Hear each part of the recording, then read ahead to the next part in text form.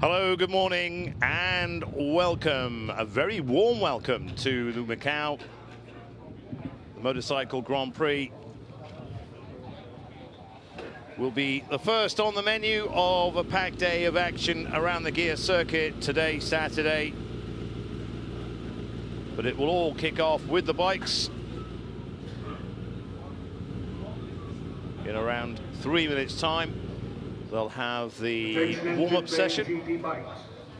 3 minutes to start a warm-up. GP bikes, 3 minutes to start a warm-up. So 3 minutes then to the start of warm-up. For some riders, it'll be a case of just shaking last night out of the system, really, riding around for maybe a few minute decisions to be made. Just looking at Phil Crow, great qualifying session. One of the riders on Dunlop, he's already decided he's going to go on a medium soft rear. He's going to use this session to bed that tyre in. Phil Crow here with the backing of Nigel Appleyard and Han Trans.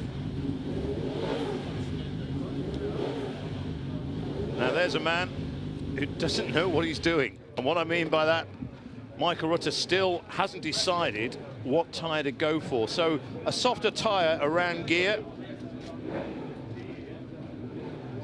will be really good, but maybe after around about 8 or 9 laps, maybe they might just begin to tear up, perhaps. Paul Jordan, who is really loving life at Macau at the moment. But as I say, Michael Rutter still doesn't know what to do. Sam West, who likes some of the riders, because initially there was only one qualifying session on the schedule, so a lot of riders brought only enough tyres for one qualifying session. And then obviously they had the second one was reinstated, and so they've had to really be careful with the tyres that they're using. Paul Williams and just Dave O'Johnson in the background there. But as I was saying with Michael Rutter just a moment ago, he's still undecided whether to go for a softer tyre or whether to go for a hard. Josh Brooks at the back of the garage, Brian McCormack just coming out as well. Brian really happy with the way everything's going. He's going to go with a soft tyre like his FHO teammate Dominic Herbertson as well. Both he and David Johnson going for what's called an SCX rear. They're going to try a different map in this warm-up session as McCormack goes out to get ready to go. They'll be leaving in 30 seconds time. But the Dapperbet Racing boys, here is Dave O'Johnson, the Australian, really happy with the suspension. And Danny Horn just behind them. The team powered by Yorkshire Tea, of course, as always. If you want an English cup of tea in Macau, you go and see Danny Horn. So Josh Brooks on treble 8, just taking it steady. I think maybe perhaps he'd have liked to have been a bit close. Well, yes, he certainly would have liked to have been close to the front, but I think maybe he would have been expecting to have been a bit close to the front, but it's taken maybe just a little bit longer for him to adjust to Macau. There really is nothing else like it.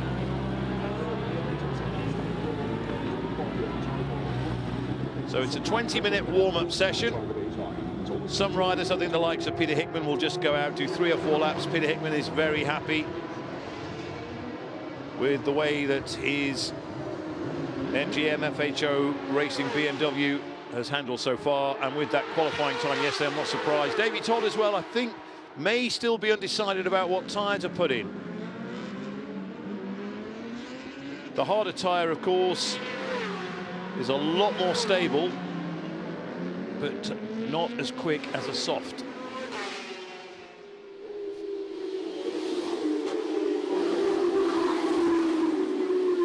So there is Davey Todd about to go out. He had that clutch issue yesterday.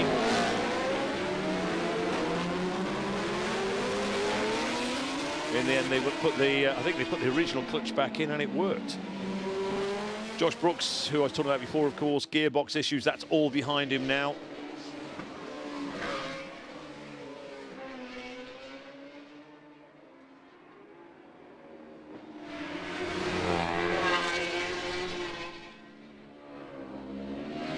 In recent years, as David Datzer goes through, starts on ahead of row 2, but in recent years, as here goes Todd, team boss John Burrows just giving him a final push. As I was saying, in years gone by, the motorcycle race tended to be at the end of the day, but this year it starts off. So temperatures, it's just around 22 Celsius. It's really cool. There's a nice cool breeze as well. So track temperature, not really an issue. Peter Hickman was saying last night that humidity in that second session, you just didn't notice it.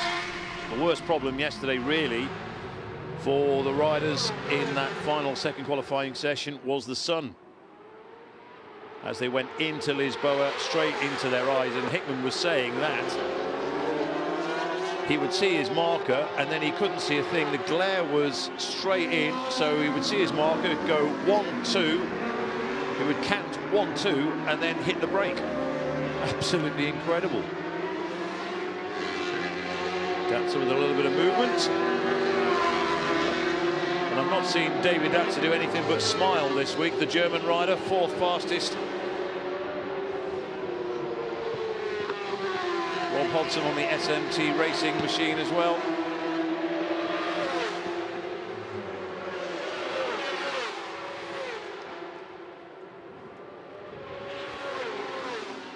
So that sun issue, though, will not be a problem for the riders this morning, because the sun is shining practically in the opposite direction.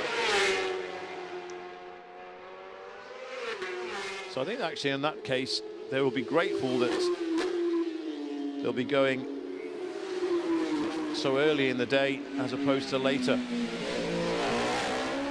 The sun's been up about an hour or so here in Macau, that's how early it is.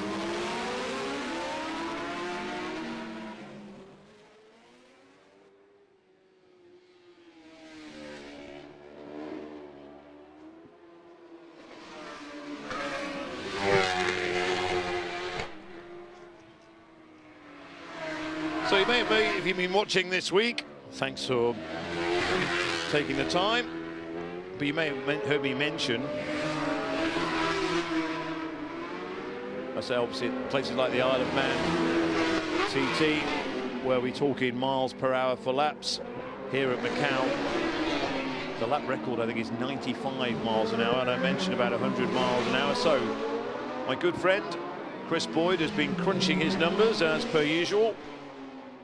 And he thinks that 100-mile-an-hour lap on the Guia circuit would be a time of 2 minutes 16.9. So considering that the lap record is 2 minutes 23, still held by Stuart Easton, which is incredible, from, was it 2010? So we are quite some way away of that. I mean, Hickman's pole time yesterday is almost 8 seconds outside the 100-mile-an-hour lap. Although one day we'll get a little bit closer to it, but I think that's that's somewhere in the distance. So yeah, Chris says he makes the 2 minute 24.87 as 94.498 miles an hour. It's 152 kilometers. So front runners are averaging around 150 kilometers on this track, with the likes of the Melco hairpin and all that tight twisting part at the top as well. So to do 150 kilometers now, it's 2 minutes 26.8 seconds. So Hickman, Todd, Costomo, all over an average of 150 kilometers an hour. As we look at Rob Hodson into Lisboa.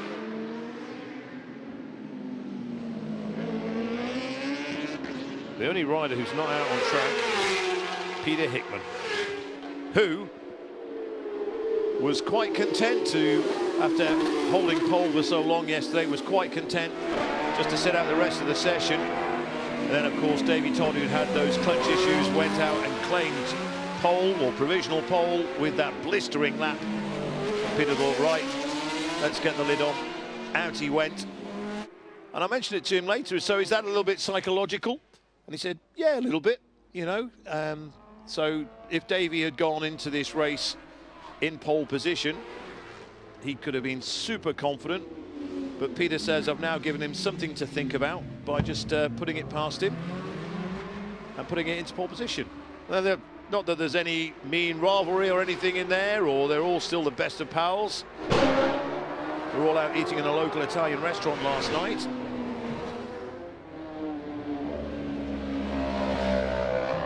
But anything that's going to give you an advantage when you're racing at this level.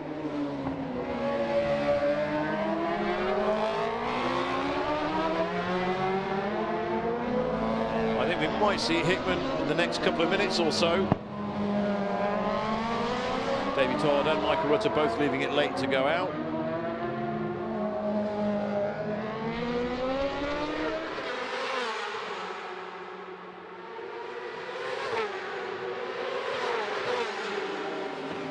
Chris has been looking at the speed trap times as well.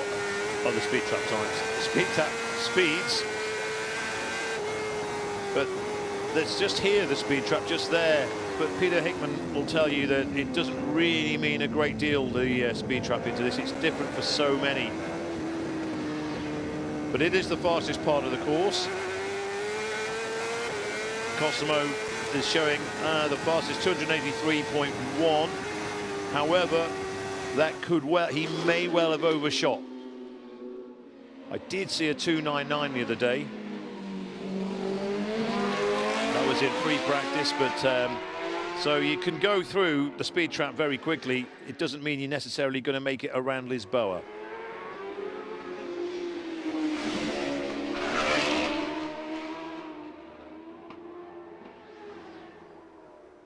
This has also been pointed out that Costomo seems to be on the older S1000 BMW. I know it's a stock engine. He says it's a super stock bike, but maybe with the lost in translation. But there might be a superbike chassis, etc. But all the others, of course, are on the M1000s.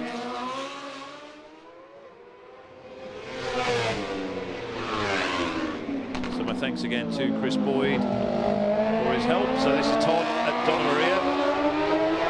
You can just see as they go around, they can see where the taxis, I think that's taxis, or it might be just general parking, but you can see the stops there, and it tends to get a little bit dirty, a little bit greasier there than normal. But to be honest, I think by now we've had cars going around here all the last 3 days.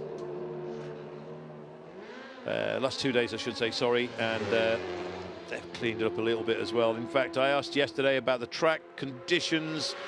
There were some concerns that maybe like last night it might have been a little bit greasier with all the oil and everything else that had been put down by the cars racing through there early in the day. Costamo goes light on the rear as he comes into Lisboa.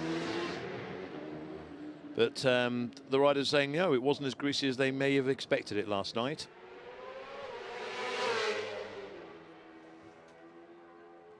So we're halfway through warm-up. Purple's all the way for Davy Todd.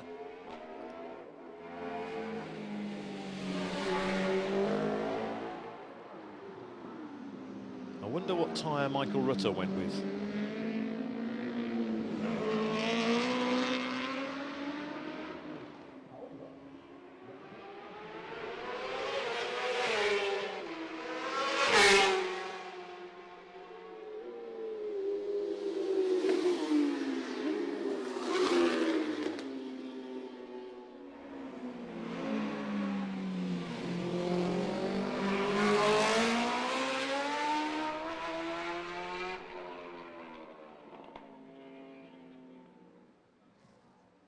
Peter Hickman is out, by the way, so Peter Hickman has gone out on track, but they say they are ready to race.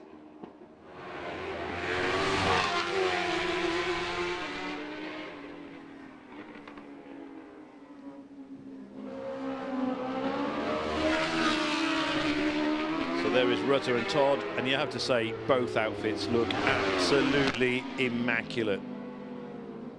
The Bathams backed Michael Rutter. The FHO Racing BMW and the Burroughs Engineering RK Racing BMW of Davy Todd.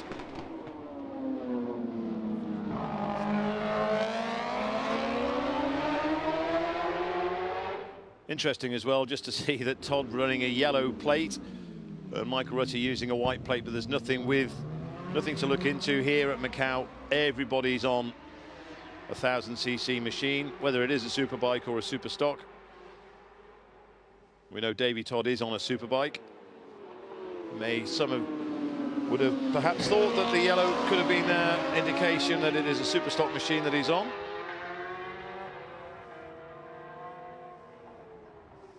Just a little bit of front wheel from Michael Rutter there as he comes down and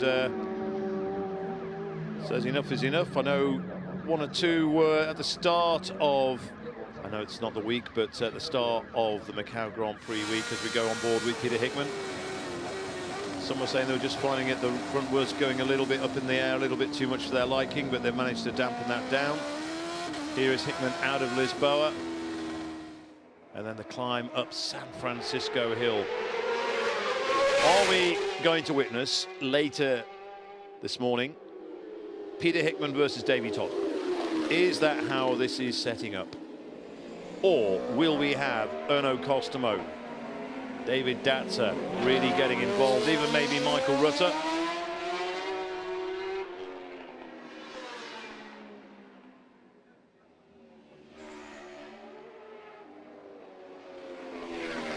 Just trying to see if the sun may be a little bit of an issue here. I don't think so. So once they've climbed up San Francisco, made their way through Maternity, Teddy Yip, Isle, Police, etc.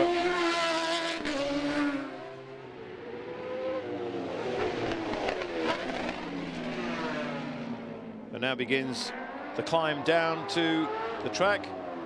Nadia Schutz, who is out. So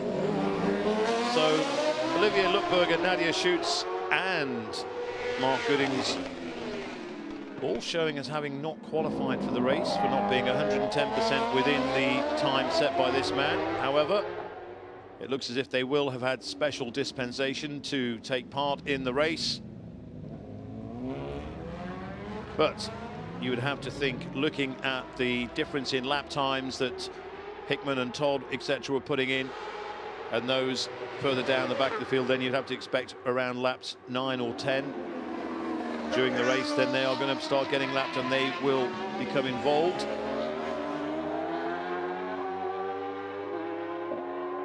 It's Nadia Schutz with Rob Hodson for company as they blast their way down.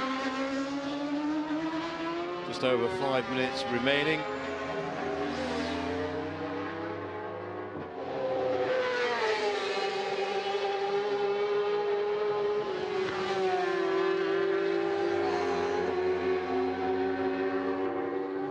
I mentioned before, Erno Costomo wasn't sure what he would go for, whether he would go for the stability of a hard over 12 laps race distance. And of course, sometimes we don't go the full distance at Macau. And maybe a soft tyre. I don't think he was too sure exactly what he was going to go with tyre-wise. Maybe he has a better idea now, having been out in this session. This man, Michael Rutter, certainly had no idea. He really just shrugging his shoulders. He doesn't know. They've had to really learn from the ground up with that machine. But they're getting it into a place where they're happy. And of course, he did that 2:27.5 in qualifying yesterday. And he'll tell you as well, all the years he's been coming, this track, the Guia circuit, has improved tenfold since he started riding here back in the 1990s. So they really look after it.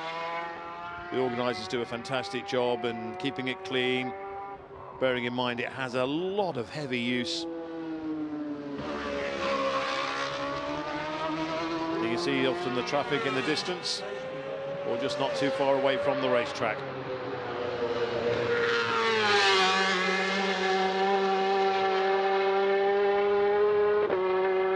I think the fact Davey Todd did a 2:26.7, whatever tyre he did that on, I think it will be the softer.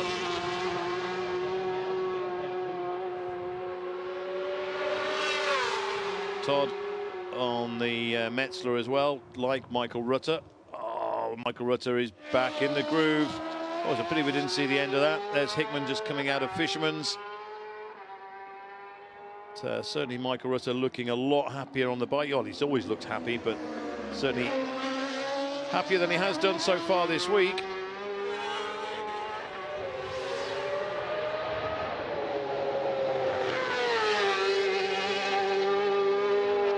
Hickman with a 2:25.9.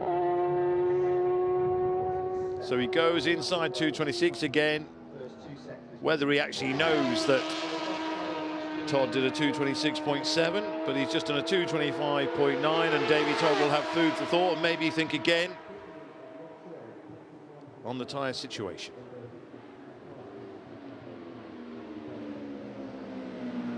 So yeah, job done, as you can see from the body language from Peter Hickman.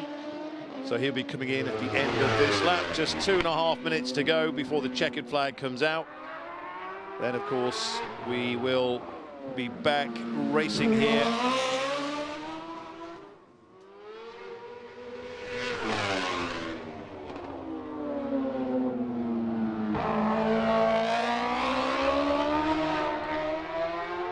So we'll be back in less than an hour's time. So here is Rutter into the Melco hairpin.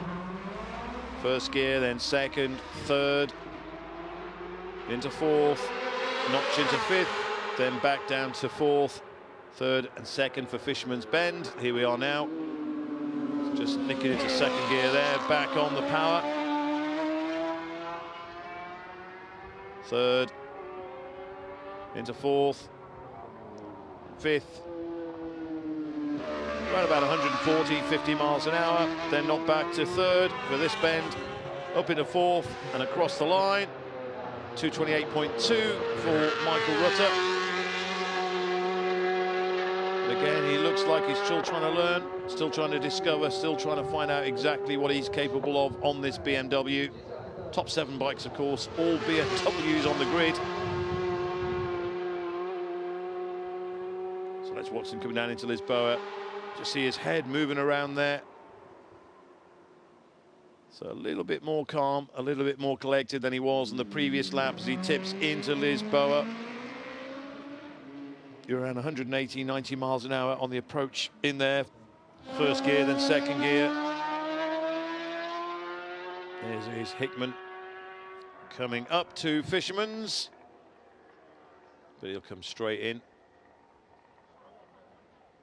So that's that for Peter Hickman. I think he looks very happy, and he has to start a slight favourite ahead of Davy Todd. Hickman, of course, a 3 times Macau Grand Prix winner. Davy Todd yet to find the top step of the podium, although he's not been coming here anything like as long as Peter Hickman. Todd, I think his debut was 2018. Josh Brooks, though, in the 2:32s now, so he's found a couple more seconds.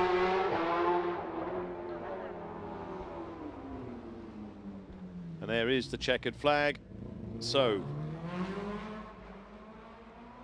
a warm-up session, which is more about warm-up than times, of course.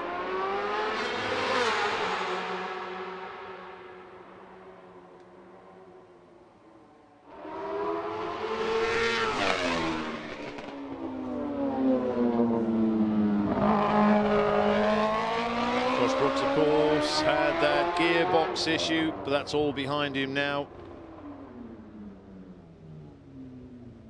Here's Rutter into Melko. He won't be going inside 2:28 this time, so Michael Rutter will be coming in very shortly. In fact, he'll just come straight down pit lane, I would imagine.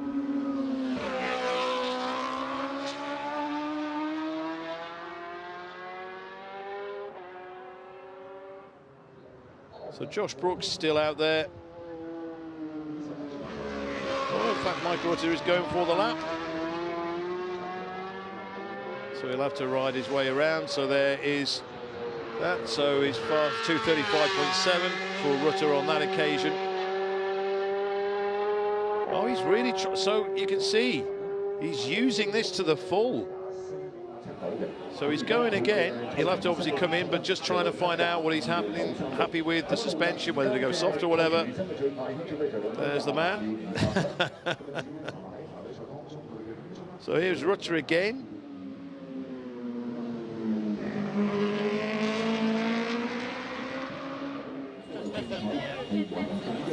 I said David Datzer, all he's done is smile all week, and no surprise as well.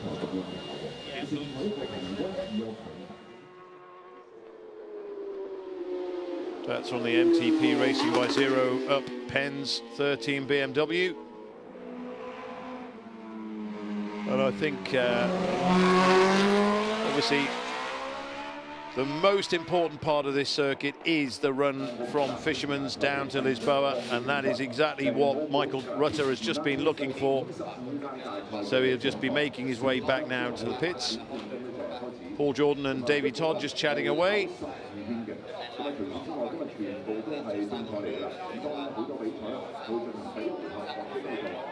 Can't quite make out what they're saying.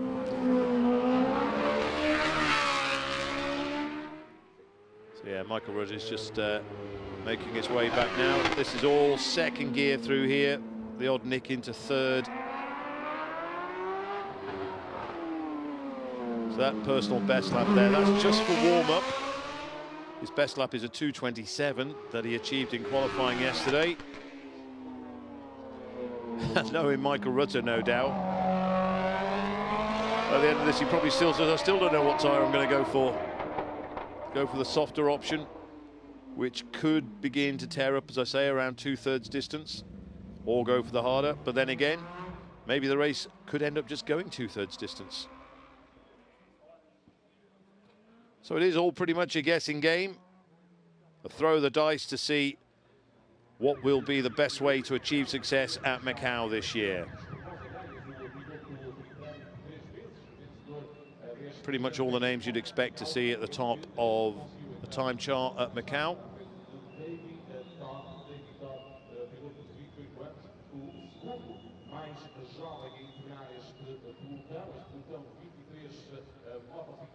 So we edge ever closer to the big finale to race week in terms of the bikes here at Macau. Peter Hickman against Davy Todd looking like the heavyweight bout. But there are plenty of other contenders in there as well, who just cannot be discounted. And of course, you might have the odd engine going pop, etc. Who knows? So there is a lot of questions to be answered, and they will be answered in around an hour or so's time. We're just coming up to 8 o'clock. The Macau Motorcycle Grand Prix is not too far away. You've got plenty of time to go and get yourself a hot drink, maybe get some snacks, get ready for the entertainment that is on its way. Will it be this man, Davey Todd, who takes his first ever win at Macau?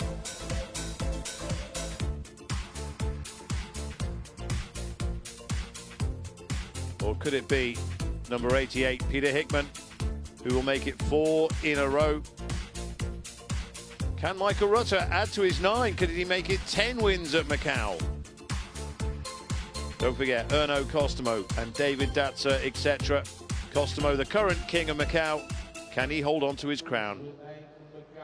That's it from me for now. I'll be back very soon. Stay tuned.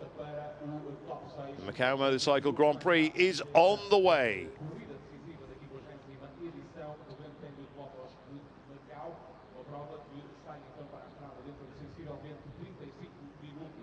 Prova que tem Peter Hickman na competição, ele vai largar da primeira linha da grande partida ao lado de David Todd, também do vencedor da edição de 2022 da competição, o finlandês Erno Costomo. Na segunda linha da grande partida está o alemão David Datzer e ao lado Michael Rutter de Philip Edward Rowe.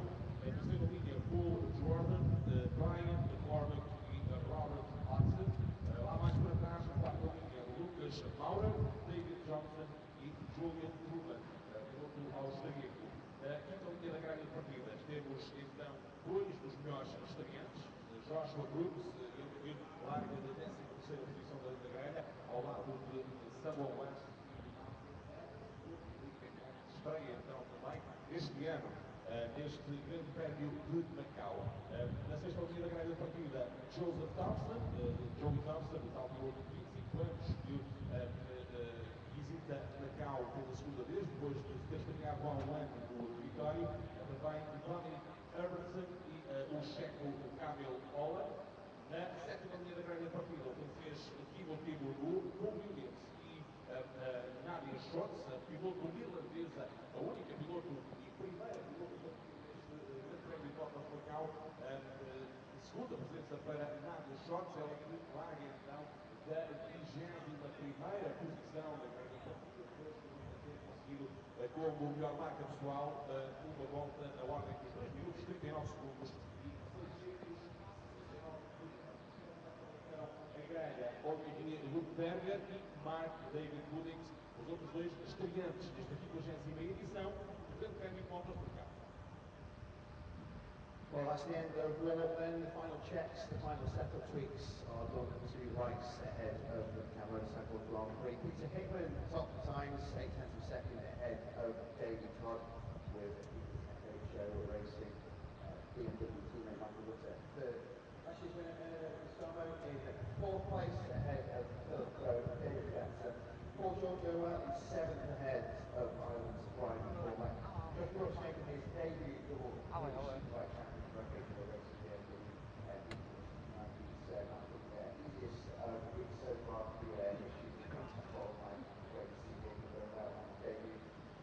First, Nobia Willie Robertson on the Honda in 10th position ahead of Sam West. Dom Herbertson in 12th ahead of David Johnson, Lucas Moran, Julian Truman, Camel Holland, Maxman, Michael Evans in 17th ahead of Mark Goodings. Good to get back on his feet after his spill in qualifying 1 yesterday. Joey Thompson 19th ahead of Paul Williams, Timothy Minot, Olivier Duberger in 22nd and Nadia Schutz 23rd. So that's everything practice-wise done and dusted here at Macau. Next, we go racing. The 55th Macau Grand Prix gets underway in 40 minutes' time.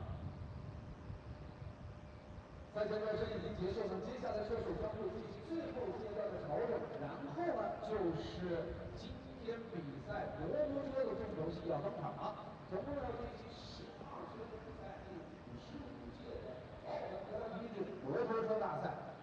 在起跑方面呢，则是一个在场上有2位国家跑出的24.8的成绩，对今天将会从这样的情况，他自己也说，原本呢他是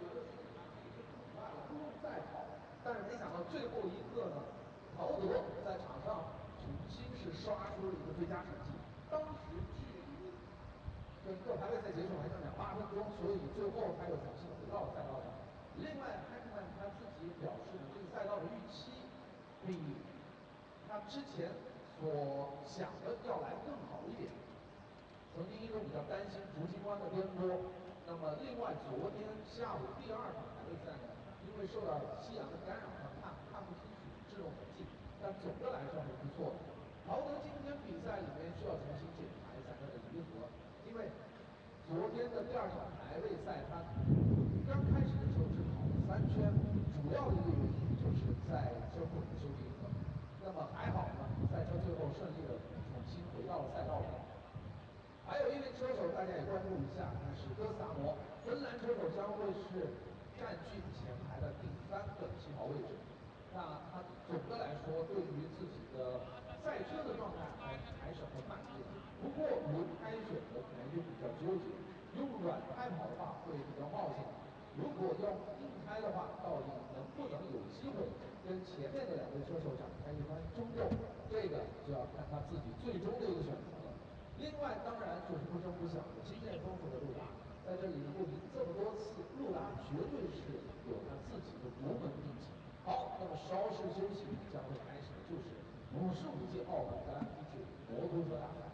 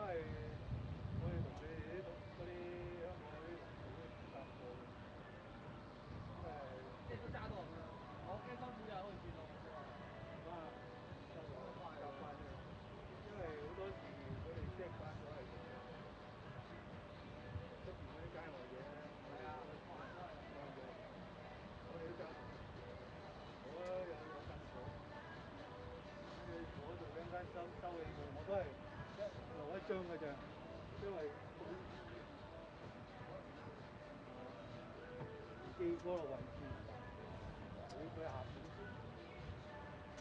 你公開㗎，你唔係室內，室內人平時做咩多啊？我退咗休啦。國學生。今年話唔夠人，翻嚟爭。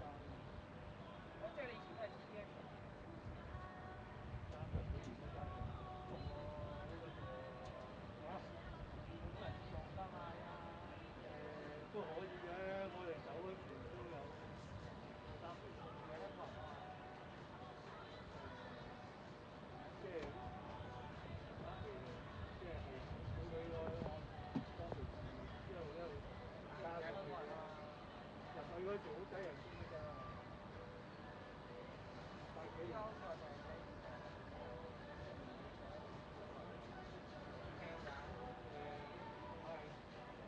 車嚟講咧，我唔知啊，計啦，我做翻嚟做幾年都係退咗休咋，我話等佢翻仔做，我依家都30幾年，我冇人下咗位唔俾人上啊嘛，咪同埋都攰啦，但係你每年整翻嚟做，咁人哋冇新人做，因為就係嗰班啊嘛，係啊，咁你都要俾新嘅出嚟。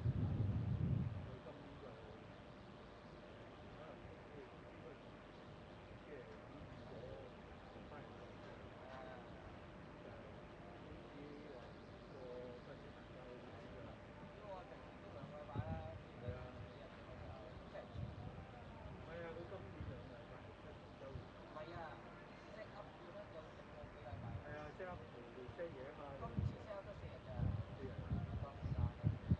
7日剩啦。係啊，好鬼。最主要大嚿嗰陣時係政府做，政府話督唔到我哋好無辜啊，因為我諗住喺度做翻係租，即係我做咗好多年，我做咗咁多年，大概點樣做？係啊，就玩啊，唔係仔揸機，舊年都係廣州嘅，我都係跟呢部機。唔係啊，因為交改咧，唔係你呢個位其實我點樣平法咧？係啊，平咗1日咧，早2年咧，我跟咗我去廣州嘅，佢都佢攬一步嘅啫，我哋攬多一步嘅，因為佢國行啊，佢一買佢就個個就2億，佢就因為佢哋過咗。唔係，我想呢個過嚟，但我用普通車，應該仲喺辛苦咯。哇！你都冇做啫，幾多每人都得，你都做死嚟。係啊，而家做嗰啲做啦，冇得做。係咯，我食好飯就。阿華好啲，加上阿華好啲。以前唔係㗎嘛，有得唞㗎嘛，有得唞㗎嘛，唔使下下出㗎嘛。而家唔係啊，下下一翻去就真係，我聽到冇得嬲。得閒就要影下啲教練嗰啲。嗰啲唔會嘅，以前嗰啲後生啊嘛，後生係最揸啦，後生揸最揸。係因為係啊，因為你後生有體力啦，但係你學完1日啊，翻去又趴咗喺度瞓喺度都死喎。幾多個頭都學啊？膊頭都係，我有時我都要手膊，但係我就短時間。你呢個大場㗎嘛？佢又咪有個嗰個嘢又拎嘅，都有拎嘅。不過咧，我做都係1個鐘啦，唱會嗰啲，唱會又少，唱會係大機，3個4有時喺度揸，咁啊，家樂，我哋有啲同事過都做。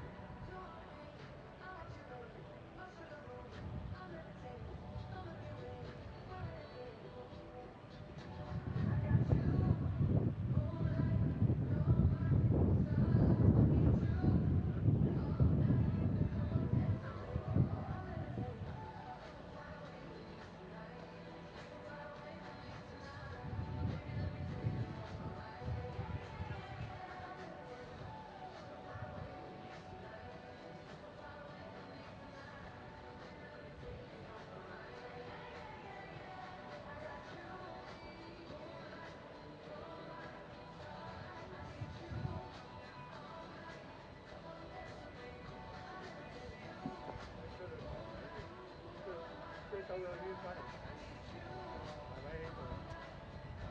買幾多張？好似12個9個，呢張200蚊。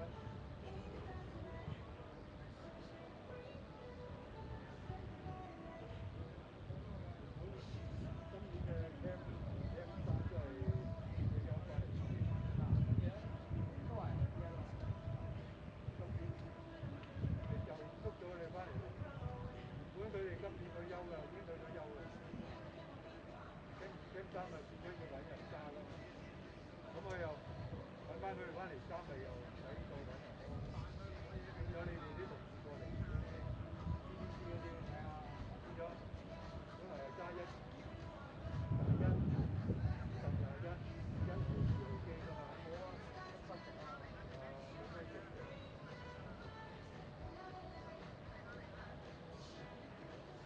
俾時間等8點半。Attention in pit lane, GP bikes. Pit exit will open in 5 minutes. GP bikes, pit exit will open in 5 minutes. 你攞到㗎咩 ？PPT 攞到，我自己過，唔係我自己過除咗香港。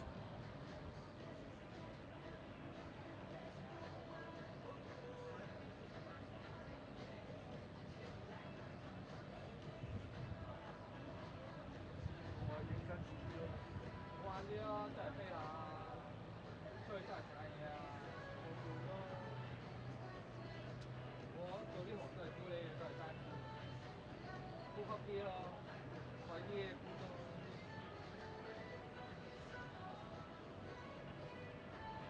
如果拍綜藝節目咧，就多啲嘢。係啊，綜藝多冇乜時事咯，之前。如果係拍新聞嗰啲特輯嘅，都真係飛咯，最好都係真係飛，話真係食。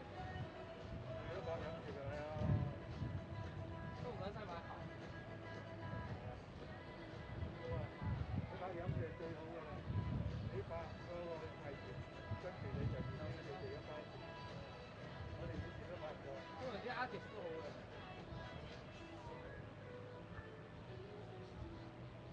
以前我哋公司都有拍過飲食嗰啲嘢㗎，越南菜啊咩菜嗰啲拍唔到我哋。翻嚟就食最高，佢食叫你留低去食㗎，反正整咗啲嘢俾你。你唔係一定係睇一份做一份㗎嘛，即係你有幫手幫啊，幫手啊嘛。係啊，你要特寫嗰啲你攞嚟，都夾過晒你點特寫？跟住佢快食嗰份佢又食晒，咪一齊食都會啊。都10個8個㗎啦，一出身成圍台㗎。有啲要手就有啲有導演，係咪？有燈光有收音。而家越嚟少人，而家係啦，成隊都做。而家我哋做新聞嗰啲咪一個人搞掂㗎，以前唔係㗎嘛。綜藝又4個咯，有聽咩個導演又4個，而家都係咁咯。好啊，全世界都係咁啊！你睇銀行啲人家冇唔慳價㗎，全部俾個櫃機你自己搞。疫情完咗啊！縮皮啊！我哋咪有唔上人咯，縮皮咯。慳啊！我而家咁幾一日，即係我要企2日先有嘅，你幾個人？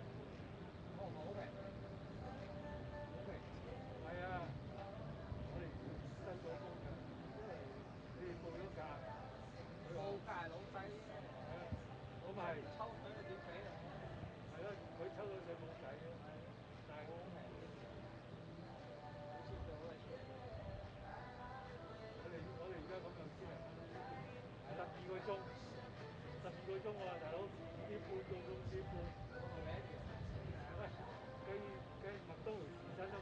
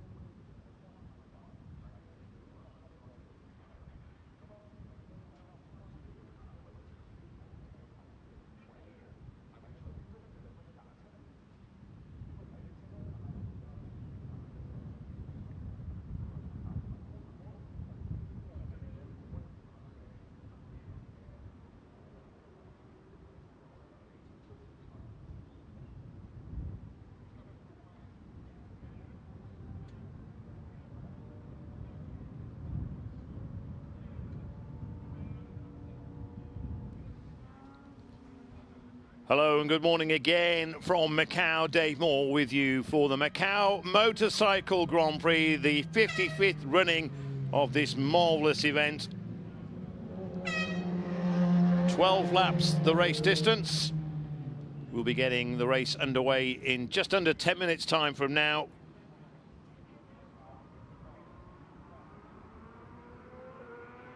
It's been so far so good this week.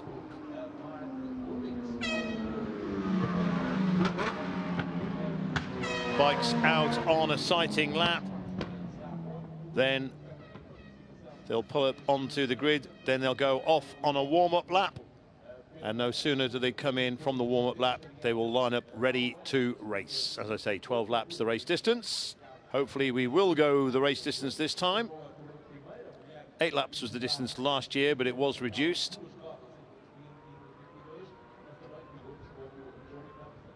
And of course, back in 2019, we didn't run the full distance, so hopefully we'll get a full race in this time. Front row, Hickman, Todd, Costomo, then it's Datsa, Rutter, Crow on row 2, Jordan, McCormack, Hodson, row 3, row 4, Mora, Johnson and Trummer. Row 5, Brooks, West, Evans. 6 is Thompson, Robertson and Holland. 7, Mono, Williams and Schutz. And then at the back, Lutberger and Goodings. And I mentioned earlier in warm-up that Nadia Schutz, Olivia Lutberger and Mark Goodings had not done enough during qualifying to pick a position on the grid.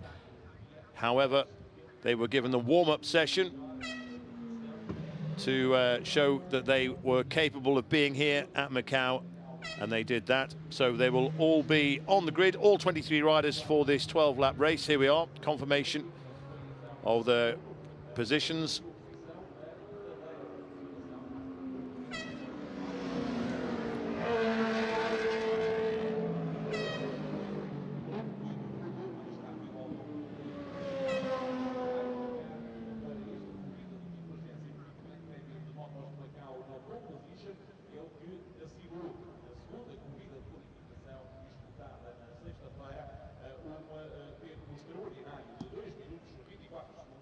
So then, I managed to go and have a word with a few people. They actually didn't get to see Michael Rutter. Everybody wants a piece of the 9-time Macau Bike Grand Prix winner. So lots of dignitaries and fans, etc., spending time with Michael Rutter. He is so popular out here in Macau. And of course, there's a waxwork of him in the local motorsport museum. Now then, what I did find out is what people were doing in terms of tyres. So, Hickman is going with a soft rear. Starts in pole position.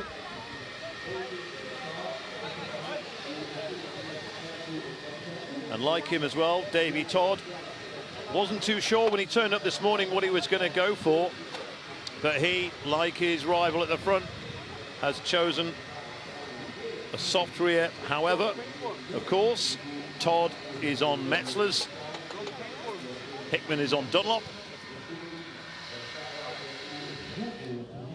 But this is the wild card in terms of tyre choice.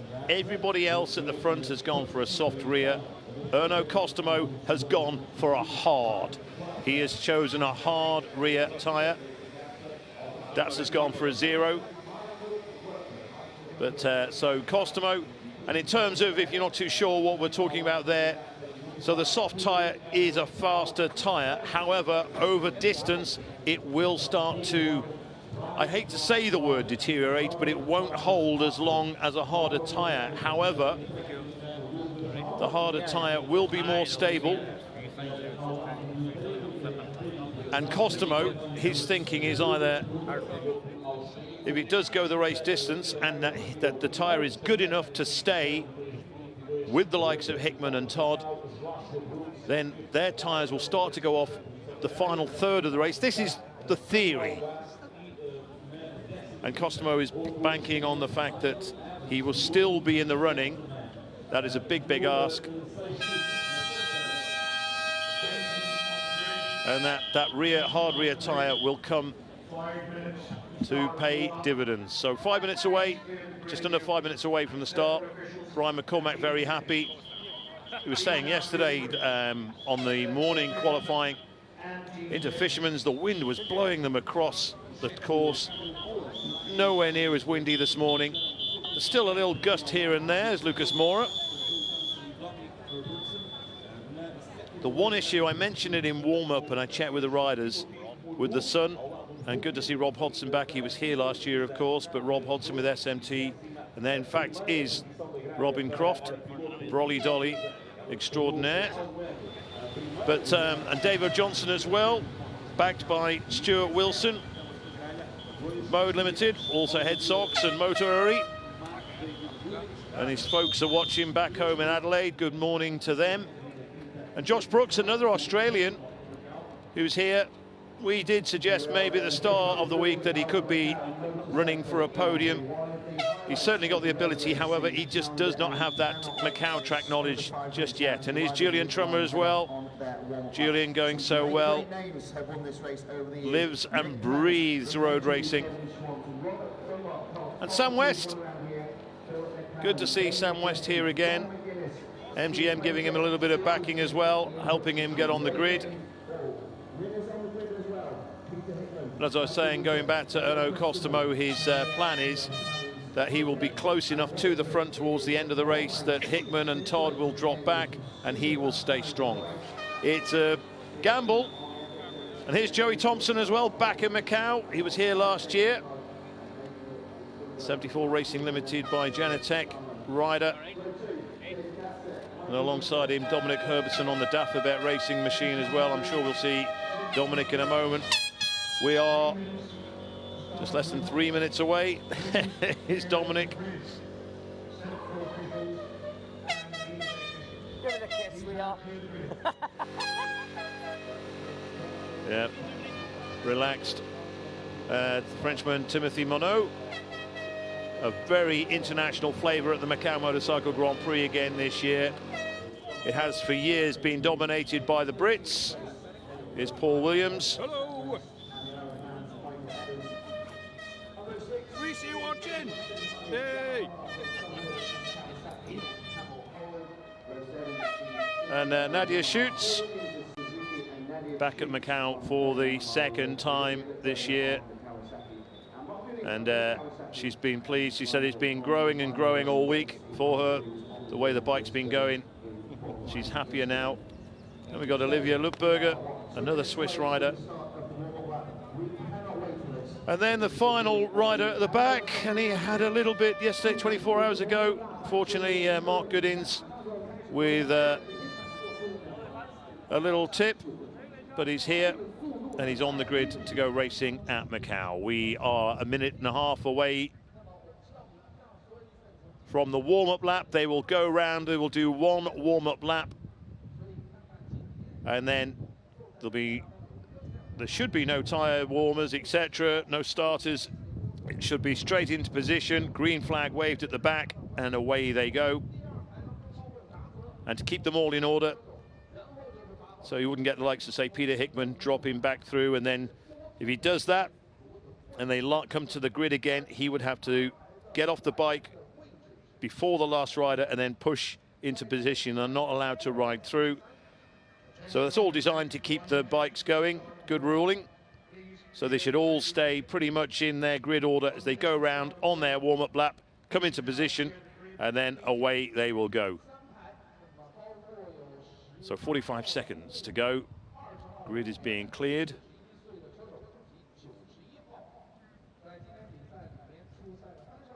So yeah, I was mentioning how yesterday the sun at Lisboa was an issue for them in the second late afternoon qualifying session. The only part they have here is at turn 9, the top of the hill. And the sun just catches them there during this. It's not as bad as it was at Lisboa.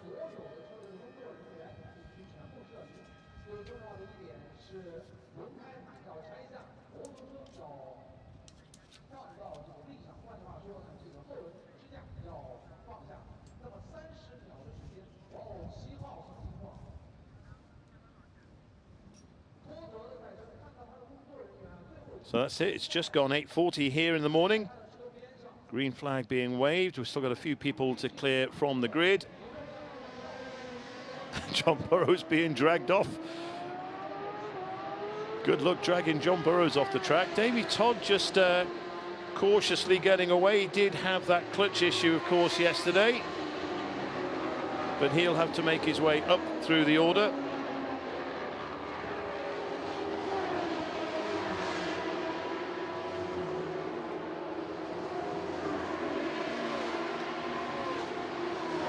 So as I mentioned, the majority of the front runners all on soft rears. Michael Rutter deciding to go for a soft rear. Much happier at the end of that warm-up lap.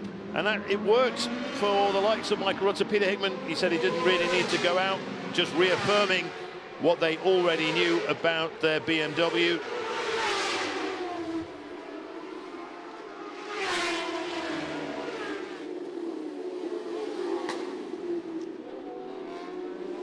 Someone overshooting at Lisboa. Just looked up then, just sure who that was.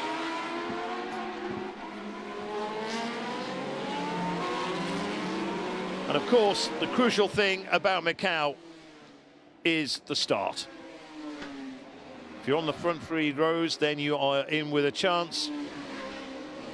4th, possibly it'd have to be an absolute barnstormer to get there. But it's all about getting around that first turn and make sure you're in the hunt. By the time they get to Mandarin, the first seeing who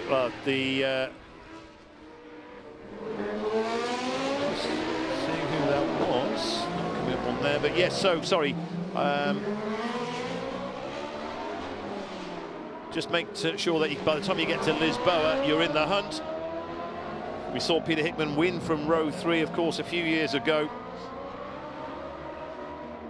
And you'd have to make him slight favourite to make him 4. See, most of the riders just avoiding the inside, really dirty part of the track, where cars are parked all year round.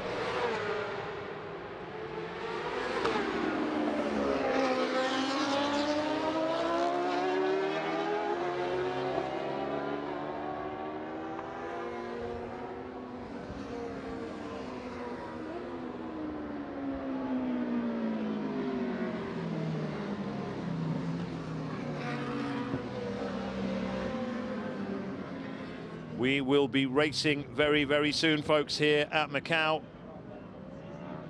The bikes just gently making their way into position.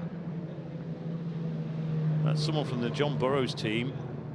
I'm not sure they'll be allowed to go out, but they obviously have some concern over Davy Todd's bike. Just looking for number 7. And it would be a great shame if there was an issue, because we're setting this up as Hickman versus Todd. Out at the front, Peter Hickman really taking his time to get into, and there is Davy Todd at the outside. So Todd just coming through. So I'm sure if there is some kind of issue, we'll get a signal, but we are all due to go racing any moment now. It looks good, does it? Todd's off the bike, but he's back on it again. So green flag at the back. We are about to go racing. Oh, Davy Todd, there is an issue. There is an issue.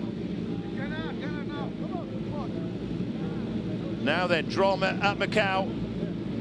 Something is wrong. David, we had this last year as well, of course. The John Burrows engineering team have a problem with their machine, their BMW. Now this is kind of going against everything. What are they trying to do here? Are they going to start from pit lane? They need to get that bike off.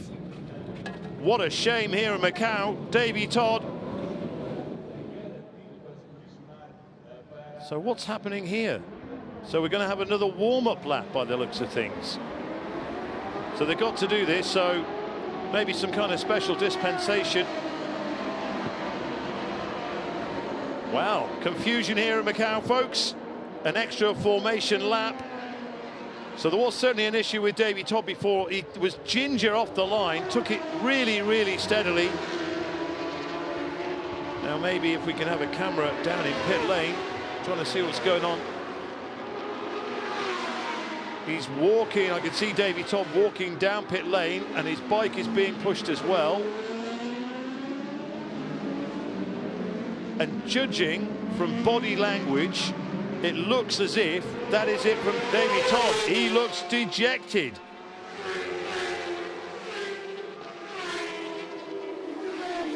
What a shame for Davy Todd. I don't think he's going to make it.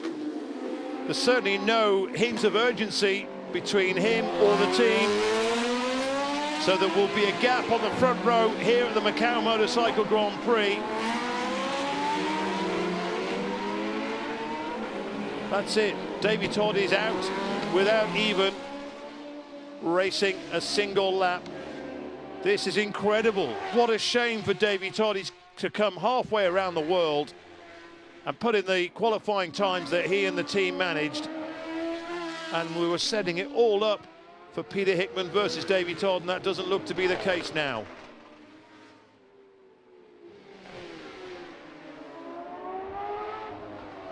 Still just straining my eyes down to see what's going on at pit lane, and there's no way they're going to be back in time. So no Davy Todd then. There will be a hole on the front row of the grid between Hickman and Costomo. A hole for the likes of Datsa, Rutter and Crow to exploit. There it is. That does not look like a man who's about to go racing again. The only thing is he's still got his helmet on. But whatever the issue is, they know they're not going to fix it in time. And instead of holding the bikes a little bit longer, I mean, now we will be racing pretty much as soon as they get into position. But Davy Todd, of course, did give the indication that it was all over, swiping his hand across his neck just to say, that's it, we're done. What a shame. I'm just as disappointed as you are, folks, because we're really looking forward to see Davy Todd taking on Peter Hickman, etc. here in Macau. You can see Hickman just taking his time.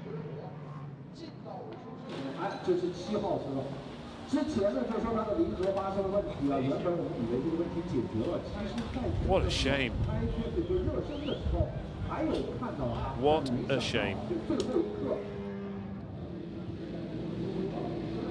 So we're just waiting for the last of the grid to form up into position.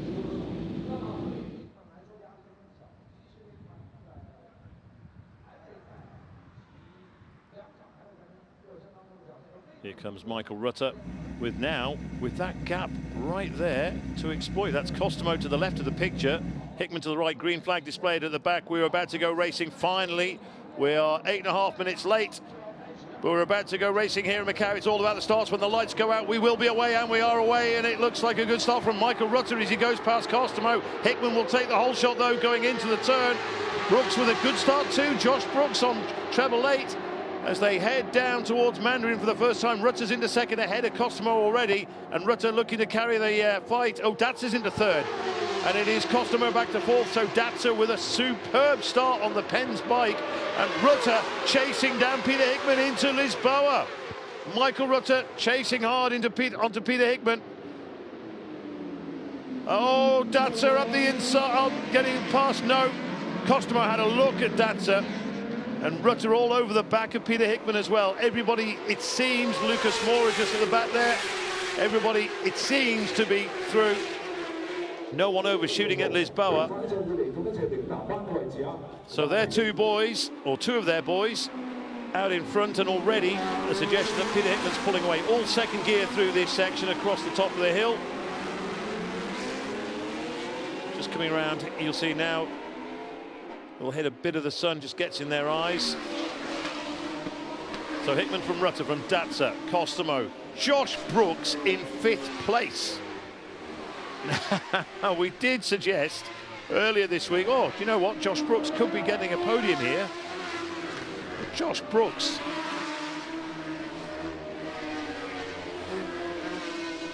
From row 5, he's up into 5th place. So an incredible start from the Australian. Brian McCormack in 6th.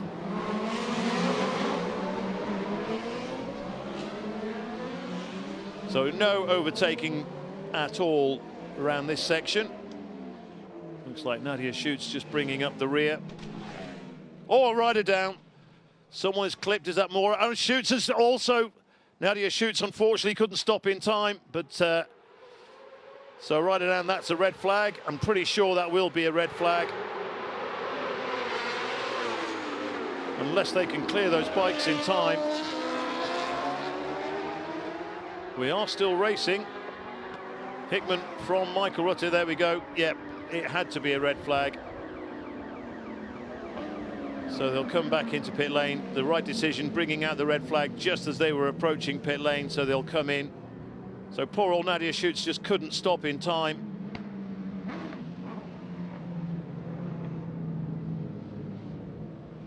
But it did look as if one of the Kawasaki's was involved. So yet again, another start. Now, I'm not too sure what the rules are out here in Macau. Now, whether Davy Todd could be involved again, maybe the fact that they've started this race. But we'll just leave that one to speculation. But Michael Rutter will be happy, so too Josh Brooks with the starts they had. Maybe not so happy that it's come to a premature halt for the moment. Just going to try and see if I can hear anyone say anything. See if the cameras can pick up any bits of conversation. Here at the Macau Grand Prix. It was a great first lap as well. The two FHO racing then back down there into Lewisboro and on top of the track here. Josh Brooks, though, row 5 up into 5th place. He did get an absolute stormer. So too did Michael Rutter from row 2. But it was instant impact straight away. David Todd being taken off the grid, his bike failing. We look at something on the left side of the machine at the start of the first formation lap. He was able to start the second formation lap, and then a great race down to Lisbon. Two FHO bikes going side by side through the right-hander. Really, really good spectacle. Riders step back in the pits to race it. Not able to really pick up what they were saying there. Timothy Monod, the French rider.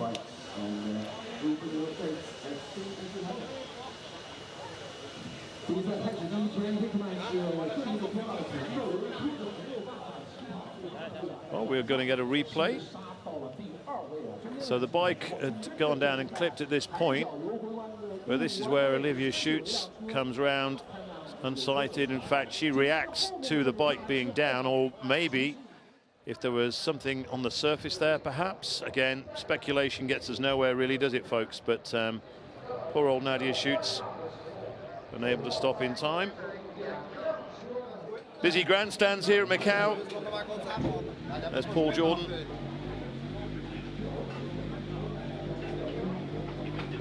So Paul Jordan, who starts at the head of row 3.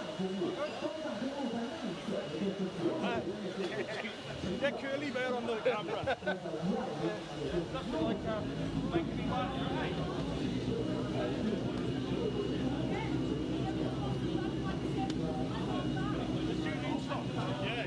We've no idea, obviously, at this moment in time, how long we will be delayed, and also, I mean, it's indicating, it says on the screen 12 laps, whether we'll go for a 12-lap race distance again. I would imagine we will, because that all happened on the first lap. But here's another angle.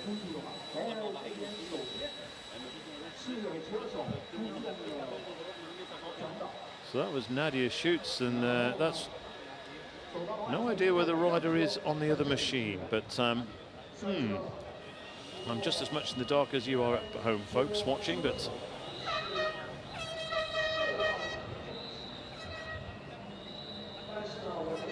interesting to see again just what we were talking about, the tyre situation, obviously very early in the race, but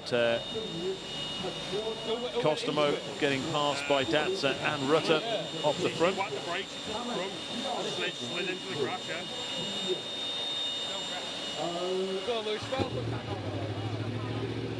Just the riders talking about exactly what happened.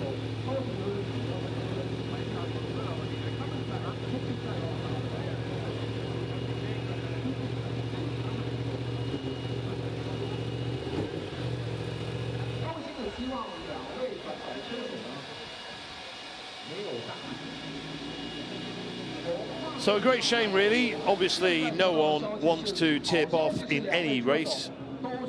But certainly, Michael Rutter and Josh Brooks, whether they'll get as good an opportunity again from a restart remains to be seen.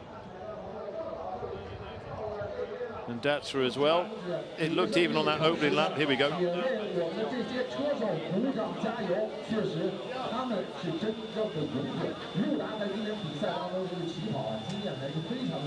Temperature's quite cool as well this morning. I've been in Macau in the past, it's been blisteringly hot.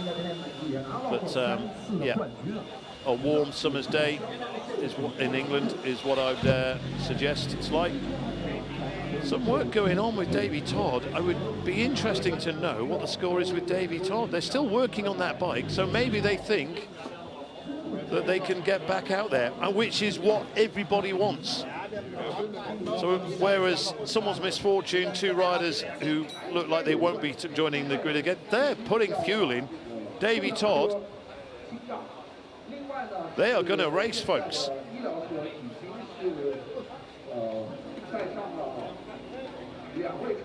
Well, this is great.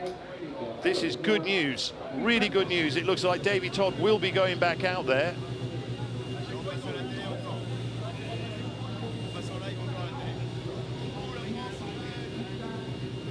A wave for everyone back home from Timothy Monod.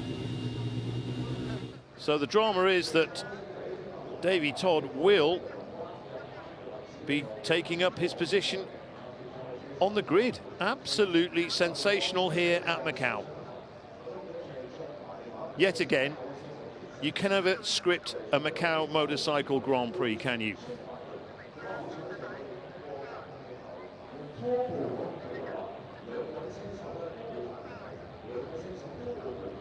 We're still waiting to have confirmation of a start time, or a restart time, I should say. So quite a few of the fans taking the opportunity to go and get another drink, etc. And by the time the announcement goes out, when this race gets underway, we will have full stands yet again.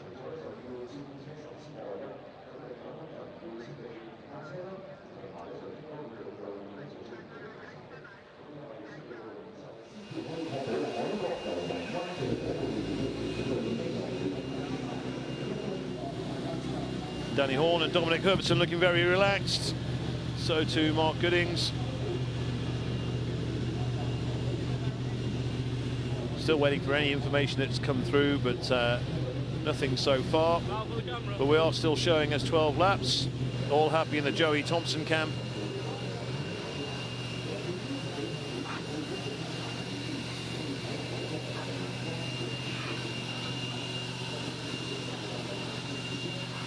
Clearing out any dirt that may have been picked up. And Rob Hodson, Robin Croft here from SMT Racing as well, the team boss. Rob, very happy with the way things have been going this week.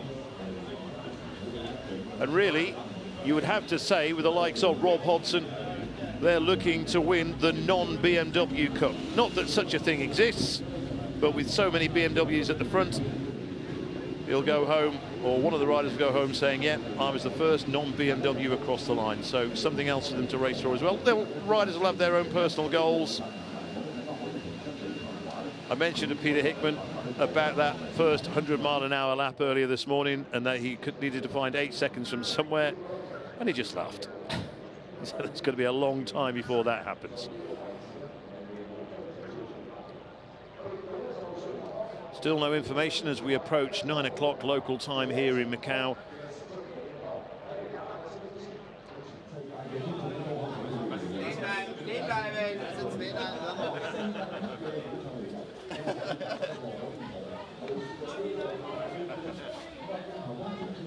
Paul Jordan has said this week it's been the best ever superbike that he's ridden in his career. still looking for a permanent ride next year, but he may well have done himself a big favour with the Pens team, who compete in the International Road Race Championship, of course. Maybe we might see Paul Jordan racing in that series next year.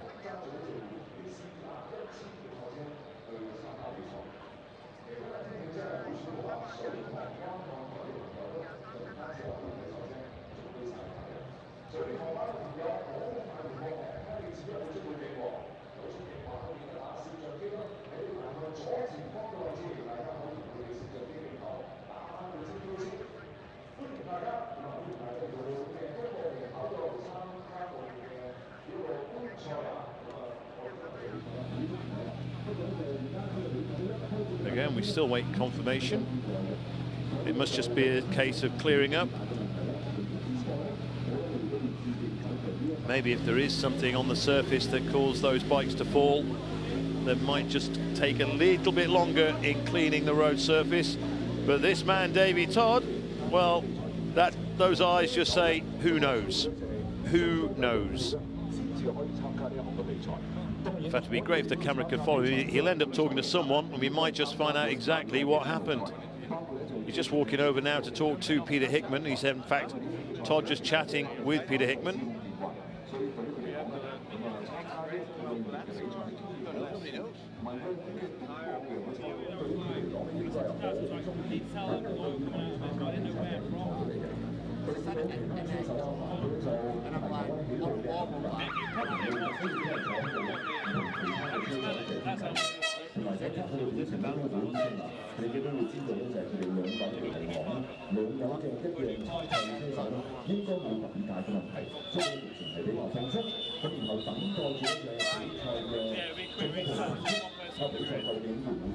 So, Hickman did mention the word oil then, but who knows? Make of that what you will. Didn't quite hear, unfortunately, what the score was with Davey Todd. But obviously he had that issue on the warm-up lap that caused him to pull in.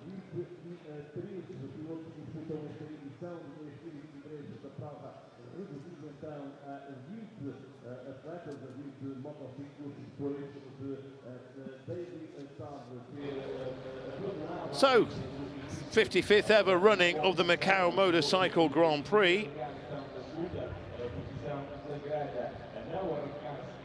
British riders have dominated the event through the years. Thinking back to the likes of Mick Grant, I think was a winner here, wasn't he, back in the day?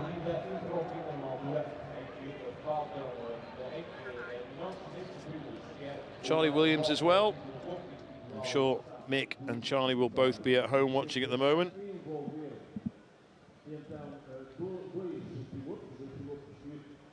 Yeah, Ron Haslam, Charlie Williams, the likes of setting out lap records. But of course, 1988 is the year we all remember, when Kevin Schwantz came to Macau and rode round on his back wheel, despite the best efforts of the likes of Robert Dunlop to stay with him. Back then, of course, two-leg races. Then we went into the 90s. The likes of Carl Fogarty, Steve Hislop, and Mike Edwards, Spike, who went very well here and is still involved in motorcycling. Everybody wants a piece of you, Macau. Lots of pieces to go around as well. So, but of course, I think the first ever 90-mile-an-hour lap was Michael Rutter. I know I was talking about 100 mile an hour, but the first 90 mile an hour from memory, don't correct me if I'm wrong, please, but around 1998, 90 miles an hour. And of course, then we had the first ever lap inside 2.5 minutes. And that was, of course, someone who we thought would have been here this year. Unfortunately, we're missing. And that is John McGuinness, when he did that 2:29. Then, of course, Rutter was the He then took the lap record again. But then came Steve Plater, who really upped the ante when he came to Macau. Just tipping in, it was just like, it was Davo stuck his hand up, and we just saw it went. But then we got through, yellow flag, and me and Evans are like, oh, we're still going, right? I'm like, Evans. Hurry up, Evans. So there we go. There is the clean-up operation we just heard there. So I just wonder if there was some oil maybe from somewhere that brought down that bike. And then I thought maybe Nadia Schutz, when she came down, it may have been she reacted to a bike being on the road and just the front tucking because she really hit the anchors very, very hard. But maybe she found whatever brought the first bike down as well.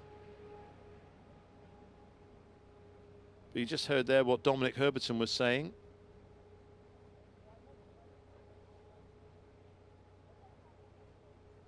Anyway, yeah, I was talking about Steve Plater, who really shook Macau when he came out here back in 2006. Yes, it was 2006. Then, of course, McGuinness taking the times off then as well. But then in 2010 we had Stuart Easton, absolutely incredible,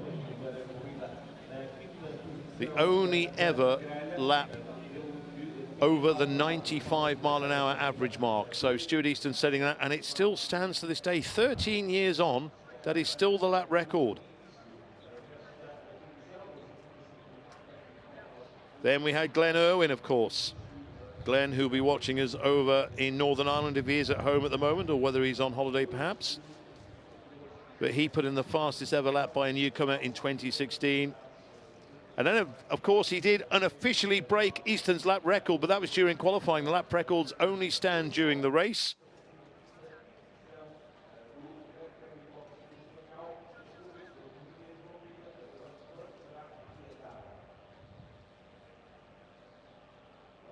Of course, Glenn Irwin went on to win. So I think of the Northern Irishman to win as well. Philip McCallum. Jerry Williams did win when it was a two-legged affair. I'm pretty certain he won the first leg and then elected not to go out for the second leg.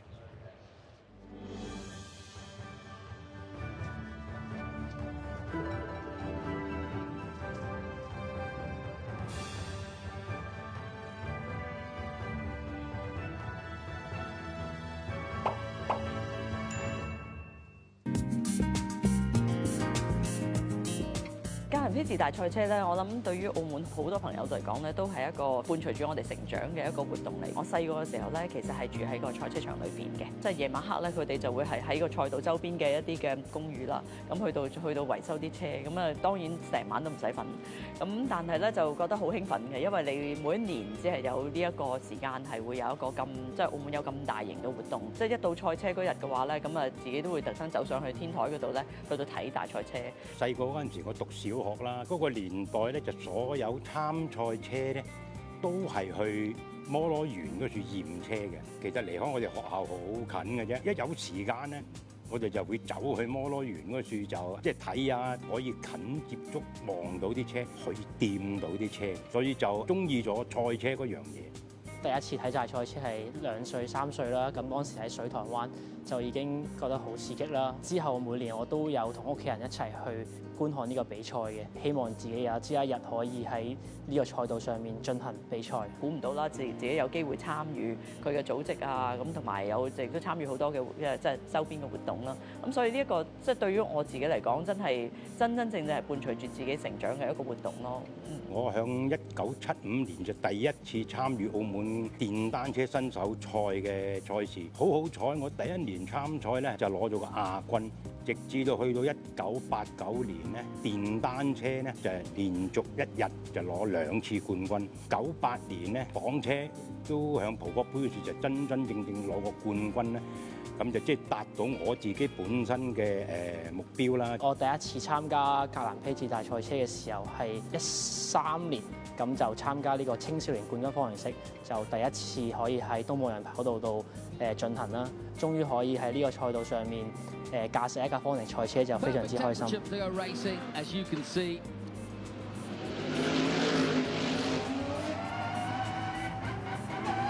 澳門嗰個東望洋賽道咧，佢唔係單止咧個車手出色咧，你就可以攞到冠軍嘅。天時地利人和運集齊晒啦，你就可以贏冠軍。佢係要嗰個整個車隊，因為嗰條賽道咧個車嘅 setting， 你想直路快咩？你上山一定唔快。你如果想響山路快咩？你下路直路咧又唔快。咁咪變咗咧，即係你好難去平衡嘅。東望洋跑道就係一個街道嘅賽事啦，個用賽率係0嘅。咁因為你一出現錯誤啦，你就會炒車啦。咁你需要係一個好高強度嘅專注力啦。呢一個東望洋賽道比賽咧，第一頭腦冷靜啦，第二唔好貪心。你想搏多半秒咧，就嗰半秒出事。我識得嘅無論係咩國籍嘅朋友都好啦，佢話去邊度鬥都唔夠嚟澳門嗰度賽一場車咁有榮幸感啊！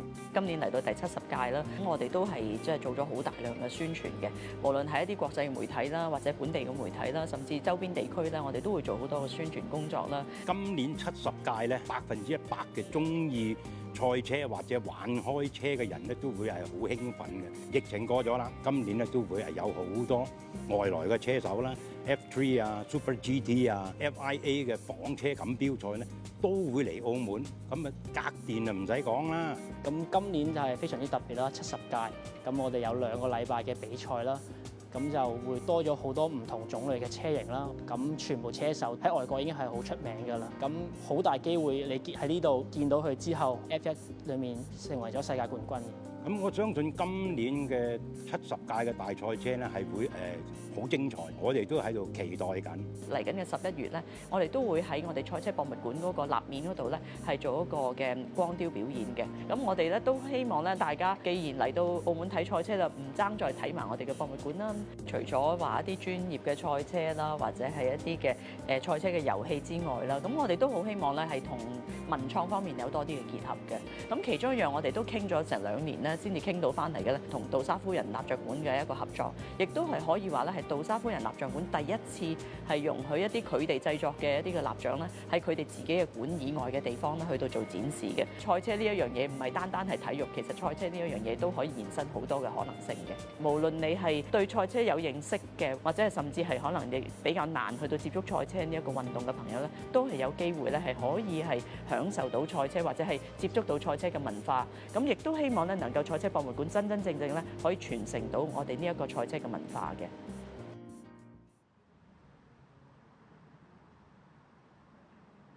车手所承受的压力跟风险也倍增。工作人员呢也需要是保持12分钟12分的警惕啊，要确保第一时间内可以来给予足够的支持和救援。所以一场大赛如果要想成功的话，除了优秀的车手、完备的赛制，还有就是高素质工作人员。因此，现场的观众朋友，如果您在路上看到我们的马修，请给他们比个心，或者是个大拇指，感谢他们的辛勤努力啊！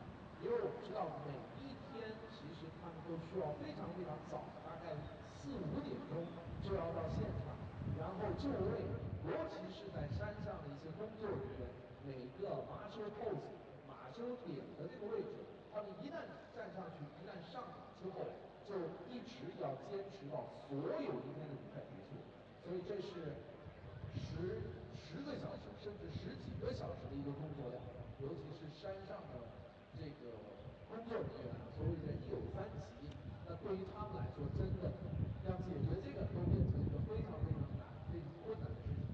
因此，我们可以看到2分钟的比赛，这个工作人员真的是付出了很多的辛劳。如果你在马路上见到他们的话，请给他们报以掌声、微笑和比心，谢谢大家。好，那么我们现在看到现场的工作车辆已经即将要离开了。接下来的一个程序呢，就是赛会的组织者要进行安全检查，完了之后比赛将会重新开始。所以現場嘅觀眾朋友們稍安勿躁，稍後將會是摩托車的比賽。人生就好似一場馬拉松，每一步充滿期待，每一步都係經歷，每一步只有堅持。然後勇往直前。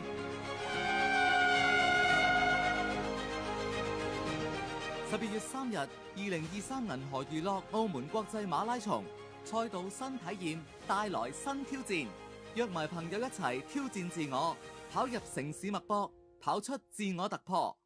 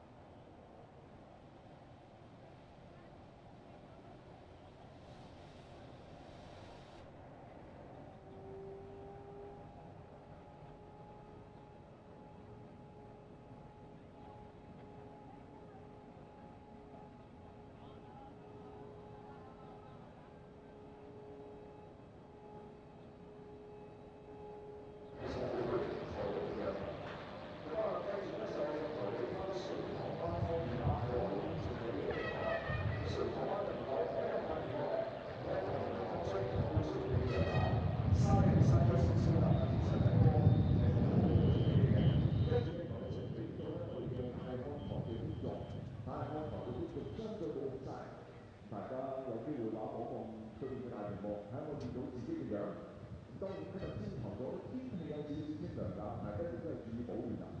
咁啊，最近嘅天氣亦都係變化多啲，咁大家要注意嘅保持身體啦。好啦，按照我哋嘅賽程嚟講咧，就喺呢段單車嘅比賽之後咧，就會進行 CTCC 嘅9圈嘅第一回合嘅比賽，跟住咧會有澳門一蘭推薦大賽車嘅70週年嘅挑戰賽，第一回合8圈嘅比賽，跟住咧會有 TCR 世界巡賽奧本站，亦即係澳門東望洋大賽嘅第一回合9圈嘅比賽。咁啊，去到2點鐘咧，會有一場澳門 GT 杯國際戲聯 GT 世界盃12圈嘅選拔賽會進行。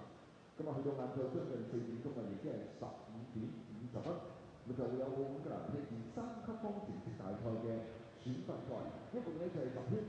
咁啊，希望大家咧就繼續留喺現場啊！我哋今日嘅比賽咧一定會係好精彩，咁啊好刺激，咁啊會為大家一齊呈現一屆咧精彩接一回味嘅澳門東望洋大賽。上台灣嘅朋友係咪見到大屏幕當中都見到自己嘅樣啊？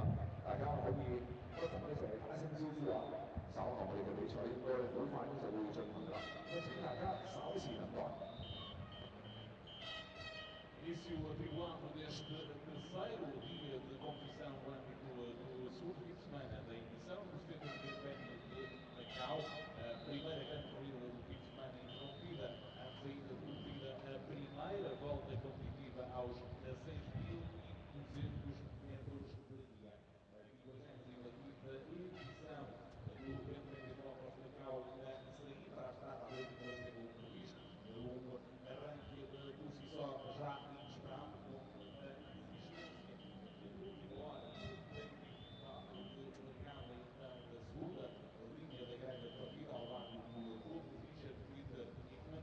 Depois, ainda antes de concluída a primeira volta competitiva ao traçado do território, incidente a afetar dois dos 23 pilotos que partiam para esta edição de 2023 do Grande Prémio de Motos de Macau, incidente na zona da curva da Dona Maria, a deixar então intransitável o traçado do território. Os pilotos foram já assistidos pelas equipas técnicas que acompanham este Grande Prémio, foram também transportados ao centro hospitalar de São Januário para serem observados no hospital. Neste momento temos então as equipas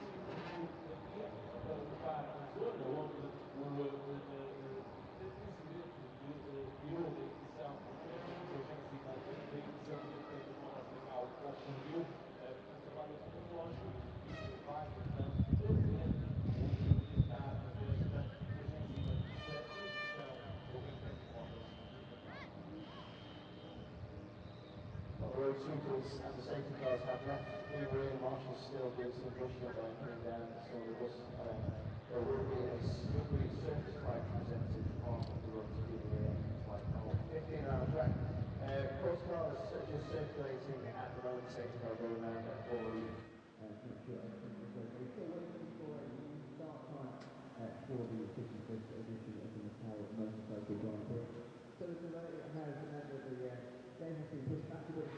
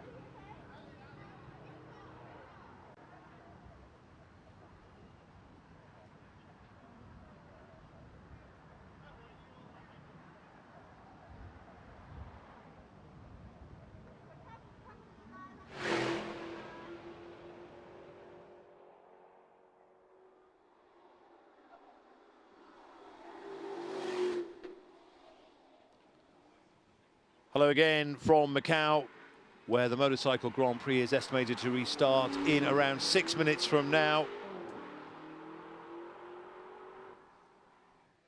We've had a clean-up operation underway here, just going into Donna Maria. Nadia Schutz, we know, was one of the fallen riders. Still no confirmation of the other rider. It did look as if it might have been Julian Trummer who was getting into the course car.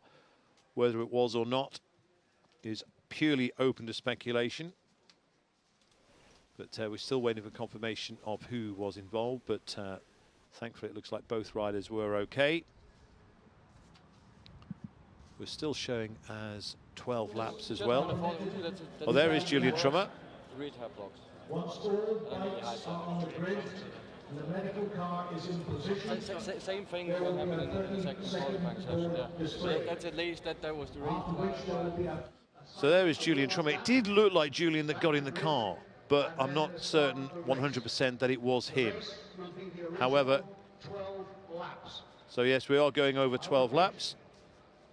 The exit will open at 9:30. 9:35 and will be open for 60 seconds only.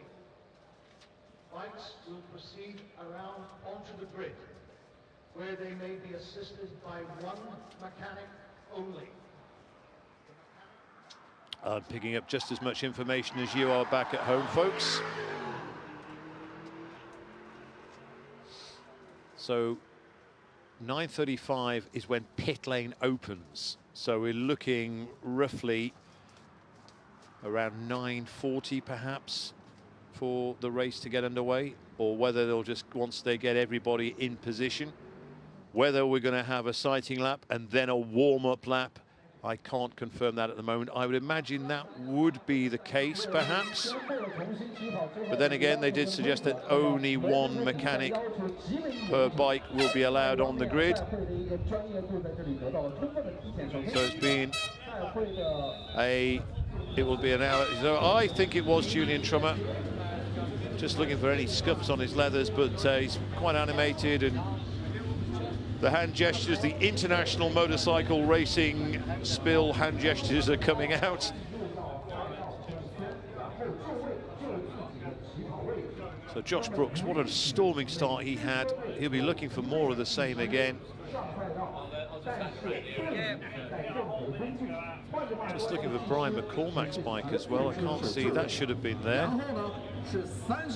Maybe it's outside pits. There's Camille Holland from the Czech Republic. As I was saying, Josh Brooks had such a storming start from row 5 up into 5th place. So we're 3 minutes away. Attention pit lane GT bikes. Pit exit will in 3 minutes. GT bikes, pit exit will open in 3 minutes. 然后同时强调了比赛。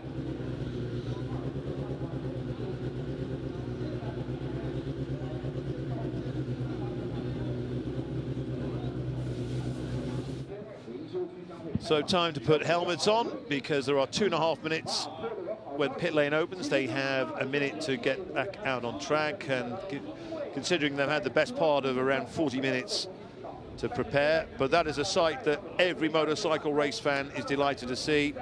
Just they'll be hoping that they'll have no more false starts this time around. Phil Crowe also due to go out, but Davey Todd will take up his position. So someone else's misfortune is someone's good fortune. David Datzer was in 3rd place when that red flag came out. He had a storming start too from row 2, exploiting that gap that was in the front row. Paul Jordan. So there's Bathen's back's Michael Rutter. But was Brian McCormack another rider involved? We only saw 2 bikes on the screen, and I'm yet to see McCormack out there. But again, speculation can get you nowhere.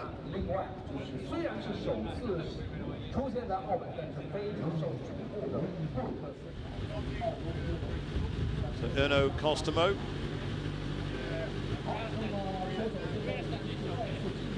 As I mentioned before, electing to go with a hard tyre. I would imagine he's staying with that theory as well, that it will deliver him the goods over race distance. But however, we have to complete race distance as well, 12 laps.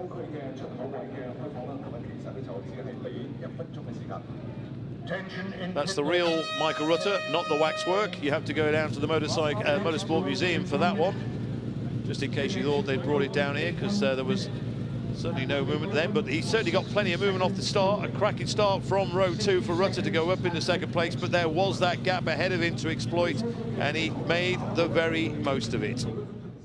As too did David Datzer, of course. So half a minute to go until pit lane opens. It's just a guess on my behalf, and I'm sorry I can't give you solid information. But I would guess that from the sighting lap, they will get up onto the grid and will go racing from there. Or whether they'll get another warm-up lap, I've just not been able to be, I've not been fed any of that information, unfortunately. Things happen a little bit differently in this part of the world than they do elsewhere. Attention in pit lane, pit exit is now open. Pit exit is open and the close is safe. So they have a minute to get out onto the track. Nobody hanging around, of course.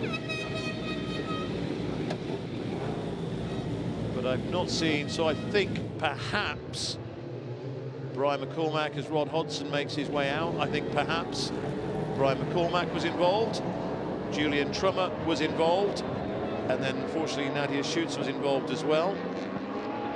They did take a long time cleaning the track, so whether there was either oil had come out of a bike or whether the crash then chucked some oil onto the surface. But certainly there wasn't any Armco repair going on. You just see Davey Todd making his way up through the order to take his position on the front row of the grid. So that Hickman-Todd battle that we've been building up towards looks like it's going to happen again. Davey Todd must just be praying at the moment that he's going to make it all the way around, and if he makes it all the way around, then he will be good to go. The mechanics are just taking up their position on the grid right now, one per team. So maybe it's just to make sure everything's okay, and then perhaps they'll go racing.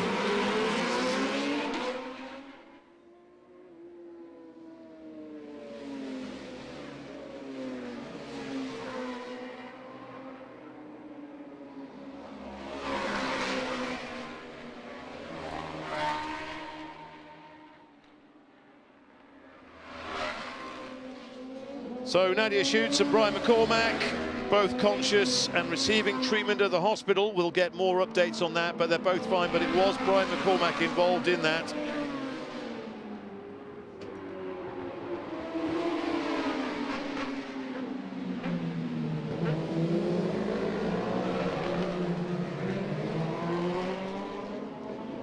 So Nadia Schutz and Brian McCormack both conscious after. We are going to get a warm-up lap, just had that confirmed. So they are going to do a warm-up lap after this sighting lap. And then we will be racing at Macau. The local time just coming up to 9:38 in the morning here.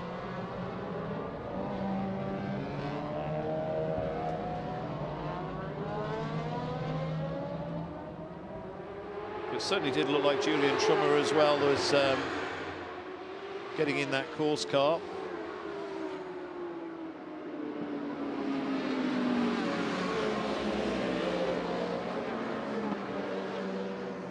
So we'll be Hickman and Todd with those soft rear tyres on the front row of the grid. Costa over the hard. Datzer and Rutter have got soft tyres as well.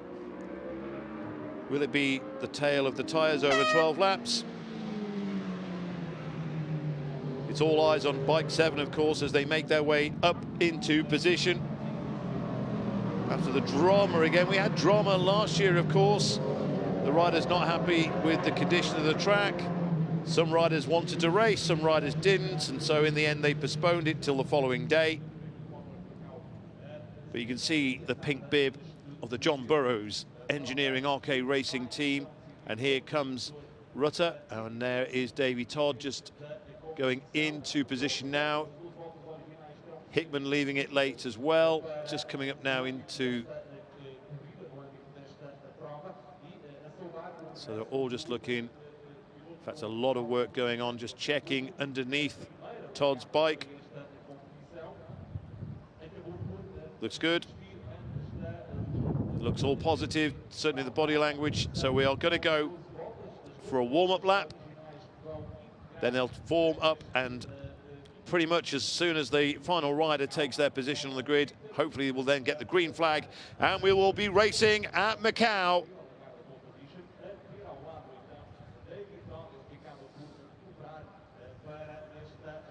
Still a little bit of activity going further at the back. So the board goes out to indicate we're about to set off again on another lap. This will be the warm-up, and then, fingers crossed, we'll have 12 laps of racing around the Guia circuit for the Macau Motorcycle Grand Prix, the 55th running of this event in the year that the overall event, the Macau Grand Prix, celebrates its 70th anniversary. So here we go. This is the warm-up lap. And now, on this occasion, no hole for that man to exploit because Davy Todd is there. What can we expect from Josh Brooks on this occasion as well?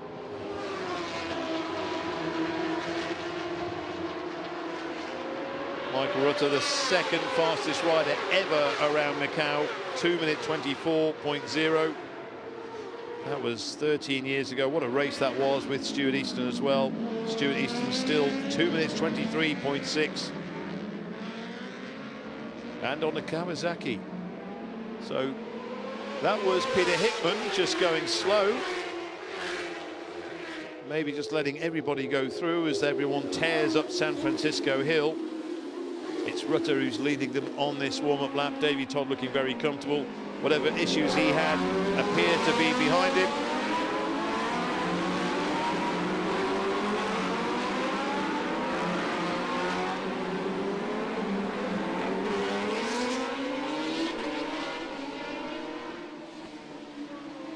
The last great motorcycle race of 2023, of course, Macau. Peter Hickman's fastest ever time, 2 minutes 24.3, by the way. That was back in 2017. Puts him fourth on the list of fastest riders of all time, behind Glenn Irwin, Michael Rutter and Stuart Easton. And Martin Jessup, who always went well at Macau, no longer racing, unfortunately. Great rider, character as well. He also got inside 2 minute 25. Only 5 riders have managed that in the past, going inside 2 minute 25 over during the race.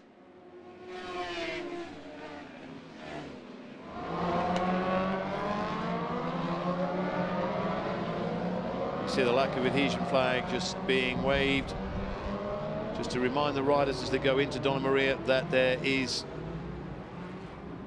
dust down. So there was some kind of oil or some kind of liquid down on the track.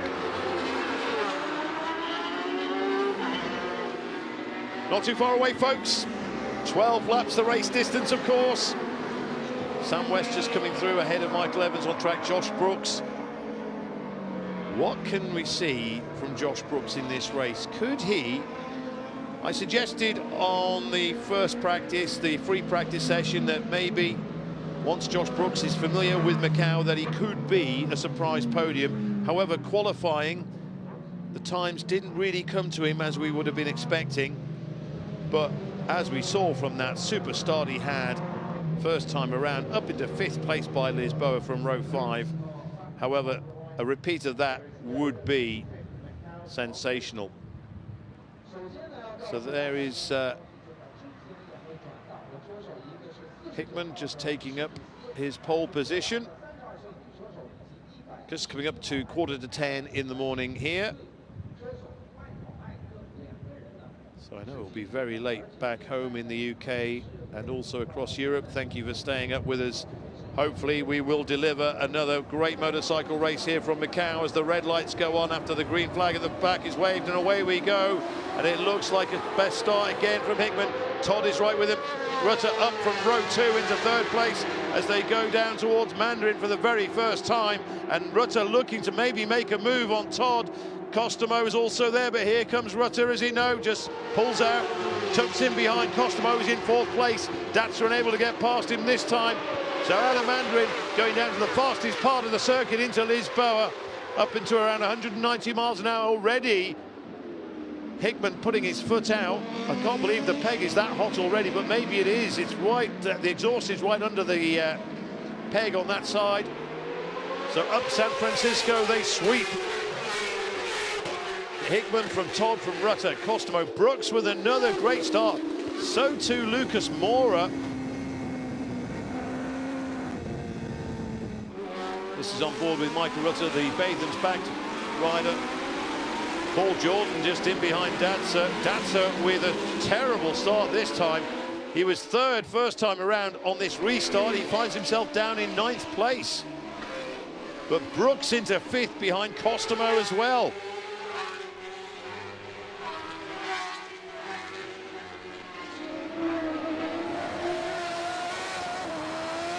Hickman. Will he pull away from Todd? Can Davy Todd stay with him? They're coming down from the top of the hill. They'll be sweeping in. It's all second gear through this part. So coming into Donna Maria now. Todd right with Hickman, and already these two pulling away from Michael Rutter and Erno Costomo. The top three all on soft rears. Costomo on that hard rear, of course, and Todd sticking with Hickman. And was that Rutter that just pulled over? I think that was Michael Rutter who's just pulled over, so Rutter looks to be out of this race. And already Costomo up to third, that puts Brooks into fourth, so Michael Rutter at Melco just running on, and that certainly looked to be more an issue with his machine, and he decided to retire as opposed to him making a mistake. But this is the heavyweight fight. This is the bout we've been building up through the sessions. Hickman versus Todd. Now is Davy Todd just content to sit behind Hickman and stay with him and make sure the gap is close enough, or will he look to land a few blows early on in this race? We are on lap 2 already. Costomo in third, Josh Brooks in fourth. We all talk earlier this week, oh, Brooks could be a podium, but his lap times just weren't there during qualifying, and thought, well, maybe he'd be happy with maybe getting towards the top 6. So Costomo in third, Brooks in fourth, Lucas Mora in fifth. Where's that come from? On the Kawasaki on bike 18.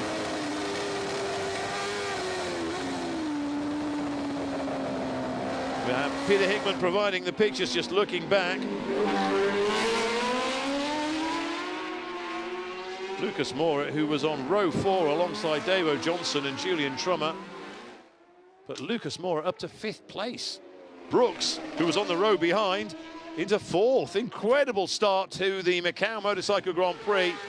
0.3 of a second just behind Todd. So Michael Rutter is down pit lane. So unfortunately for Michael Rutter, he spent a lot of time at Donington Park riding Peter Hickman and Josh Brooks' superbikes in preparation for the Macau Motorcycle Grand Prix. But his race this year has come to a premature end. A shame for Michael Rutter, the Bathams rider, but already these two, here he is, Warren and John.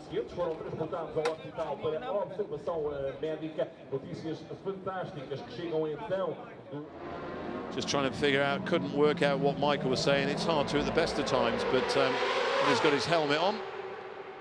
He won't mind me saying that. Meanwhile, Davy Todd refusing to let go. He has his teeth sunk right into Hickman's backside as they come out of Fisherman's again for the second time in this race. They were the two riders in qualifying, and they appear to be the two riders in race mode as well.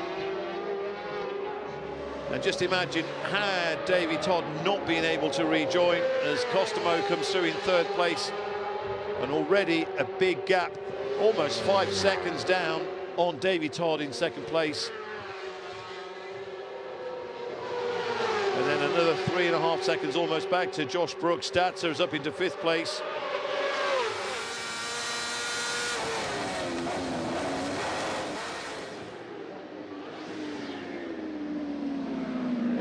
So they tip into lower Lisboa for the 3rd time. And there we have the two riders go through, no sign of Costomo. What a pace these two riders are setting at the moment.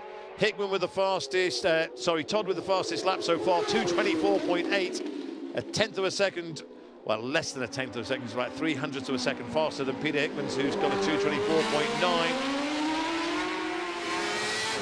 Costomo is in the 2:26.8. So that 2:24.8, that is Davy Todd's fastest ever lap. His fastest lap in race mode was a 2:28.0 back in 2018. So already he's put his fastest lap, and we might see, oh, he took it right out to the edge there, did Davy Todd. So 2:24.8 makes him the 5th fastest rider around Macau, behind Hickman, Irwin, Rutter and Easton. And that 2:24.9 of Peter Hickman, 0.6 of a second slower than his fastest ever lap of Macau. Through Donna Maria they go. It might be the tale of the tyres. We have Hickman, Dunlop on the front, not on the front, Dunlop, Hickman in front on Dunlops, Todd in second place on Metzler.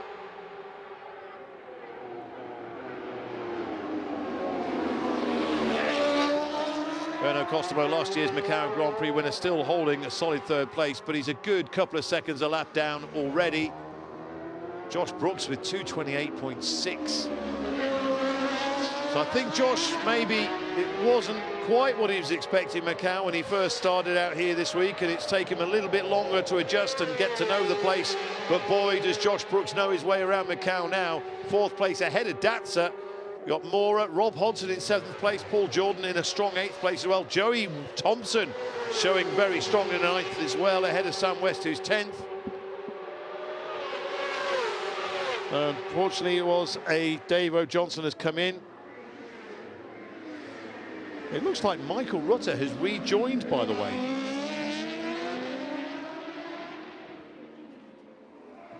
So Michael Rutter has gone out for the ride. He loves Macau so much. He is. Michael Rutter has gone back out, by the way, folks. He's down in around 20th position at the moment.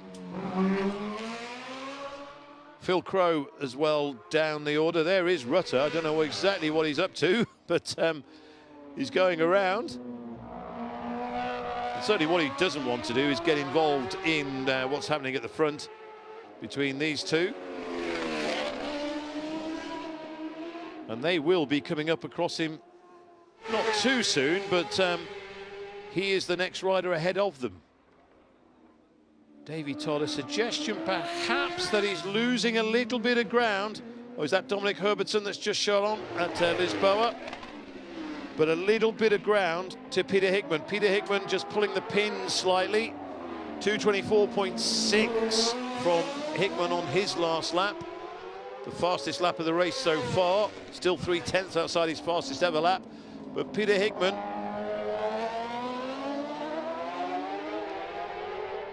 oh, a little slide from Hickman as they come down to the Melco hairpin. He won't have even noticed that, of course. Oh, Todd, in trying to close the gap, ends up going too fast in and then too slow out.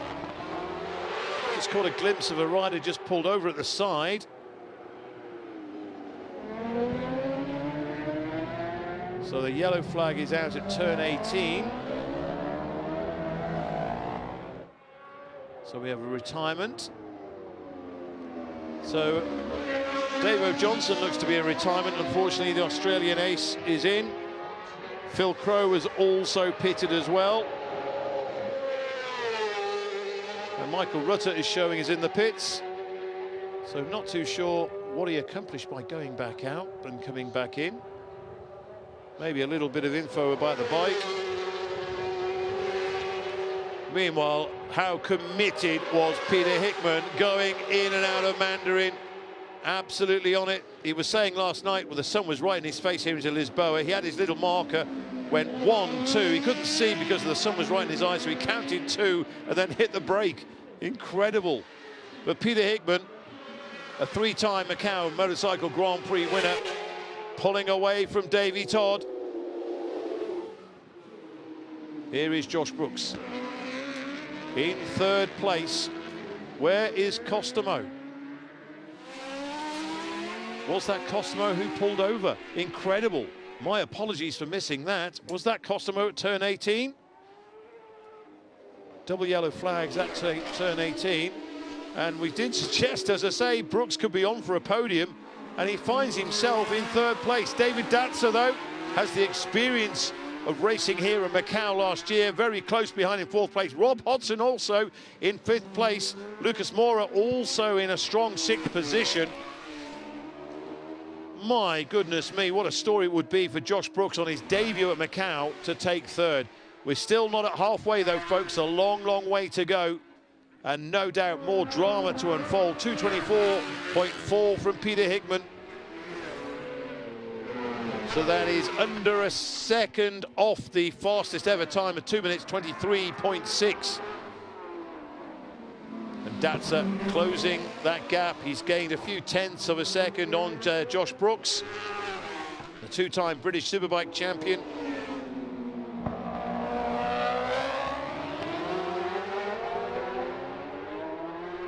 So Erno Costomo gambled.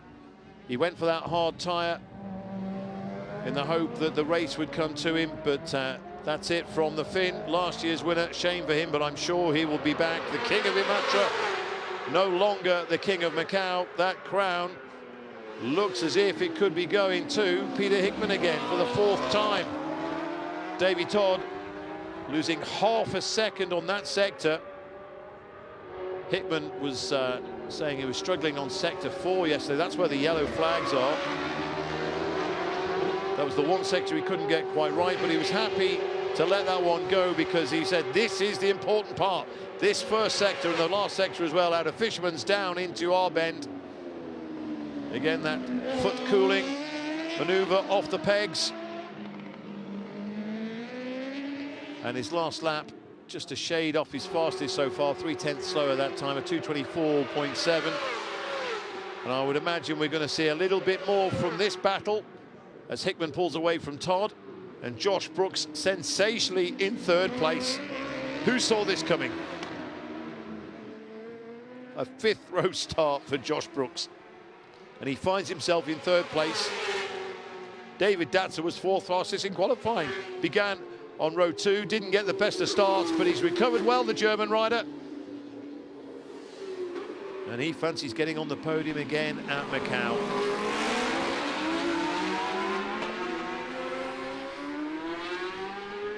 I think it's fair to say Josh Brooks does know his way around the Guia circuit now. In fact, he's just put in, it's Datsa actually just put in some very fast sector times as well. Datsa with a soft tyre.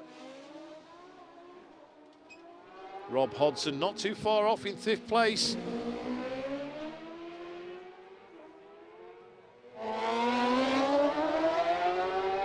Meanwhile, Peter Hickman continues to pull further and further away from Davy Todd. Where is Davy Todd? There he is, just coming into view now. There is Warren John and Michael Rutter. Are you going to give us a smile? Yes, he does. So, shame for Michael Rutter, especially as he's built and built and built throughout the week here at Macau.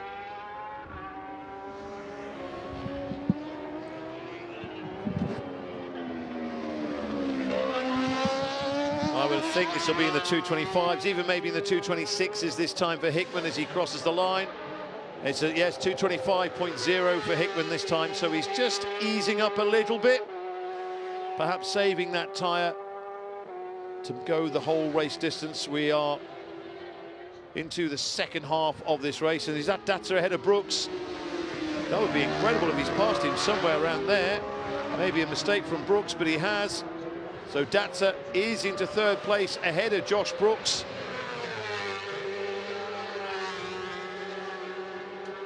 Josh Brooks has lost a fair bit of time. It must have been maybe into Melko. He's now actually closer to Rob Hodson back in 5th place than he is to Datsa in 3rd. Datsa with plenty of momentum. A little bit of wheel lift at the front from Brooks as they come out of Mandarin down to Lisboa. And Brooks wants that 3rd place back, doesn't he? Datsa, as we saw in qualifying, knows his way around here. He's been super happy all week. The Pens team as well that he's involved with certainly know how to build a Macau bike.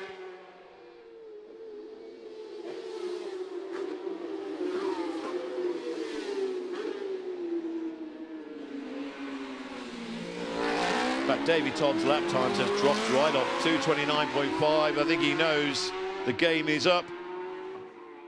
They've still got to complete the race. You don't hand out prizes until that checkered flag is waved, of course, so it's not all done and dusted, and we have seen drama in the past, of course. But Hickman is in Hickman mode right now.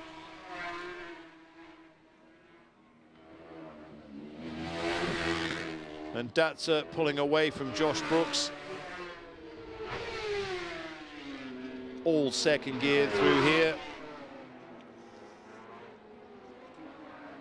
You just clip into third as you come out of Payol, then down to first gear for Police, then second for Moorish, second all the way around here through Donna Maria, and then into first gear, into the Melco hairpin. The one part of the circuit where the cars can't overtake, however, no such limit exists for the motorcycles. So Davy Todd coming along, just nicking it back into third gear for R-Bend, then up into four, just approaching around 130 miles an hour into Reservoir at turn one. So fourth gear there, then just coming up into fifth gear here, then nicking into top gear around 150 miles an hour. Meanwhile, Lisboa for Peter Hickman, just touching around 190 miles an hour, which is incredible on a street circuit like this. You'll be getting great signs as well from Daz Jones and Chris, his two right-hand men here. He does a 2:26.1 on that last lap. Davy Todd was a 2:30.8. So that gap now from Hickman to Davy Todd, 13 seconds. So Davy Todd, a good 13 seconds then ahead of David Datzer. So if Peter Hickman wrote down a plan last night for how this race was going to go, this is how it is working out for him right now. He doesn't need to push that soft tyre any harder than he needs to. He can make sure he can cover the whole race distance, the whole 12 laps on that Dunlop.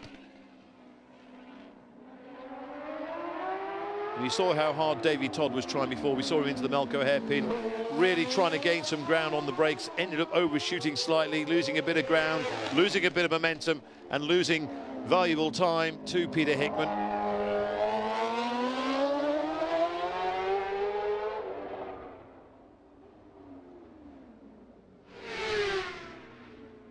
So 2:24.4 looks like being the fastest lap of the race. Davy Todd with a 2:24.8.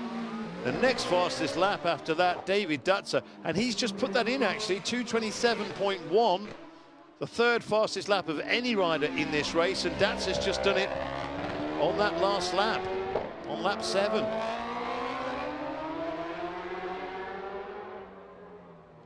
Everybody else, Brooks and Hodson, 2:28s. Then we have Moore and Jordan doing 2:30. 2:31s for Herbertson, West and Thompson. Michael Evans with a 2:32. Camille Holland with a 2:33. Then we have the likes of Monod and Williams, Goodings, Lutberger, all doing 2:36s. Costomo, of course, did a 2:26 before he retired. So actually, in fact, Datzer, that's the fourth fastest lap of anyone, as we see Datzer now still in third position. And 3 or so seconds ahead of Josh Brooks.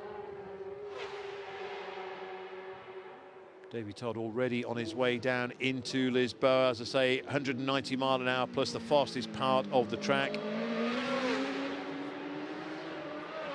And you can see that's the sign, the body language of a man who says, do you know what? I'll be happy with second place, especially to a rider of the caliber of Peter Hickman. But it's all so different. Davy Todd's just so grateful, of course, after the drama of earlier this morning when he pulled himself off the grid with some kind of issue. However, the John Burroughs Engineering RK Racing team worked tirelessly to get the bike into position to be able to take part in the restart. For this man, Peter Hickman, who won, of course, 2018 from row 3. But he's gone from pole position again this time, and it looks as if he goes around Donna Maria, they just stay out of the dirtier part of the inside of the track there. Down into Melco, hitting his apexes perfectly. And the other good thing that we're not seeing at the moment. We may see soon. In fact, if we do see it, I think it could be the last lap, but back markers.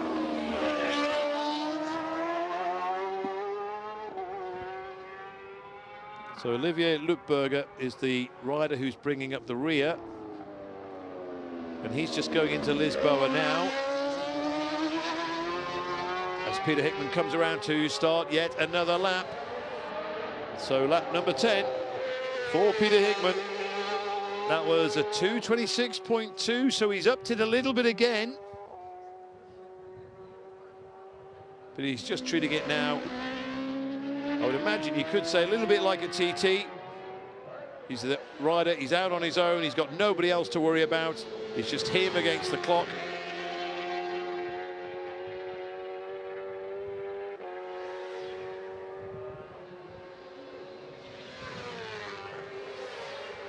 And that's one of the unique things about Macau. You get these big gaps. You wouldn't really see that in the cars. They tend to all stay close together.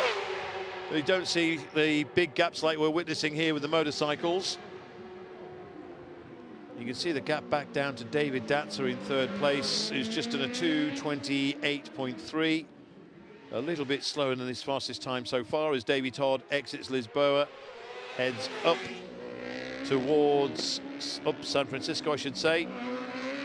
Here goes Datzer, who looks to have broken Brooks by the looks of things. He's put that gap to 4.1 seconds now. However, Josh Brooks has got a little bit of thinking to do in the shape of Rob Hodson in 5th place on the SMT.racing machine.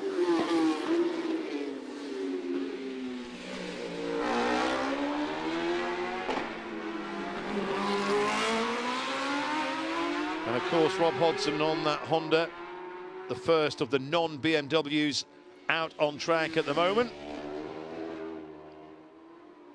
Lucas Mora on the Kawasaki in 6th place. Paul Jordan, BMW in 7th. Sam West up to 8th place now.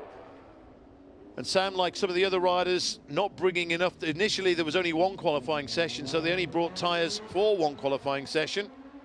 And then by the time they got out here, those qualifying sessions had been doubled. So they really had to work their rubber and preserve their tyres throughout. A 30-second penalty for Sam West. So just as I'm talking about that. And a 30-second penalty for Joey Thompson as well. What a shame. So 2 30-second penalties there, one for Sam West and one for Joey Thompson. So that will affect their positions. They're showing as 8th and 10th at the moment. That will put Dominic Herbertson up into 8th place, and that's not too shabby considering he began the race, I think it was on row 6. His first time on a superbike since he rode one at the TT earlier this year. Josh Brooks still in a strong 4th place, just ahead of Rob Hodson. But here is Peter Hickman getting closer and closer to the checkered flag. Still some distance to go. Around 10 kilometers for Peter Hickman as well. Davy Todd in a solid 2nd place. Well, it may not have been the Hickman-Todd battle we were expecting or even perhaps anticipating. Todd just put in the fastest sector, 20.6 on their run down to the start-finish. And I'm sure a little bit of a slide out of Lisboa again. Tyres now, they were concerned maybe how the rubber would hold over race distance.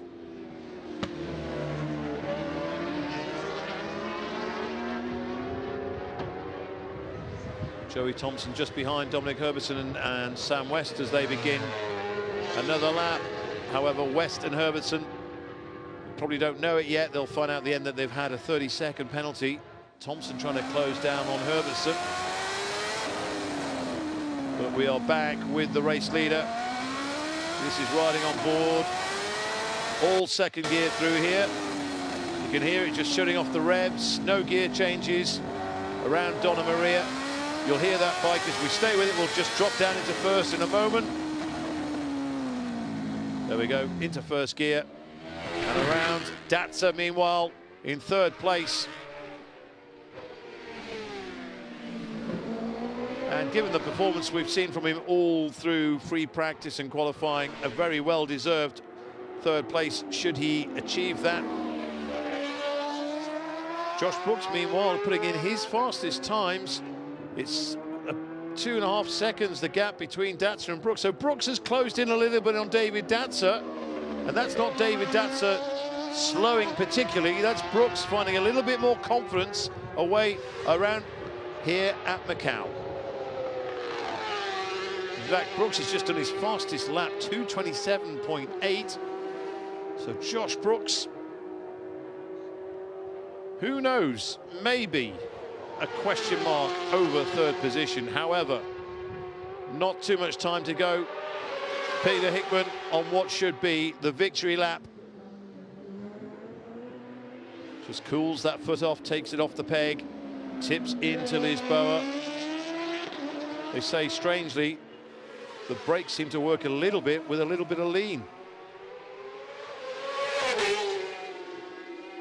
It's been the perfect race, really, for Peter Hickman. The perfect performance from him. And the MGM FHO Racing BMW. And we gained a second in the first. Feiho, team owner. Such a strong connection with Macau, of course.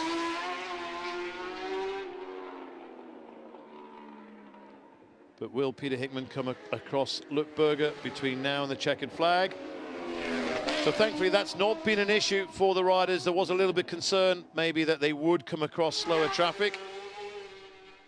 But he has such a lead in hand to play with, almost half a minute now over Davy Todd. There are the blue flags to be waved, and that blue flag tells the slower rider a faster guy is coming through. Maybe Lutberger will just move across as they come into one of the turns and let Hickman go through. There he does. And that's how it should be. Well done, Olivier Lutberger. When it was safe for him to pull off the racing line, he did that, and Peter Hickman goes through into the Melco hairpin for the final time.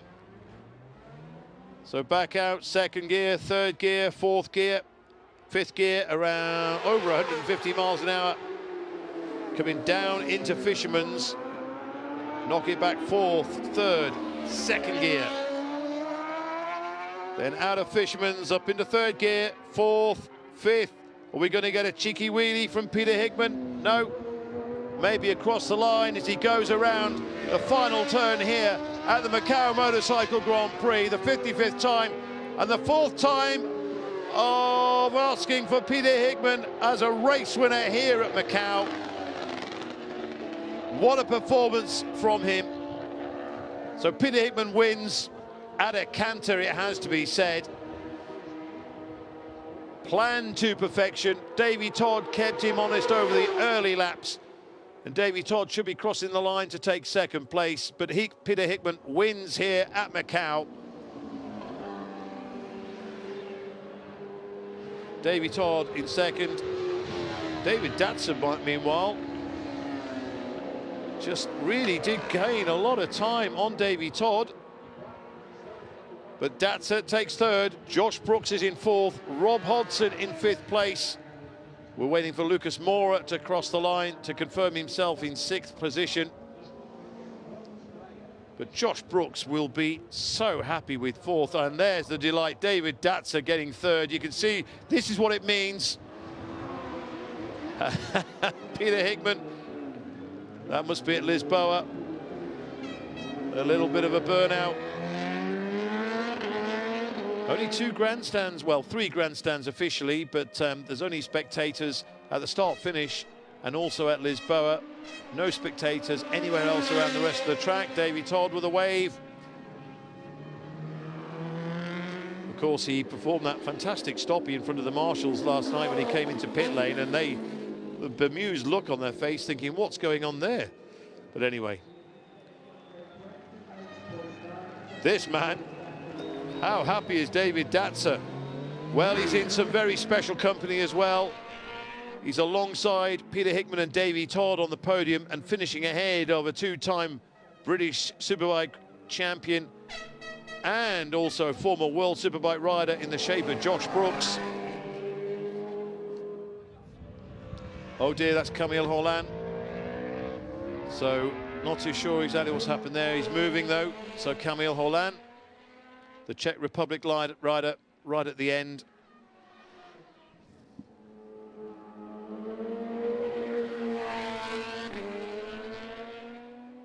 So that could be at Donna Maria.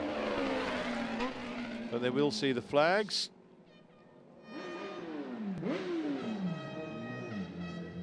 Dominic Herbertson, really happy as well. Didn't have the best of starting positions on the Dafabet machine on the Kawasaki, however, raced his way up through the order, and he'll be buzzing for some time after that. Now then, it wasn't Donna Maria. Peter Hickman acknowledging the work of all the marshals and everyone else involved. Oh, it's at the end. So it was Camille Holland just at the finish. What a shame for the Czech Republic rider.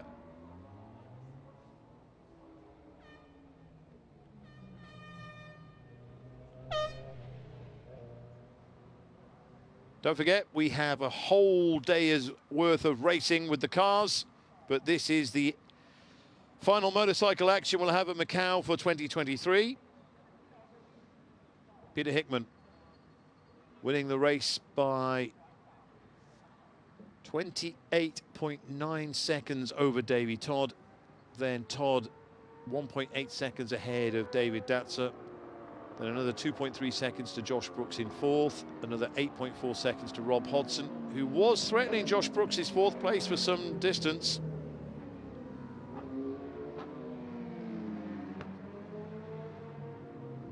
We still have the podium ceremony to come, of course. And we should have some post-race interviews for you as well. Just waiting for Peter Hickman to come down. In fact, Hickman are just arriving now into that sim. You can just see coming through into pit lane. We get a burnout as well from Mr. Hickman.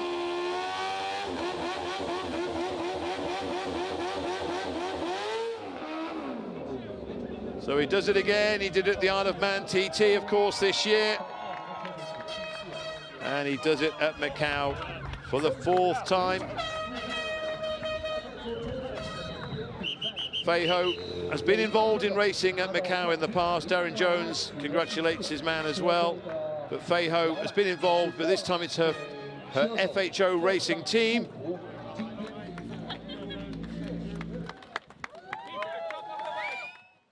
Davy Todd comes in second place. And we're still waiting for David Datzer. I'm sure we'll see some celebration from the German when he arrives into pit lane as well. Josh Brooks, how strong was that? Fourth on his debut here at Macau. And I'm sure we'll see him back in 2024. Rob Hodson, brilliant fifth place as well on the SMT bike. David Datzer just coming in now. Oh, big nods from him and his team. Huge congratulations for David Datzer, sorry. And Davy Todd, of course, but David Datzer absolutely buzzing. And that's what it means, folks, to get a result here at Macau. Thank you. Cheers, mate.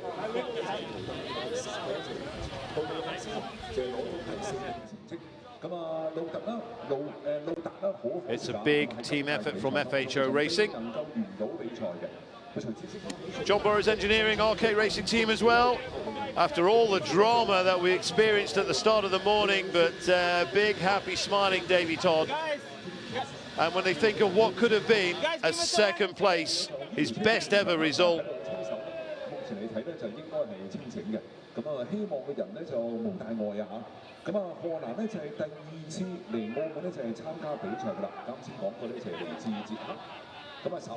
That's what we like to see, plenty of smiles. This man has just been smiling all week, David Datzer. Competes in the International Road Race Championship. Peter Hickman, of course, you know, races in the British Superbike Championship. Davy Todd, the Isle of Man TT, the Northwest 200, and also he put in some strong performances in BSB towards the end of the season with TAS Racing.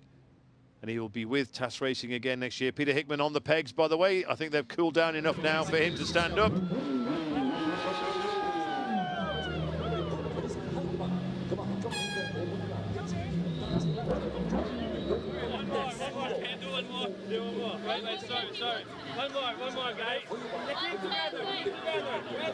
I think the officials will be keen to maybe get the podium celebrations because they've got a whole day's racing and cars ahead, so I'm sure all the cars involved, everyone involved, will be wanting this to hurry along. However, a lot of celebrations to be had here in Macau.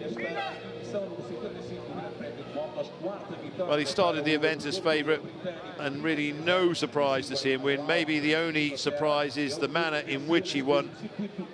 Half a minute almost ahead of Davy Todd.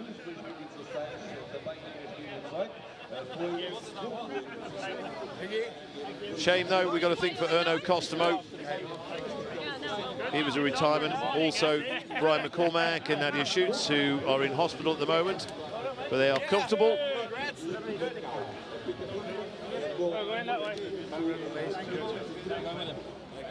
So we have a press conference coming up.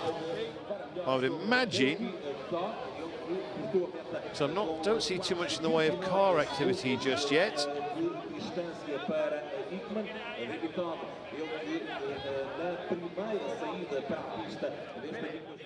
It's the Macau Touring Car Cup next.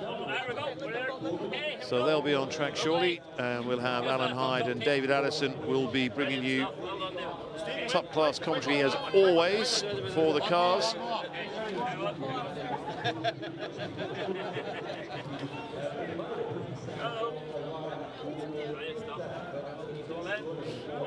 Yeah, David Datz with the Bavarian leathers. Which one of them is from Germany? Just check out the leathers. So they're on their way. It looks like we will get the press conference then. That's good. We'll be able to get the thoughts of Peter Hickman, Davy Todd and David Datzer. We'll have the podium celebration, of course, as we can see the grid starting to form up in preparation for the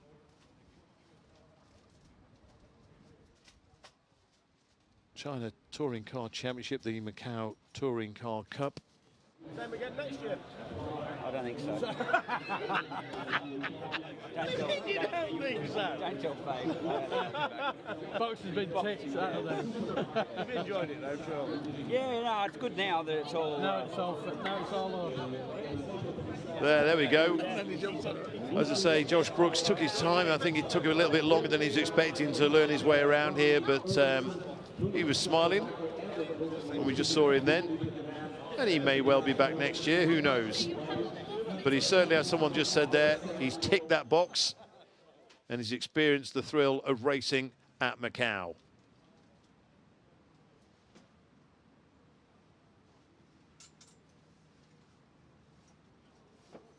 So we're getting ready for the podium celebration for the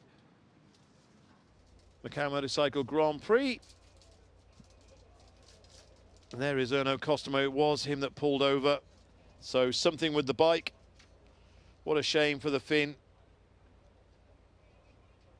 He's had a great season, though, nonetheless, in the IRRC series. King of Imatra as well this year.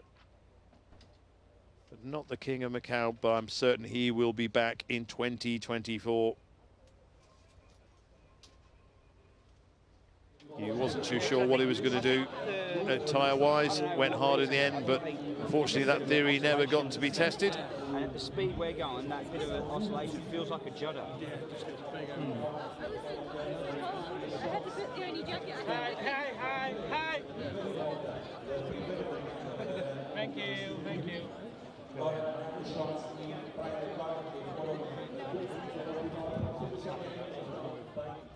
So we are getting ready for the podium presentation. We just have to be concerned, obviously, of course, with the fact that there is more racing to come. And sometimes, as has happened in the past, we've been able to bring you a podium because the next race is about to get underway. What a performance from Lucas Moura as well. Really strong ride from him. We can't be too far away now from this podium.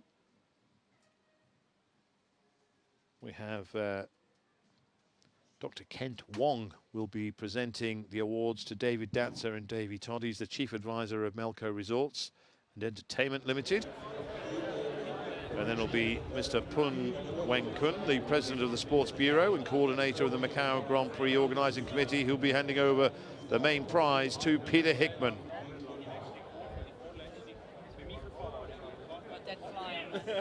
So an unfamiliar 88 for Peter Hickman, but it brought good fortune. A rare smile from Michael Rutter.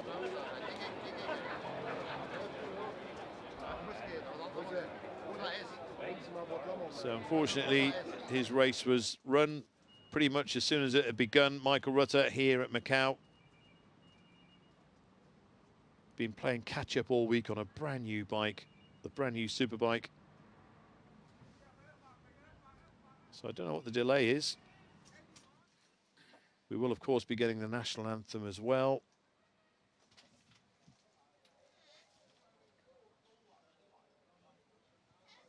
So my apologies. Oh, here we go. Morning. Welcome to the 70th Macau Grand Prix. And now it's the Macau Motorcycle Grand Prix 55th edition trophy presentation ceremony.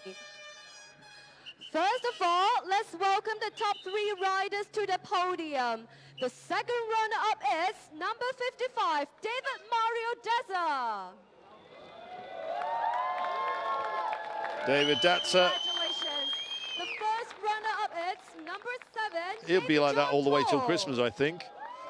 And here comes Davey Todd. He'll be beaming as well. The winner is number 88, Peter Hickman. This man too. They're off to Thailand for a few days after this. And now it's time for the national anthem for the winner.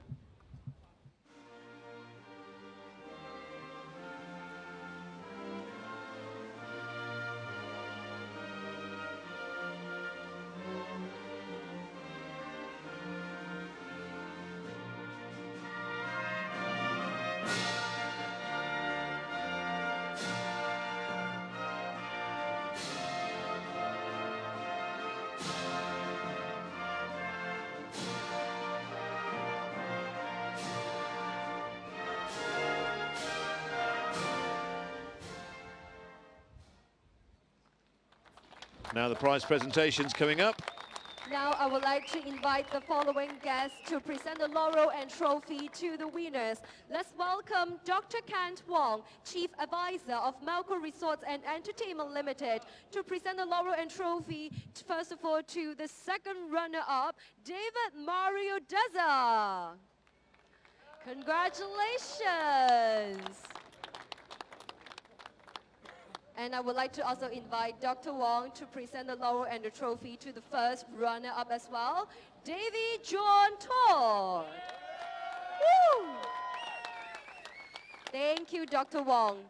And now I would like to invite Mr. Pon Wang Kun, President of the Sports Bureau and Coordinator of the Macau Grand Prix Organizing Committee, to present the laurel and trophy to the winner, number 88, Peter Hickman. Thank you, guys. Please proceed to the center and take a photo together, please. And the riders, you may reach to the top of the podium. Take this photo together.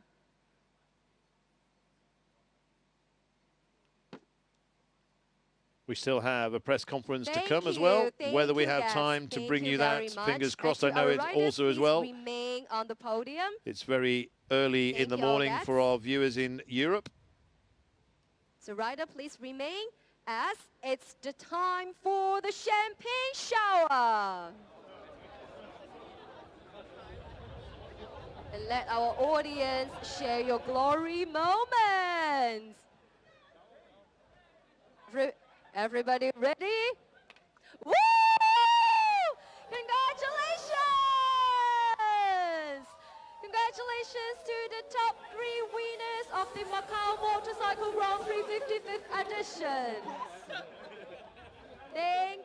Thank you, riders. Please again remain at where you are. And now I'll pass.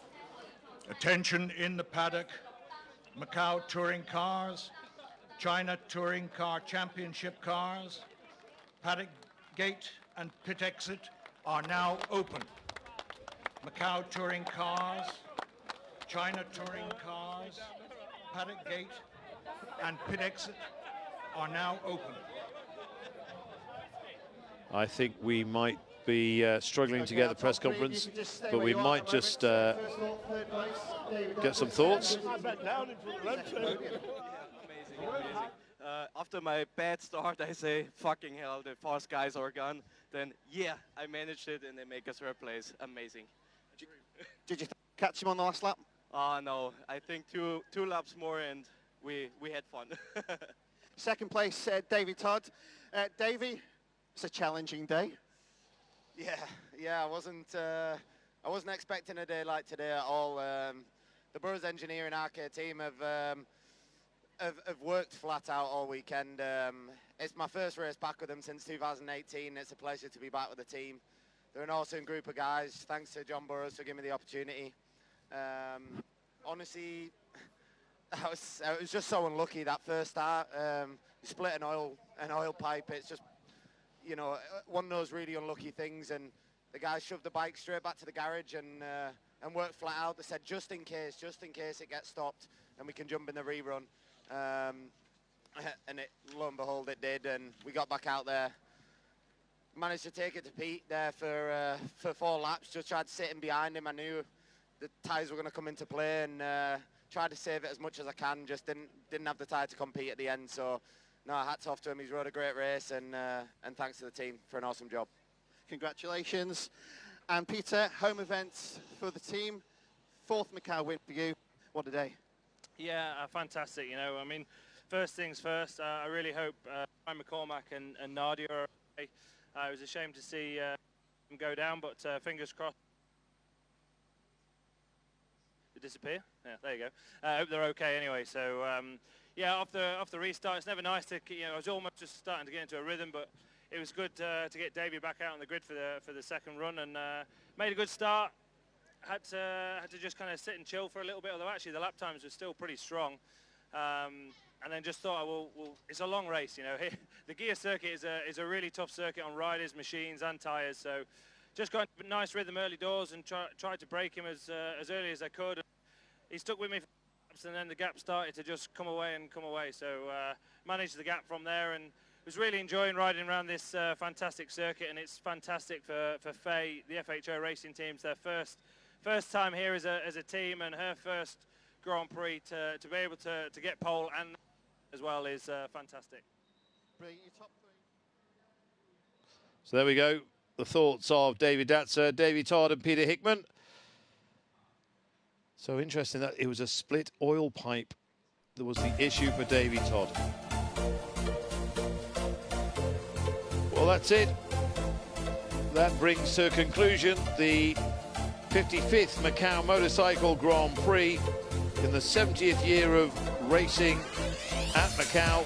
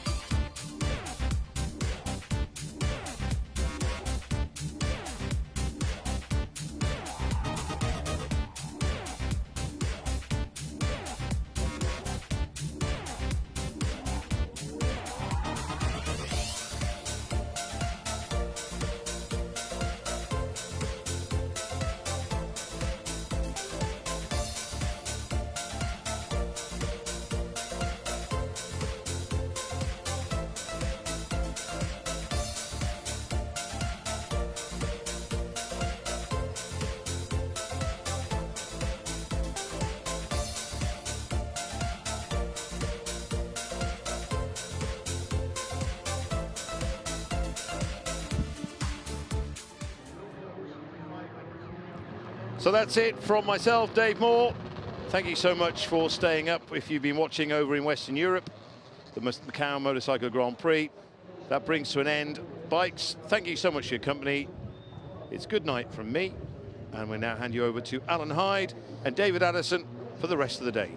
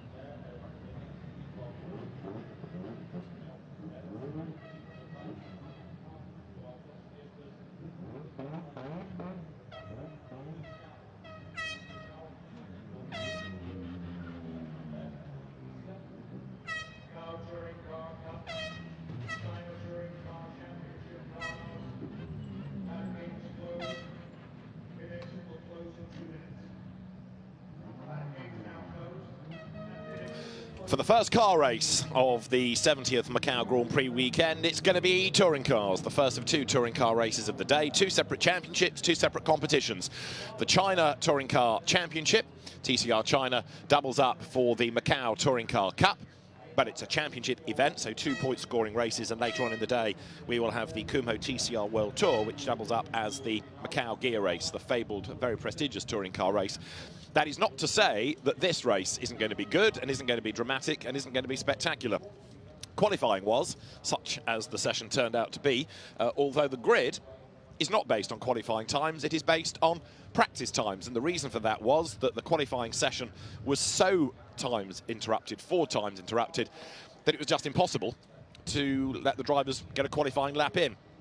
And hence, ultimately, the stewards abandoned the session. They went back to the free practice times and assembled a grid from that. And perversely, it has not done very much good to the championship leader.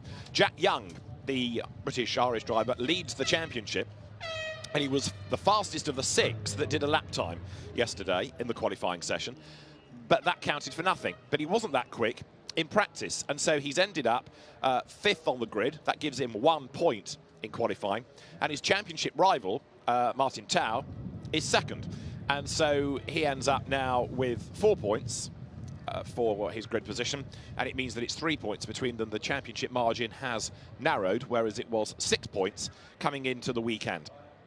David Addison and Alan Hyde trackside, and Yan is the man on pole position. The grandstands are getting busier and busier all the time. It's still a very warm morning, very hot sun beating down on the Guia circuit, and our first race is going to be a 9-lap Macau Touring Car Cup qualifying race. But the two championship races, if you like. If you think in isolation Macau Touring Car Cup, this race will be race 1, and then it's a semi-reverse grid for race 2, and it's tomorrow's race that is the Macau Touring Car Cup. This effectively is the qualifying race, but they are equal status races within the China Touring Car Championship. And Andy Yan, as I say, is on pole position. Martin Tao, that you might remember from the rather faltering days in the end of British Formula 3, lining up with him. Andre Couto is third on the grid, a Macau Grand Prix winner. Former champion Zhang Zhendong lines up 4th, Jack Young lines up 5th, and Jason Zhang is 6th. Winners in the championship: Andy Yan, the poleman, has had 1. Martin Tao alongside him has had 3 wins. Jack Young has had 3 wins. Jason Zhang with his Lincoln Co has had 1, and David Zhu has had 1 win as well. Other European interest in this comes from Max Hart, who we've seen racing in TCR in the UK, and he will line up 10th on the grid. But as I say, the grid is not really representative of people's pace, because it's this amalgamation of the free practice sessions on the basis that qualifying was just an impossibility. So Sunny's on, cars on track, and the first car race of the weekend is not far away from getting underway. And around here, we know it's going to be dramatic. Yesterday, Alan Hyde, they didn't really cover themselves in glory, did they? And so hopefully a few lessons have been learned. But they certainly got a lot of time. They did. 1 hour and 20 minutes in total to complete their qualifying session, and we didn't even get as far as Q2. They were hoping to get into Q2, but unfortunately the stoppages that we had, but it didn't dim the enthusiasm of the crowd. And no. It is amazing. The local time is 20 to 11 here at Macau. And look at the grandstands. There are very, very few seats. I've been in the grandstand for the part of the Motorcycle Grand Prix first thing this morning, and it was just alive, absolutely alive. They are so interactive with everything that's going on. So Davey Todd's bike was wheeled off the grid, and there were oohs and ahs, a bit like it was a pantomime audience. Really? It was absolutely wonderful, completely engrossed. It's a feel-good feeling, the Macau Grand Prix, and with the sunshine looking down, and all of the glamour that surrounds this event. The scene is set for a superb 2 days of racing. Totally agree. And with a Macau driver third on the grid for this race, you can understand the enthusiasm coming from those grandstands, because they love a home winner, understandably. Yes, they do. Andre Couto was the first Macau driver, of course, to win the Grand Prix, and although his single-seater career never really clicked in the way that he might have hoped after winning here, he's made a good name for himself, of course, ever since, whether it's been in sports car racing or more recently in touring cars, and he's got to be a man to watch. It's the first time he's raced within the China Touring Car Championship, but having been racing in the European Formula Opel, Formula 3 Germany, he went to Japan for a time. He raced in the World Series beat by Nissan. He's a Super GT champion. We've seen him race in Asian Le Mans and international GT races as well. So he's a very, very accomplished driver. That's the man on pole position then. That is Andy Chan. And his CV goes on for pages. China Touring Car champion, Macau Touring Car Cup winner, TCR Asia champion, TCR China champion. He's represented his nation within the FIA Motorsport Games, and that car carrying 10 kilos of compensation weight. Martin Cao is alongside him, and there Andre Couto lining up third on the grid. Getting instruction from the Mac Pro team. Now, whether or not Andre Couto is going to help his teammate Jack Young, who's aiming for a championship, we will have to wait and see. Number 18 there, Zhang Zhendong, TCR China champion, and he's raced in single-seaters as well in the Asian Formula Renault scene before coming across to tin tops. But that's Jack Young, who has got to be a man to watch in this, not only because of his ability, Al, but also because he's got a championship on the line. Such A determined, exciting driver is Jack Young, and he started out in saloon cars in the UK, supporting the British Touring Car Championship in the Renault Clios, and he was a very young driver, very tall young driver, yes, yeah. But a very young driver, and so confident and so exciting to watch. The whole season was quite superb when he did a full season in Clios, and was fighting for the championship and fighting for wins. So his career has continued. He's come over to this part of the world to continue his career, And yeah, I don't expect him to stay in the position he is on the grid for very long. No, I'd go along with that, certainly. And he's got his championship rival, Martin Tao, starting on the front row, so he knows he's got to push. That's David Zhu, who is another champion in Asian touring cars, and somebody else that came from single-seaters. He had a spell in the FIA Formula 2 Championship when it was the MSV one-make iteration. Max Hart's car, you can see there, number 69.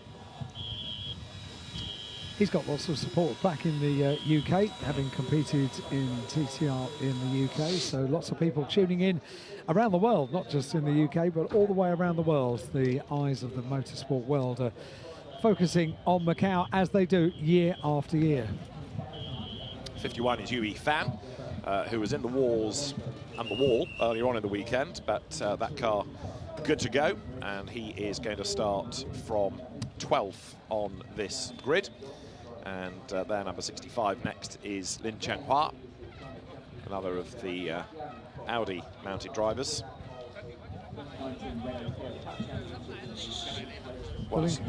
Lincoln Co. Sonny Wong, who didn't have the most brilliant of days yesterday. Let's hope that, well, the car is looking beautiful. Back to showroom condition, and a thumbs up from Sonny Wong, who has great experience here with the Shell Teamwork Lincoln Co. team. Yeah, he crashed in qualifying, but he's 14th on the grid. And in fact, there's another man that crashed in qualifying, 15th on the grid, Felipe de Souza. The fact that we've gone to free practice times for the grid, not qualifying, where they didn't get a lap in, has actually helped them, because they're sort of mid-grid, not at the back. I think it should always be done, to be honest. This is quite a shuffle of a grid, isn't it? It is. It certainly isn't what we thought we were going to have initially.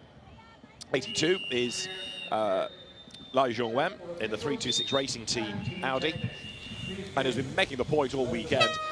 Spectacular colour schemes on these cars, not just in the Macau Touring Car Cup, but in everything, because there is just something about this part of the world and the colour schemes and the culture and the vibrancy. It's the right side of being brash. It's garish, but it's not brash. I think it's fantastic. And you look down the grid, you couldn't be anywhere else in the world. The girls advertising the hotels, walking up and down, waving at every camera. And they are there throughout the day, walking up and down the paddock. They are doing their job. They're promoting the hotels. And the hotels are every night very busy, because Macau is alive in the day and at night. It never sleeps. Tony Chan's crew hasn't slept, because that was a damaged car yesterday, but they've got it onto the grid. And 97 lining up next is the Z-Speed Hyundai of Yang Haojia, and he is to be found, what, 23rd on the grid. And then you've got Zhou Ho Wen. 26 cars in total. I think the grid is complete, despite the rigours of the weekend. There is number 11. Which is remarkable. Well, it is. Itself, it is, yeah. Lu Chen in the next to the 326 Racing Team Audis, all set, ready to go. 27, Chen Shanlung for Norris Racing. And then it will be Yan Chao, number 25, to round out the grid for Bass Racing, another of the Audi RS3s. They are all there, all present and correct. The roll call is done. How cool is that? Absolutely. Very impressive. And now the personnel are requested to leave the grid. Confirmation of the grid, as David has just given it to you, with pole position going the way of Andy Yan alongside the number 7 car of Martin Tao. Second row of the grid sees the number 66 car, that being the car of Andre Couto, a bit of a legend here at Macau, and having been on the top of the times so much this weekend, number 18 on the outside of the second row of the grid, that's Zhang Zhendong. That's the full grid, 13 rows of the grid, and we are about to get a 9-lap race. The formation lap, first of all, underway. And what a wonderful sight that makes. The sunshine is back at Macau. We've had a couple of cold and rather gloomy days here as far as cloud cover is concerned, but this is proper Macau weather. What I find extraordinary as well is that after some of the damage incurred yesterday, not only is the grid complete, the cars are all resplendent, and don't forget they're doing this as a flyaway, and the paddock for the support races, the touring cars and the local road sport challenge, is an underground car park, and that's where they have to work, hidden away almost in the dark like moles, and with limited equipment, and yet they've got the cars absolutely good to go, ready for today. Green flag is waved, very determined. Off the line was David Zhu, carving his way past some of the traffic. The first corner there is Reservoir. That is where we lost Sonny Wong in the qualifying session yesterday when he made friends with the wall on the outside. And then the speed builds all the way down towards that very fast, very daunting right-hander of Mandarin. And then you keep the speed building all the way down to Lisboa. You do. It's a wonderful run. It's just eyes on stalks kind of thing for the drivers and for spectators alike as they run down through Mandarin, an incredibly quick corner, not just a kink but a proper corner, and then the overtaking opportunity into Lisboa. I don't know, David, did you watch the opening lap of the motorcycles earlier on when the two teammates, when Rutter and Hickman side by side going into Lisboa? You can do it in cars and you can do it slightly differently on motorcycles. It was absolutely thrilling. We're going to get the same kind of action on the run down to Lisboa with cars. You have to be brave to really get a proper lap time out of Macau, and it doesn't matter whether you're on a bike or whether you're in an enclosed saloon car or you're in a GT car. It is still a circuit, and particularly this long, fast section all the way from Fisherman's to Lisboa, that you've got to be brave, you've got to be precise. Just to make the point again, these are public roads. None of it is a permanent circuit. It's not like Le Mans where there's a bit of each, for example. They're all public roads, and they're opened again at 6 o'clock in the evening, all the way to 6 a.m. Lots of traffic on them. So what you face when you get onto the circuit day to day may well be different. You're absolutely right, and we've made the point a few times over the course of last weekend and this weekend so far, is that the locals, they don't mind. They don't mind that all of a sudden they have to use a footbridge to get across the road, because this is the very lifeblood of Macau, and every year we have it for 4 days every year.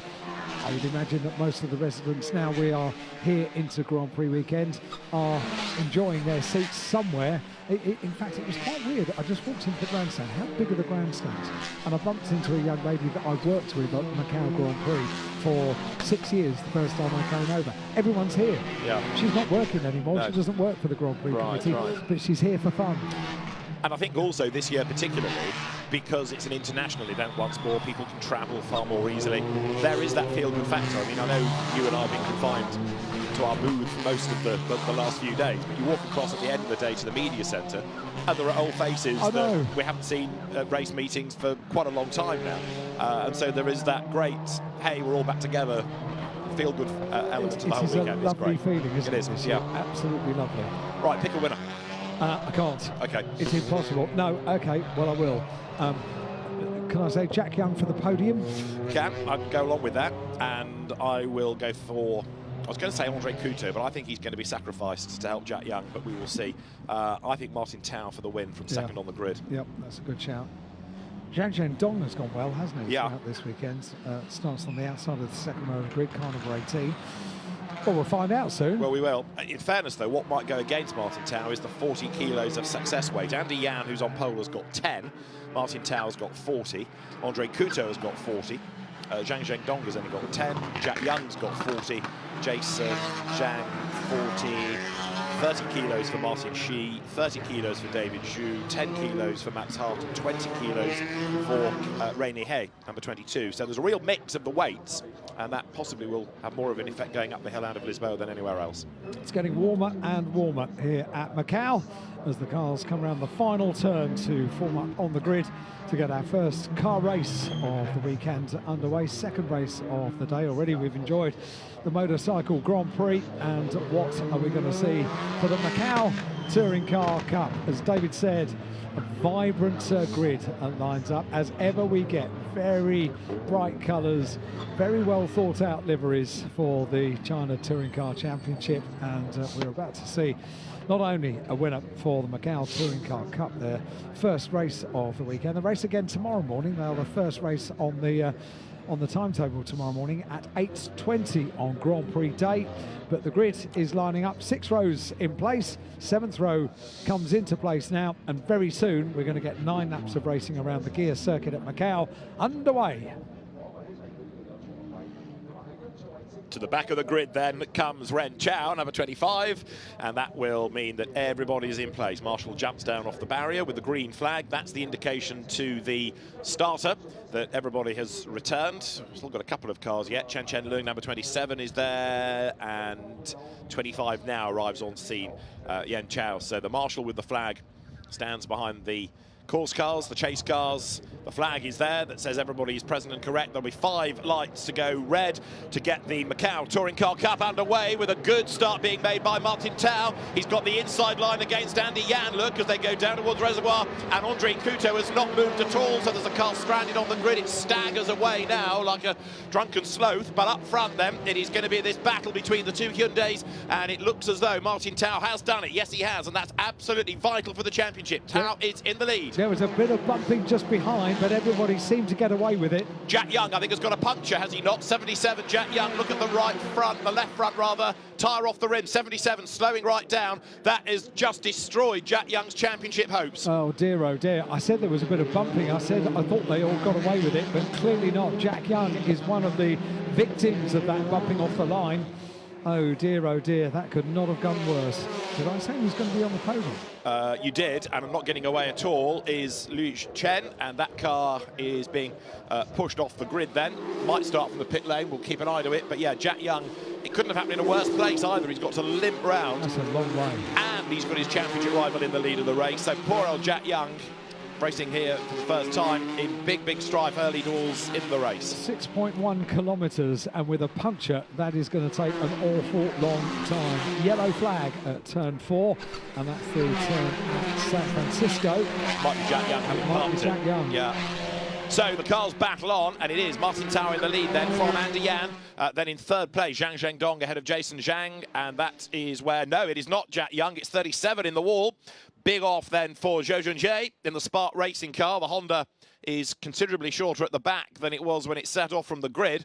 That's gone in hard, and that's going to take a bit of retrieval as the leaders head up the hill. The 2 Hyundais are not getting away, are they, from Zhang Zhendong in 3rd place? No, they're not, and they're on the tight and twisty section of the circuit at the moment. They round the long left-hander at Donna Maria. That will take them down the hill to the Melco hairpin. Constant yellow flags throughout the course of this weekend. No overtaking. Well, you can't fit them both alongside through the Melco hairpin. That's why there's no overtaking, but sometimes they try to maybe be a little bit over-exuberant getting around the Melco hairpin. 77, that's the car of Jack Young that we thought was going to have to pull off and not complete the whole of the lap.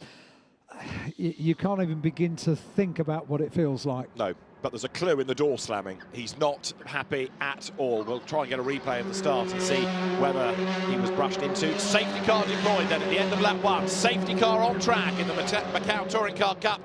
Over the line goes Martin Tao ahead of Andy Yan and Zhang Zhendong. In 4th is Jason Zhang ahead of Martin Xi.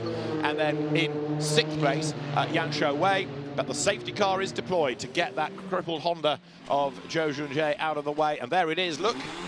And he's trying to limp it back to the pit lane by the look of it.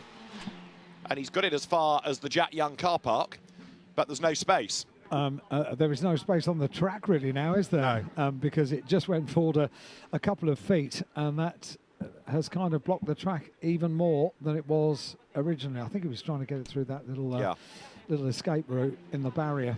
But then he found Jack Young's car there, I think. There's already too many there. Yeah, exactly. Sorry, we're all full up. And so the marshals will try and get the car out of the way. Safety car deployed whilst this operation goes on. Jack Young in the white overalls, you can see on the right of the screen, out of the race. Yeah, and he knows that the race is gone. He knows that the championship is gone, unless grief strikes Martin Tao. And it is conceivable. It's not over till it's over. No. But Martin Tao got a very, very good start. He did. Absolutely blistering off the line. There was no question that he was going to get the inside line for the first corner, and did so in fine style. Feeling really sorry for Jack. It's been a great season for him, and yeah, the slamming of the door, that's something that I remember a couple of times in the Clios. He's a passionate driver. He's a very quick driver, and his passion comes out. It's had a few years since I've seen him racing over in the UK, so presumably he's realised that these highs and lows of motorsport come with amazing regularity. Oh, indeed. But, you know, you come here as the championship leader, you dealt a bit of a bad blow with qualifying being abandoned, which compromises the grid, and then you have a drama at the start. And the race start is under investigation.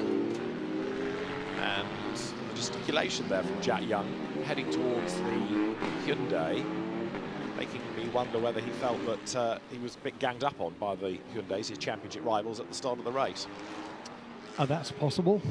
We get no more information than the start is under investigation. We don't know specifically what is being investigated. It's something, it could be someone that was out of position. It could have been a little bit of argy-bargy that we saw. So we'll wait and see what comes out from race control in due course. Well, Still windy, you know, out there. Yeah. Still really windy. We know that Andre Couto staggered off the line, so he is down in 14th place after that Fox getaway. He's from third on the grid to 14th. So such was the start. It flies on the back of his crash helmet. He went backwards through the pack, and he's got a lot of work to do to try and get himself up the order. However, it doesn't necessarily ruin tomorrow's race, because the grid is the same as today's, but with the top 10 reversed. So if you're 11th and back, you stay where you are, but for tomorrow's race, the driver that started 10th today, Max Hart, would be on the pole position. And it is not over until it's over. No, indeed. We'll see what happens. So a 9-lap race. We've got this interruption now for the recovery. And just a word about the recovery that you saw just a couple of moments ago. The crane lifting the car high and dropping it into a place of safety. That's the way to do it. They've got all of the infrastructure there. Now, when I wandered back from watch shopping on Monday, I arrived on the circuit there, and I didn't think there was room for me, never mind the car, to go behind that barrier. And a crane. Indeed. And the marshals. Yeah, I'm impressed. So we're going to go racing shortly. The road is clear, and see whether the lights can go out on the safety car, because it's still quite a long run, actually, from this part of Black Sands down towards pit in. So it is conceivable that the lights could go out on the safety car, assuming that the crane's away and everyone's back on post up there at the faraway S's, and the lights are still on, I think. Yeah. Yeah. Yeah, they are. So one more lap behind the safety car, and then we'll go back racing. So it is Martin Tao leading the race, and with very much the advantage now in the championship, with Jack Young not set to score. So Martin Tao just has to keep it off the walls now. And not only that, but he's got protection, hasn't he, from Andy Yan, his teammate, in second place. He's got a very able rear gunner, hasn't he? Absolutely no doubt about that. So a virtual shield will take place on the restart, and it's like it's already happened, because he's got a bit of a gap, and then the second of the Hyundais weaving as much as they can to maintain the heat in the tyres for the restart. Third place, you've got Jan Jane Dong, and then in fourth spot, the first of the Shell Teamwork Lincoln Co's, the car of Jason Zhang, all of those Lincoln Co's with the slightly menacing mouths and the gnashers ready to gobble up the opposition ahead. Yes, and Zhang Zhengdong has got a very angry dog on his on the body of his car. I think it's only a Jack Russell, but it scares me. Only a Jack Russell, yes. Well, normally they're quite yappy, but not necessarily particularly intimidating. Okay. Are we finished? Life of Dogs with Alan Hyde. The new series will be back next. So, Angry Dog ahead of T-Fon Lincoln Co's. Anything else animal related? Not yet. Okay. No. Well, Stand by. There are 7 laps. I'll find something. I'm sure you will. Yes. Closest I can offer you is David Zhu. Oh, that's not bad. But anyway, down they come ready for the restart this time. Past the damaged car of Zhou Zhengzhe, which hopefully will be on track tomorrow. And Jack Young pondering what might have been. But as we've been saying, it's not necessarily guaranteed yet that Martin Tao is going to win this race, because anything can happen, especially on a restart, especially when the tyre temperature pressure has dropped. So he's got to make sure he gets through reservoir safely, which has caught out many over the weekend, including people with the experience of Sonny Wong, as we saw in qualifying yesterday. He was the first red flagger from that session yesterday. Surprising that, wasn't it? Yeah, hugely experienced at Macau. Many of these drivers appear at Macau year after year. Why? Because it is Macau.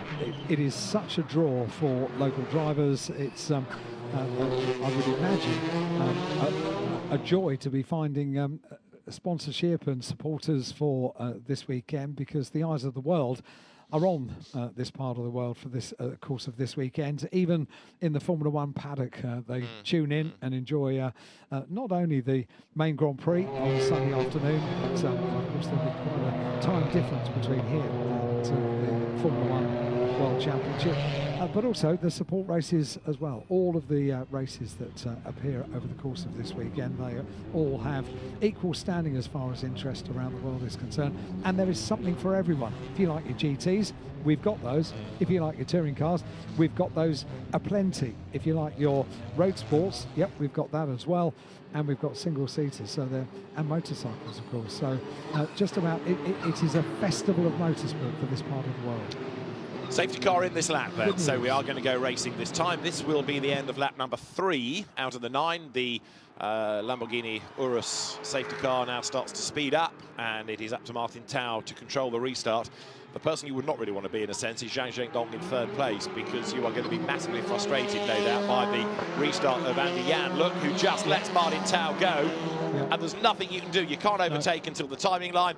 The only thing to factor in here is whether or not Andy Yan is, if you like, within 5 lengths of the car ahead, because we had people being penalised for that in the TCR Asia race on the previous weekend. But we're back racing with a monster advantage now for Martin Tao. Yeah, that's a big gap, isn't it, on the restart? I mean, we said it was good to have a rear gunner. It is good to have a rear gunner, but wow, what an advantage, and wow by Andy Yan, what a team player. Yeah. And frustrating for Zhang Zhendong in 3rd place. He's also having to look in his mirrors, because he's coming under attack in turn as well.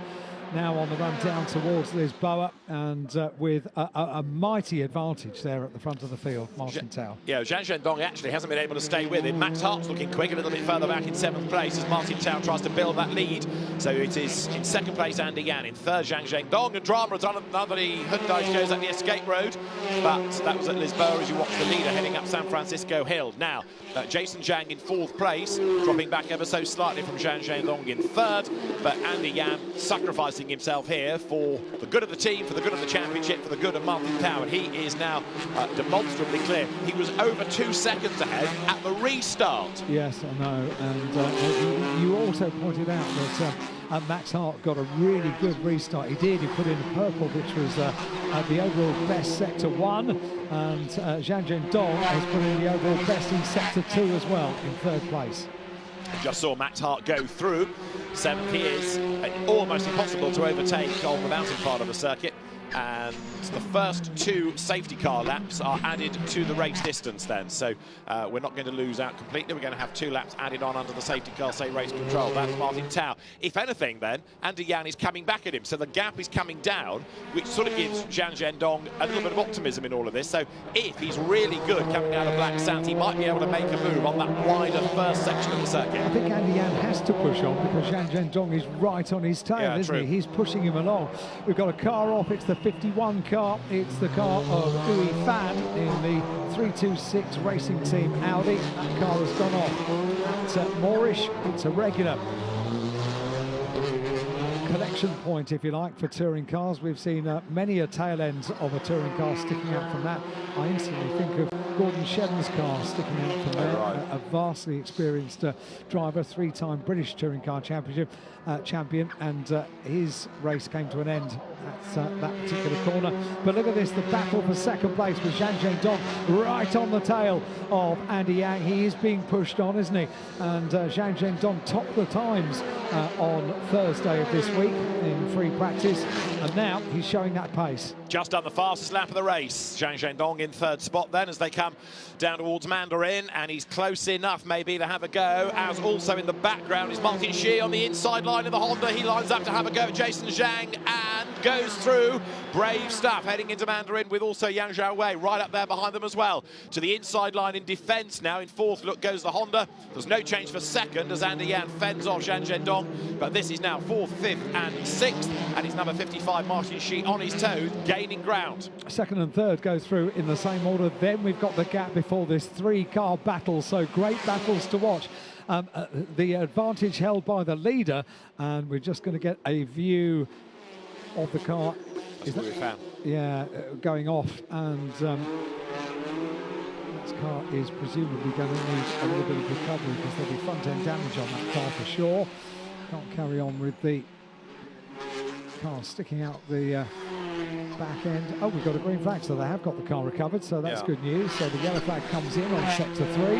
Hopefully it wasn't that badly damaged, because it looked like it went into the rector cell, didn't it, up the escape road, rather than Was it police or was it Moorish? Thought it was Moorish, but anyway, the car has moved, as you say. Look at this lead gap then, it is coming down, and in so doing, Andy Yan has shaken off Zhang Zhendong. So the danger is that he presses on, then he gets stuck. He won't really be allowed, I don't think, to overtake his championship leading now teammate. So he's going to have to sit there. But then Zhang Zhendong will catch back up again. So it's going to be a bit elasticated, I would think, this three-way battle. Yeah, it's going to wax and wane, isn't it, this gap? The advantage for Martin Tao at the end of the last lap was 1.5 seconds, just under. Now, we have still got that car there, haven't we? We thought we've gone green flag there. I think that was another one. Car. That's a different car, and it is at police, you're right, and it's a Lincoln Co, I think, in the wall. So yellow flag is out, and you can see how narrow that makes the road as the cars descend upon the right-hander.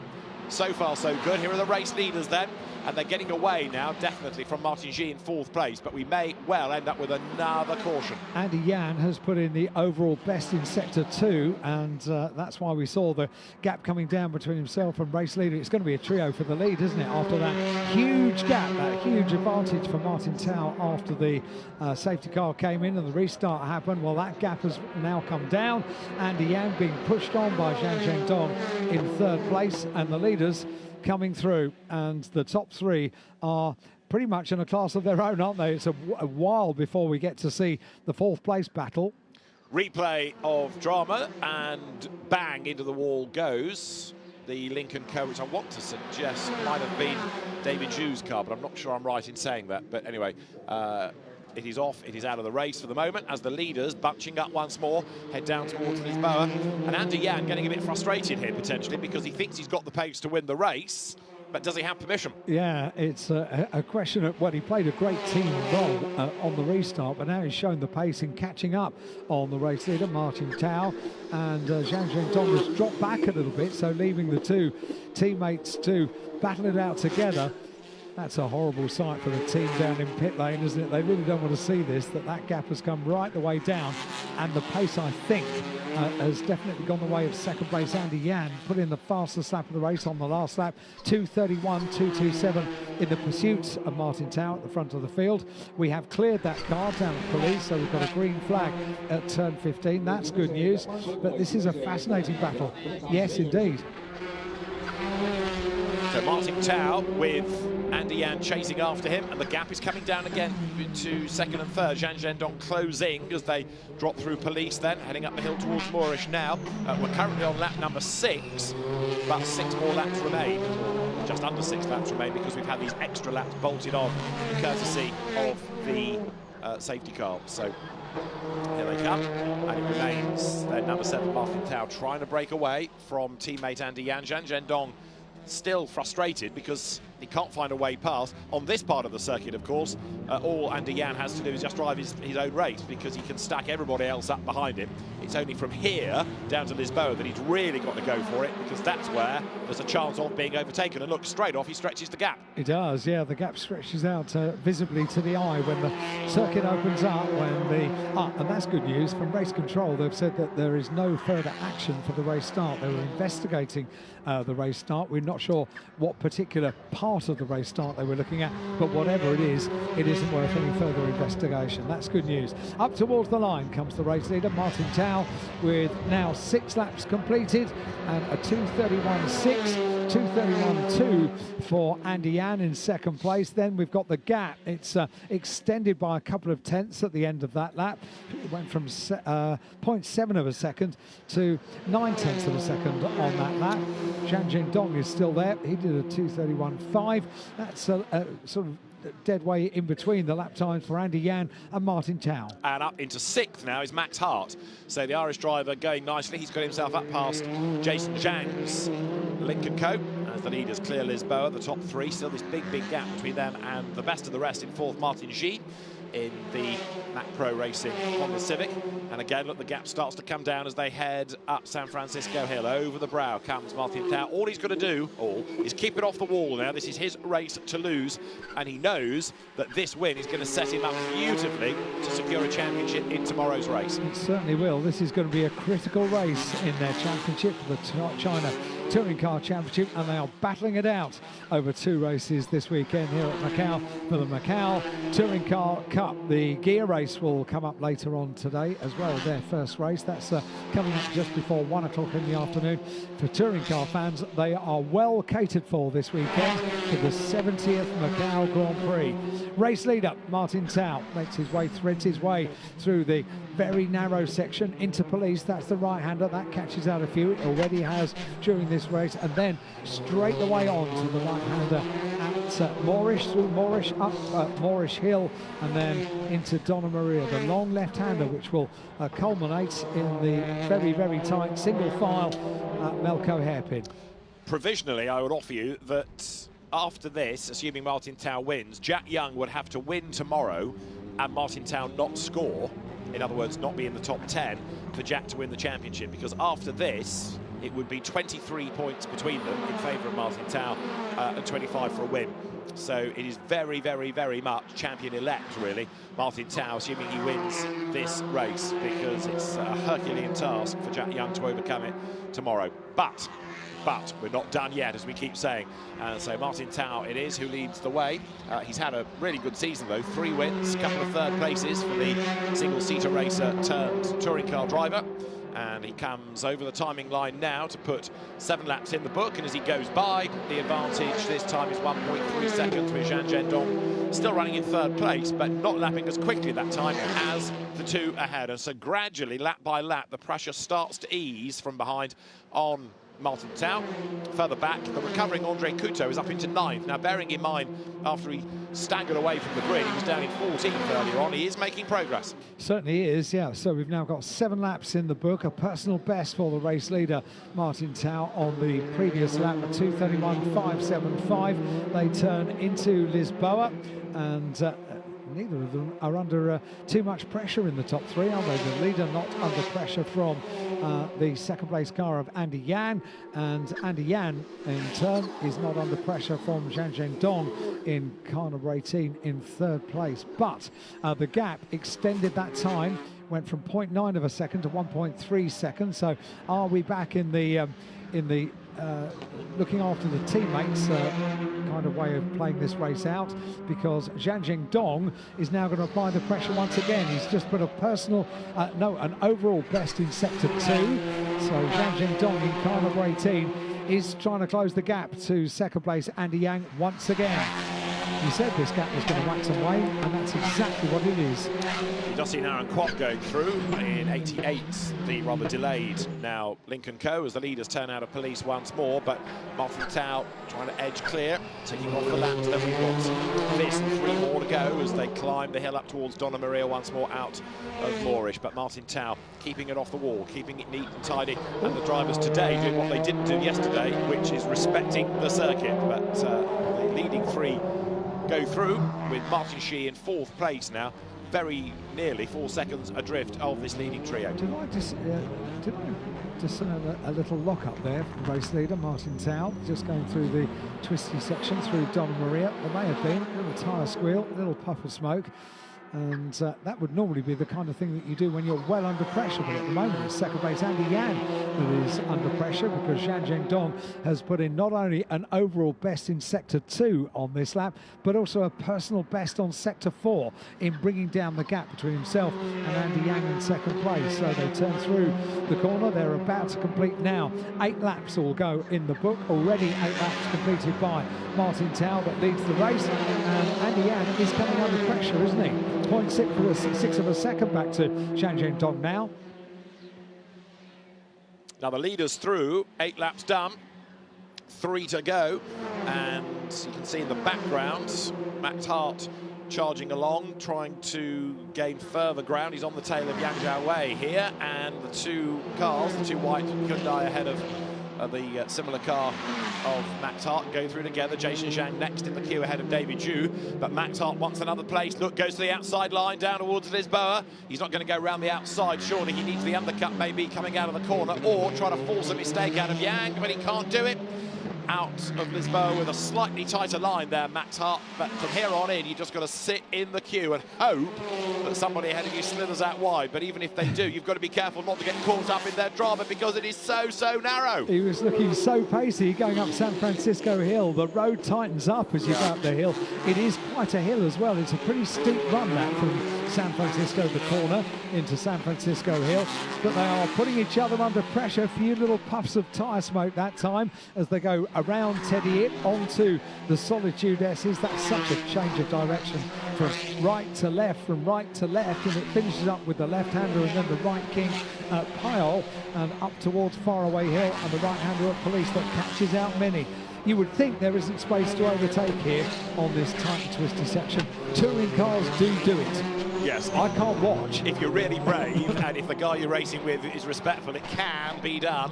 And going defensive now, look, number 17 of Yang Zhaowei. So Max Hart trying to find a way past, but he's also trying to repel the challenge of Jason Zhang, number 36, the Link & Co behind him. So 2 Hyundais, 2 Link & Co's of Jason Zhang and David Zhu.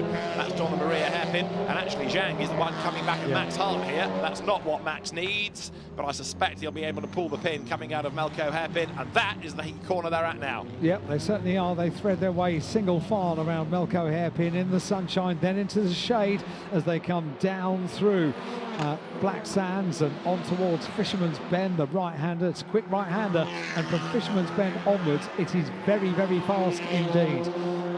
Great battle this. A few people had said to look out for Max Hart over the course of this weekend, and they were right to do so, because he's very racy, isn't he?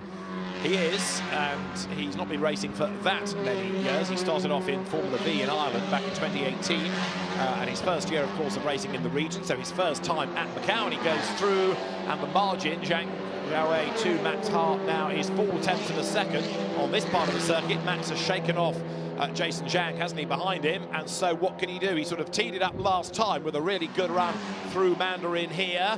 There's not that much room, of course, on the outside line. You can see how they're almost skimming the barrier before they come into Mandarin, and the same coming out the other side, but 2 lengths back, I would say, is Max Hart. He's still not quite close enough to make a move, but you can see how defensive Yang is, sitting in the middle of the road until the very last moment, swoop across to the apex, and despite the pressure, he's hanging on to the place. It was super to see. Yeah, he was thinking about it, or certainly marking his attention for the remaining laps. 2 laps to go, and as they make their way now once again up San Francisco Hill, don't write off the opportunity that there might be a little mistake made, because Max Hart is putting him under a huge amount of pressure. It's this part of the circuit last time that he dropped back a little bit and was defending rather than attacking, but now they are back to being a quartet up towards the left-hander, the wall on the left at Teddy Ip, then into the Solitude S's. Meanwhile, the race leader, we've not watched him for a little while, but has completed now 9 laps, and still the gap has stayed the same back to teammate Andy Yan. It's just shy of 1 second, the gap at the front of the field, 0.9 of a second. The clock is ticking on down because there's a time limit on the race, but we've also got just under 2 laps for the race leaders to go. As there you see Yang Xiaowei getting away again from Max Hart through the faraway S's, but then the gap might well come down once they get out of Melco on the end of this lap. So we're on lap number 10 for the race leaders, and the gap does come down, coming out of Moorish up towards Donna Maria this time. So Yang Xiaowei with his elasticated situation over Max Hart and Jason Zhang and David Zhu. And look who's arrived on the back of that queue. Andre Couto then, 9th place, and he's not done yet either. So Couto is going to be the one to watch out of this queue. He knows how to win at Macau around the Guia circuit, that's for sure. In single-seaters, maybe, but now in a saloon car, part of the Macau Touring Car Cup. And that is the scene of the top 3 in a class of their own. The podium, pending podium drivers turn around the final corner up towards the completion of 10 laps now. Last lap board being displayed. So Andy Yan closes the gap as they come out of the corner up towards the very, very fast Mandarin, and the run down towards Lisboa. He's doing the perfect act in 2nd place now for the team, guarding the championship, and the championship advantage at the end of this, should it stay this way, it has very much swung the way of Martin Tao, race leader. He can work out tonight where he's going to put the trophy, what he's going to say when he receives it, and he can't quite get hold of it yet. That's going to come tomorrow, assuming he doesn't have any dramas. Out of Lisboa he comes then, with now Zhang Zhendong falling a long way back all of a sudden in 3rd place. Now, is that because he thinks, I'm never going to get past them, let me just go for the podium and not risk anything? Further back, Max Hart there, ahead of Jason Zhang still, but he in turn has also fallen away from Yang Xiaowei. So we were talking for the last 2 laps about maybe him making a move, and all of a sudden, Max Hart is going to have to make that the world's widest, because he's got them stacked up behind. He certainly has, yeah, under a huge amount of pressure as well. Just on the little run between Lisboa and San Francisco Hill, weaving going on behind, looking for a way through. There isn't really a way through going into San Francisco, and then you're into the tight, twisty part of the circuit anyway, going up San Francisco Hill. But Max Hart is going to have to do everything in the book to not make a mistake on this lap, because that's what he's being pressured into doing. So Martin Tao is on target then for win number 4 of the season, and drama coming there for Tony Chan out of Fisherman's. Tony Chan spins the Honda.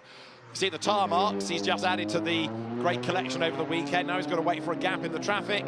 That car had an off yesterday in qualifying, but it's been repaired and it's back in the race as Martin Tao, completely unaffected by all of that, comes towards the Melco hairpin. Not only that, but he's heading towards a checkered flag, a race win, and he's now got one hand on the Champions Trophy. Comfortable feeling that, isn't it, with Andy Yan just behind, looming in the mirrors, but knowing that presumably for this final half of the lap, he's not going to be coming under any pressure, quite the reverse. He has a very nice cushion behind him. Zhang Zhendong has dropped back. I wonder if that is, as you say, just being careful, just not make... because a mistake could cost so dearly on the final lap and rob you of the podium that is so sought after here at Macau. There's our race leader, Martin Tao, making his way around up towards the first checkered flag for cars of the day. He wins Heat 1 for the Macau Touring Car Cup here on qualifying race day. They've got another race to look forward to tomorrow at 8:50, but quite right, celebrations down in the pit lane. Good job done by the team, and they know the implication for the championship as well, for the China Touring Car Championship. But leg 1 of the Macau Touring Car Cup goes the way of Martin Tao. Great work also by Andy Yan in 2nd place, because you have to drive a faultless race as well to be able to be in that position of securing the win for your teammate. So great job by both.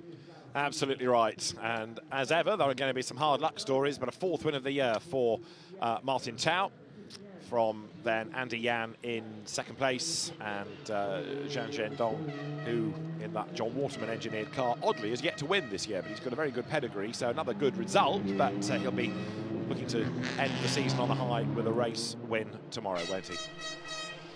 So John Waterman looking after Zhang Zhendong's car, did you say? Yeah, well, that's impressive. That's Colin Turkington's engineer for some years now in the British Touring Car Championship. Huge amount of experience, not just in the BTCC, but in World Touring Cars and in this part of the world as well. He is a regular here at Macau.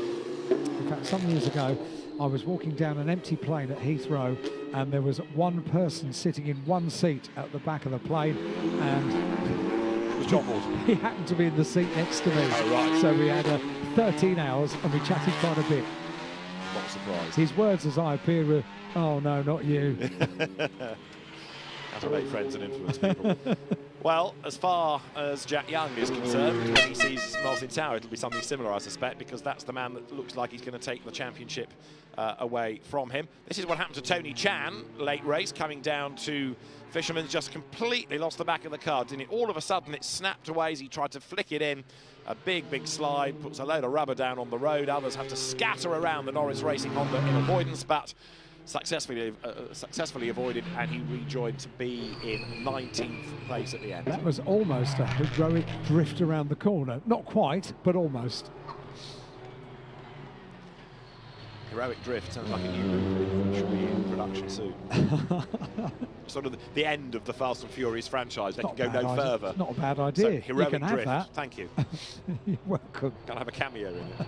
Yes. The parking attendant. So Martin Tao, a race winner in the end by just over a second, but key to all of that was the protection from Andy Yan, his teammate behind, stacking up the field and enabling Martin Tao to pull away on the restart. We've not heard of any investigation about the restart, so the officials, I think, were happy with, although there was a gap that Andy Yan created, he wasn't too far back from Martin Tao for it to be an issue. But in the TCR Asia races last weekend, weekend one of this 70th anniversary event, we did have drivers being penalised because they fell so far back that it really compromised everybody behind unfairly. So that has been occasionally to be dealt with. So the drivers will go to the podium, and then there will be the interviews, we think, with the drivers, and then a press conference to come after that. Let's look at the results of the Macau Touring Car Cup, won by Martin Tao from Andy Yan, and in third place, Zhang Zhendong. Fourth to Martin Shi, ahead of Yang Xiaowei. Max Hart, sixth from Jason Zhang. In seventh place, David Zhu, eighth. Andre Couto, ninth, and René Hay rounding out the top 10. Inevitably, some hard luck stories. Quite a few drivers didn't get to the end and ended up with damage, such as Zhu Yunji, Wei Fan, Jack Young, Zhou Yunji and Lu Chen never actually started. His car expiring as the lights went out, and he didn't join in from the pit lane. Maybe a drive shaft broke or something preventing the car from getting going. It was perhaps more than just a stall. So down the back of the paddock the cars come, heading to the scrutineering bay. I thought there might be quite a bit of celebration. Yeah, exactly. Yeah. I'll go through the post-race technical checks. The drivers will be escorted to the podium, and the officials try and get them there as quickly as possible, whereas the teams all want to join in the celebrations. Yeah, and already you can see Martin Tao in the car, one fist in the air, celebrating already. Has to go through these technical checks first of all before the celebrations can begin, and they will begin in Parc Ferme, but at the moment it's all about the officials in Parc Ferme, the scrutineers will now open the door, and yeah, that's a celebration, isn't it? Knows how important that race win is here at Macau. Any race win at Macau is significant and is worth celebrating, but also when it's got a significant impact on championship points as well, well, it kind of ups the game a little bit, doesn't it? Driver has to be weighed with helmet, hands device, all of those things on, and then quite right, the two teammates would be celebrating with one another, because that was a good team job done by Andy Yan in second place. Goes to the scales, car is weighed, driver's weighed, and then the combined weight factored in as well. Martin Xi arriving on the scene as the Hyundai drivers all celebrate a good result and taking Martin Tao to within touching distance of that championship, and it'll all come down to the wire tomorrow. If he can't win the championship, I'm sure Jack Young would like to win the race, and he is going to end up on the second row on that reverse grid, so he's got a chance, that's for sure. Certainly does, and he is a very determined and very quick driver. So yeah, if you can't win the championship, then at least go out in style, and I'm sure that's what he's looking to tomorrow to be, to save something from this weekend. More touring car action to come later on, when we will have the first race for the Guia race in part of the TCR World Tour. But there is a very happy team. I suspect that's probably now given the team's championship also to the Hyundai and squad. Need to do some crude maths in a moment to confirm all of that, but with so many cars from Hyundai N up at the pointy end of the field, stands to reason. So celebrations taking place in Parc Fermé will lead briskly on to celebrations on the podium, because they are ushered very quickly. We don't have too much wiggle room in the timetable on this, our first race day of the 70th Macau Grand Prix. Grandstands are packed, the sunshine looking down, and celebrations very soon to take place. Once the helmets are off, they can get ready. Is that Gabriele Tarquini down there? It is. It is, yes. Overlooking the success for a Hyundai driver. And good to see Gabriele down there to share in the joy. We go, so the officials, in other words, in the background. Get on with it! Come on! Yes. It's a short walk, really. It's just across the paddock, which is such a busy place throughout today. So needs a zebra crossing halfway down the paddock. It is so busy, and that's where the cars collect and where all of the glamour and the glitz of the Macau Grand Prix happens. That's the one place that you look above any other to know that you are only in Macau. Only in Macau do you have a paddock that is so busy and bustling all day long. Only in Macau would the next grid for the road sport cars, the 70th anniversary challenge, be having the personnel about to be allowed on track, and it include not only the ladies representing all the different hotels, but also people dressed as what might be teddy bears with giant heads. You'll see these on the grid, I'm sure, at the moment. I've just seen somebody put their head back on. Yes. But it's such a cultural thing over here. It's always different. And I don't mean that in any rude or patronising way. It is just a different culture, and it is fantastic to be part of it, even if it's only for 10 days a year. It is absolutely right. It's a real gift, a privilege to be here in the commentary box talking about all the action, as indeed I'm sure the spectators feel. It's a privilege to be watching it as well. As I say, this morning, the feeling in the grandstand for the Motorcycle Grand Prix was absolutely superb. And bear in mind, it's just gone 8 o'clock in the morning here in Macau. The grandstands were already filling up, and they know what they're doing as well. They know exactly what's gone on. They stand up and take photographs at every single right point. They are a very, very knowledgeable crowd, this. Absolutely right, and noisy as well. I think you made the point early on about it being like a pantomime sometimes with heroes and villains. It is, but there you can see the colourful grandstand. There are lots of them that dot the way around the start straight and through Reservoir. And then there's another enormous grandstand on the outside of Lisboa. There are no other grandstands, but the enterprising, of course, will find somewhere to watch, whether it's from a hotel room or from their apartment.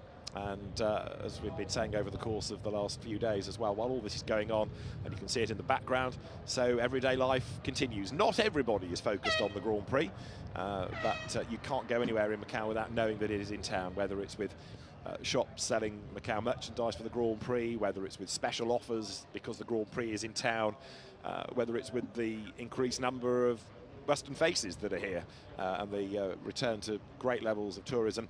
And it's I think for about 20 minutes out of 24 hours it goes moderately quiet, but the casinos have been really busy, and then everybody is up early for the Grand Prix. The roads are closed at 6 o'clock, and then there's quite a bit of work to do to make sure that the safety delegate is happy, Tim Schenken, with the barriers being in the right place, with escape roads being clear, with the difference you need for the circuit between cars and bikes. So before the track goes live after 6 o'clock, when the public roads are closed, there's quite a lot to do. So it really does demand a great team. It's a big team at Macau, a lot of people involved, but it's a great, well-oiled machine that has done this so successfully for so many years. The Road Sport Challenge cars from the Macau Road Sport Challenge, representing the 70th Anniversary Challenge Grid Race 1. They will be next to the circuit, but before that, there is going to be the podium for the Macau Touring Car Cup Race 1, which is also race 1 of the weekend in the China Touring Car Championship. And as I say, that is going to be next. The trophy girls from the Wynn Hotel and Resort have arrived on the grid, and will no doubt join them and the road sport competitors for the 70th Anniversary Challenge very shortly, once we've had the podium for the China Touring Car Championships first race for the Macau Touring Car Cup, and that will be imminent. Teddies have arrived on the grid. That's always reassuring. Yes, look left, you can just see them up against the pit wall there with the enormous white head. There are two of them that will stand at the front of the grid. We're getting ahead of ourselves slightly because I'm sure we'll come to them when we go down to the I grid. get for the road distracted sports. by teddy bears. Yes, well, calm. I can't help myself. Calm. The grid will get very busy shortly once cars are released. We're slightly behind schedule, of course, with not only the extra laps put onto the Macau Touring Car Cup race, but also the Bike Grand Prix this morning that Peter Hickman won yet again. Had to be restarted, and there was quite a delay while Sun Liquid was attended to, so that's slightly knocked us out of kilter, but the organisers no doubt will be rattling on to try to bring the gaps between sessions down and therefore move the timetable back on target. The podium then awaits, and the trophy girls step forward first. The garlands are there, the dignitaries will be brought forward as well. And there's a process to all of this. First of all, the trophy girls arrive, then the dignitaries brought forward. Ladies and gentlemen, good morning. Welcome to the 70th Macau Grand Prix. Now it's the Macau Touring Car Cup China Touring Car Championship Race 1 trophy presentation ceremony. First of all, let's welcome the top 3 finishers to the podium. On the second runner-up, number 18, Zhang Zhendong from China. And the first runner-up is number 3, Yan Chet Wai from Hong Kong, China. And the winner is number 7, Tao Hong Wei from China. Congratulations to the top 3 finishers. And now may I have the honor to invite Mr. Dave Sun, Senior Vice President and Chief Financial Officer of Sense China Limited, Managing Director of Venetian Macau Limited, to present the laurel and trophy to our second runner-up, Zhang Zhendong from China. And also, I would like to invite Mr. Sun to present the laurel and the trophy to the first runner-up, Yan Chekwai from Hong Kong, China. Thank you, Mr. Sun. Please remain at the center. And now I would like to invite Mr. Poon Wang Kun, President of the Sports Bureau and Coordinator of the Macau Grand Prix Organizing Committee, to present a laurel and a trophy to the winner, Tao Hong Wei from China. Congratulations. I would like to invite our guests to move to the center and take a photo together. And our winners, please reach to the top of the podium as well. Congratulations. Here are the top 3 winners of the Macau Touring Car Cup China Touring Car Championship Race 1.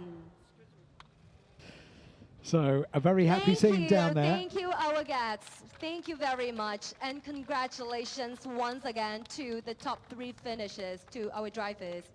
Congratulations. Thank you. And our thanks to Janice as well, who is our Master of Ceremonies on the podium throughout the course of this weekend. A photograph now opportunity with all 3 of the drivers, but the presentations are made and the coveted trophy of being on the podium here at Macau. Smiles all around.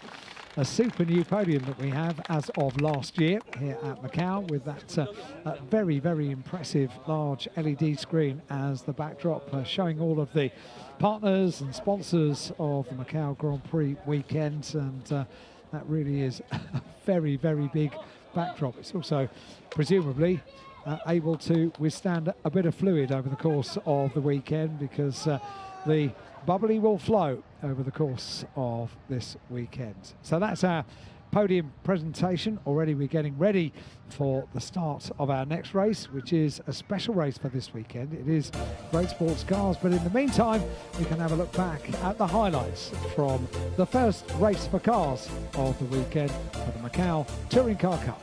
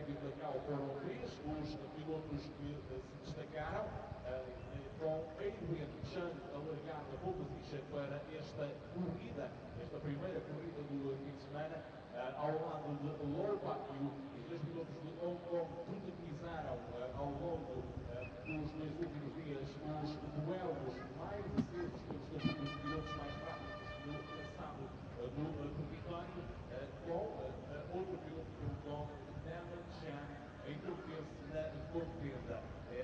A luta pelo triunfo nesta primeira corrida do desafio do 70º aniversário do Grande Prémio de Macau, se nada correr mal, deverá então ter Adrian Chan, Lopatio e Damon Chan como principais protagonistas. Ora, para esta grande partida, Adrian Chan larga então da pole position, Lopatio da primeira linha da grande partida ao lado de Adrian Chan. Na segunda linha está Damon Chan e também Chan Chia, que é o melhor piloto de Macau. Zhuoyang e Lei Peng partilham a terceira linha da grande partida. Attention on the grid. Attention on the grid. 10 minutes to start a formation lap. Pit exit is now closed. 10 minutes to start a formation lap. Dois pilotos de Macau chegando em sangue e ontem a quarta linha da grande partida. A quinta linha está em tanque Wu Longyin e Carson Tang, outro piloto de Macau. A prova terá início dentro de sensivelmente 10 minutos neste traçado urbano do território. Neste terceiro dia do segundo fim de semana da edição número 70 do Grande Prémio de Macau, ainda primeira das corridas no âmbito da corrida da Guia, edição de 2023, prova que conta então para a nona ronda do PCR World Tour, e que vai ajudar a definir o título mais neste circuito urbano da Guia. Depois, na corrida da Guia, temos também a corrida classificativa da Taça GP Macau, com um campeonato absolutamente extraordinário. É uma das provas a não perder esta Taça GP Macau, com a corrida classificativa a largar por volta das 14 horas e 12 voltas para decidir a grande partida para a corrida propriamente dita, para a Taça do Mundo do GP da Federação Internacional propriamente dita, que se disputa durante o dia de Macau. Este terceiro dia de competição no circuito da Guia, no âmbito deste segundo fim de semana do Grande Prémio de Macau, edição número 70, encerra com a corrida classificativa do Grande Prémio de Macau de Fórmula 3, competição que este ano volta uma vez mais a ser iniciada com o estatuto de Taça do Mundo de Fórmula 3. Coming up next, the cars all the way ready for our 70th anniversary challenge race. So our third race of the day soon to get underway. Second race of the day for cars. And we've got two cuddly pandas and a lot of very brightly coloured cars for the Macau Grand Prix 70th Anniversary Challenge. Now, these are essentially road sports cars, plenty of them, all very bright. You excited? Well, I'm concerned because why? my opening line was going to be about the cars and what this is all about. And you started off with cuddly pandas. Pandas. I'm going wrong somewhere. The pandas are here. So opposites attract. It's why we work well together. Thank you very much indeed. That'll be it. And yeah, we get some quite interesting camera views as we make our way down the grid, because we are looking at the number 72 car. That is the car on the fourth row of the grid. It's the car of Leung Keng Hei in the Spark Racing Toyota. All of these cars are Toyota GR86s or Subaru BRZs. 33, that's the car of Damon Chan. That car has been going very well and lines up on the second row of the grid on the inside, qualifying in third place. They're very excited about getting this race underway, and with good reason.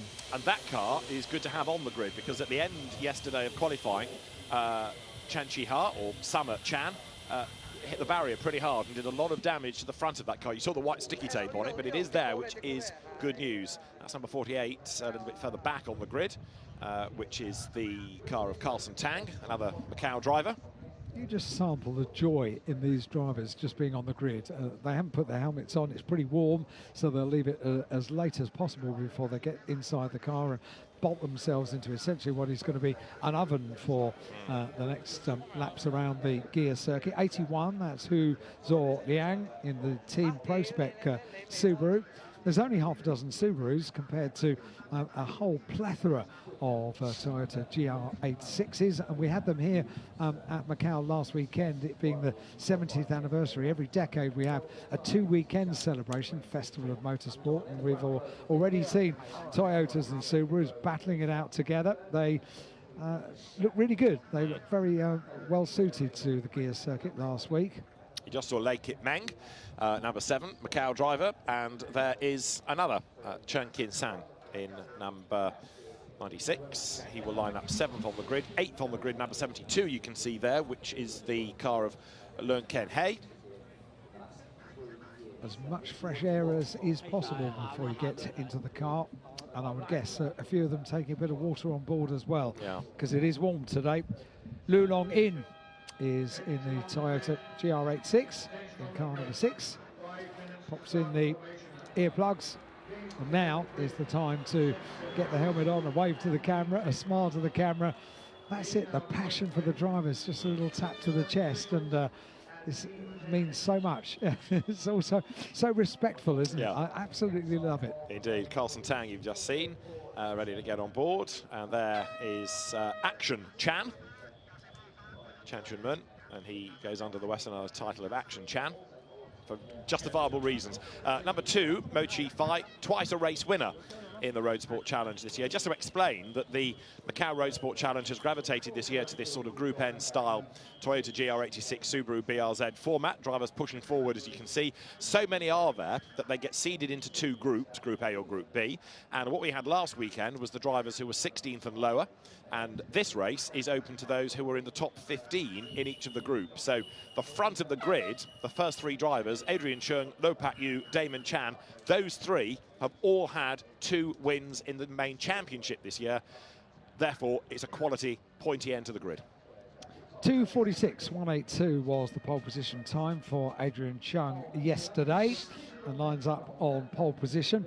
The personnel are now being invited to leave. That includes the Cuddly Pandas, 2 of which squeeze their way through the gap in the barrier. Let's have a look at the starting grid then. So pole position is Adrian Cheung. The time yesterday, 2:46.182, alongside Lo Pak Yu in car number 99. Second row of the grid, Damon Chan was going very, very well in qualifying yesterday, qualified in 3rd place, and Chan Chi Ha on the outside of the second row of the grid.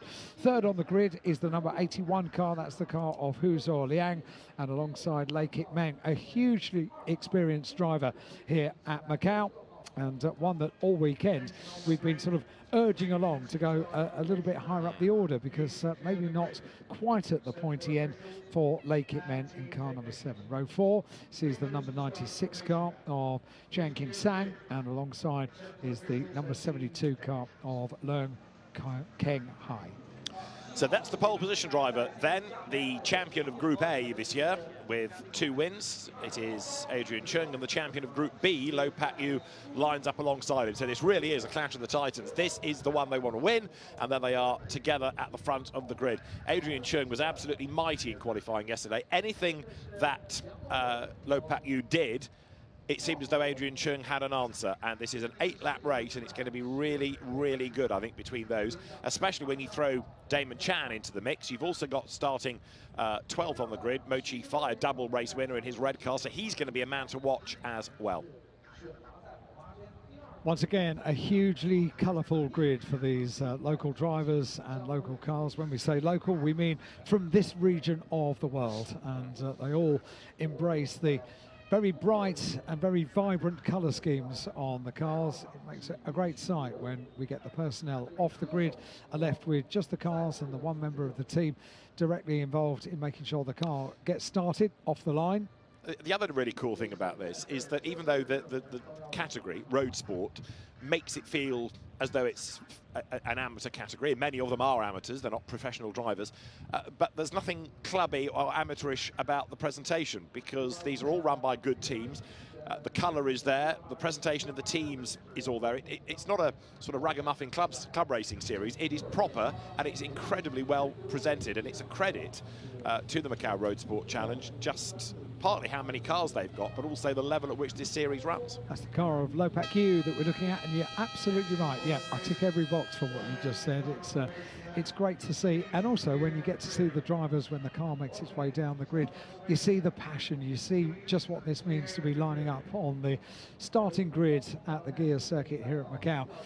An extra thing that makes it so special is we only race on this once a year. It's 4 days for every year that these roads are not roads, they are the Guia race circuit.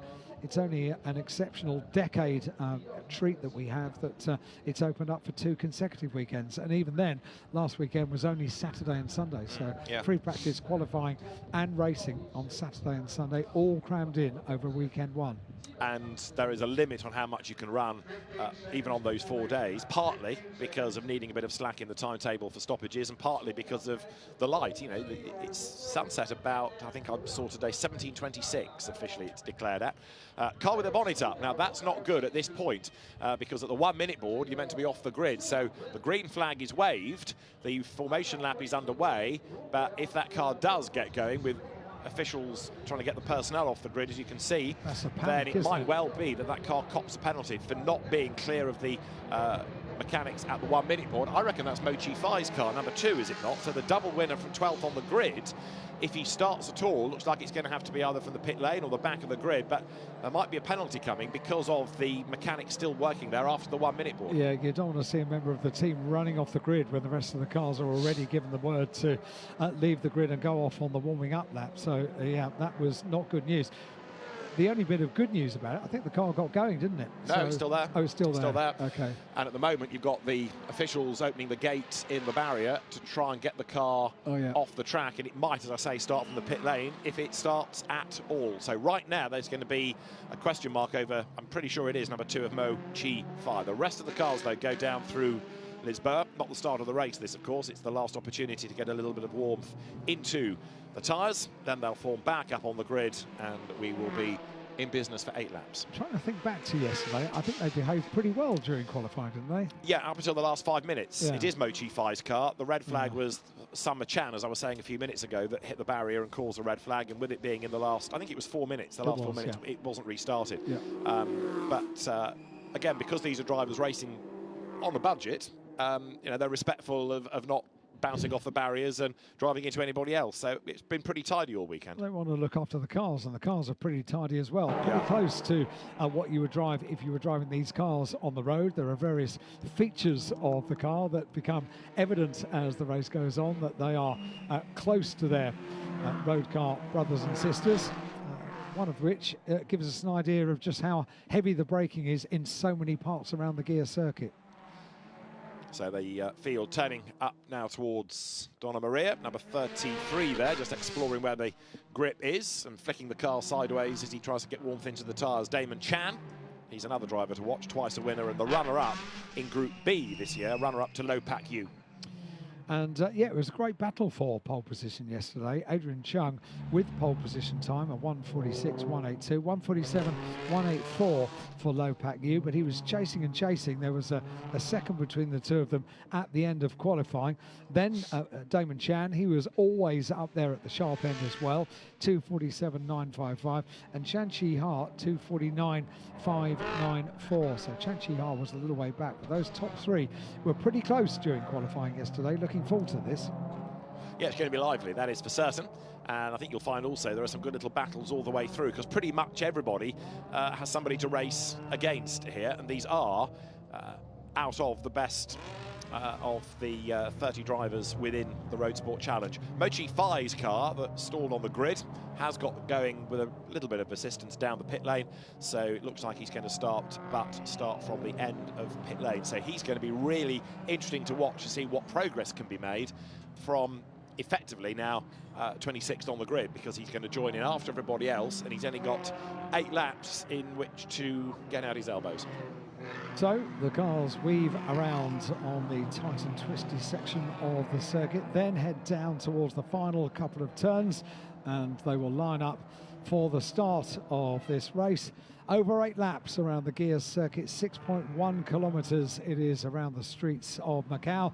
Local time fast approaching midday here in the sunshine at Macau, and midday, so we are about 40 minutes behind in the start of this race. They are very, very quick when we have these little delays to get the next race out, and really good work by all of the officials to get this grid lined up so quickly after the podium was completed for the previous race for the Macau Touring Car Cup. But we do need to claw back a bit of time, because the immovable thing at the end of the day is what David has said. That's when the sun goes down, and it gets dark very, very quickly from the moment the sun goes down. And the cars then now head to the grid. The race, 8 laps. And there will be that one gap where Mo Chi Fai no longer is then. So, as we've been saying, you either have a Toyota GR86 or a Subaru BLZ.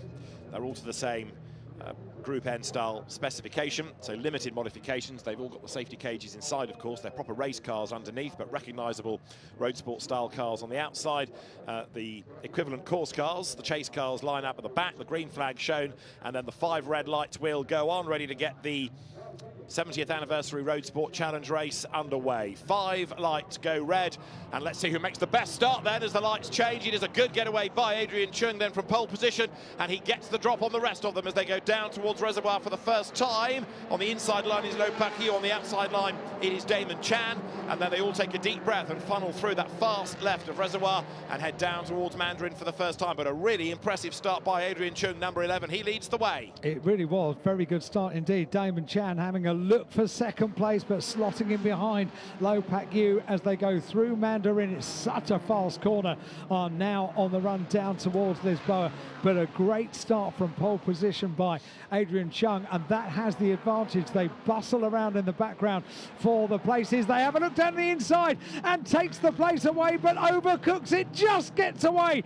with second place. But oh dear, there is a little bit of a schmozzle. That was a very, very good move, but a very last-minute move for the lead of the race. Lo Pak Yu and Damon Chan, I think, was the other one that got involved in it. So Lo Pak Yu went diving up the inside. He was never going to make the corner, and as he tried to recover, glanced off Damon Chan, and Adrian Chung will be laughing in his crash helmet now. There it is, massively late on the brakes. Lo Pak Yu, he went up the inside. Adrian Chung had to turn out of it. Look, Damon Chan's the innocent party. He turns around the corner and gets clattered into by Lo Pak Yu. And there, 2 potential winners effectively eliminated early on in the race, and Adrian Chung got away with all of that.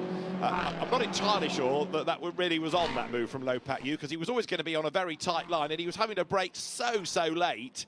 Surely he realised that was a little bit dodgy, to say the least. A little bit desperate, yes, maybe, on the opening lap. Too far back, just made the corner. That was a surprise to me, because could well have ended up in the barrier on the exit of Lisboa. That's the car of Damon Chan, and that's a shame, because that car was going so well over the course of the 2 days we've had so far. And number 11, Adrian Chung, did everything right, including avoiding the overtaking Lo Pak Yu going into Lisboa, because that could have been horrible as well. Yeah, he had to turn out of the corner, didn't he, to avoid contact. He suddenly saw this yellow missile coming up the inside and thought, I better swerve to avoid that.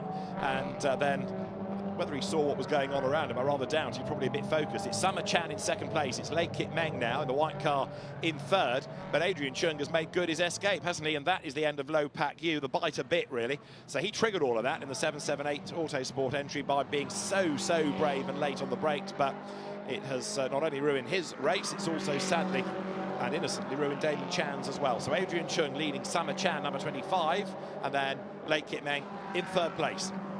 Oh dear. So at the top 3, I said they were pretty close in qualifying yesterday, and now we haven't got all of the top 3 that continue to circulate, because we already have 1 lap completed now by Adrian Chung. He has been through. The gap back to second place, which is the 25 car of Chan Chi Ha, is a mighty 4.6 seconds at the end of lap number 1 as a result of that Lisboa first lap coming together. and that has rather taken away our battle for the lead of the race, hasn't it?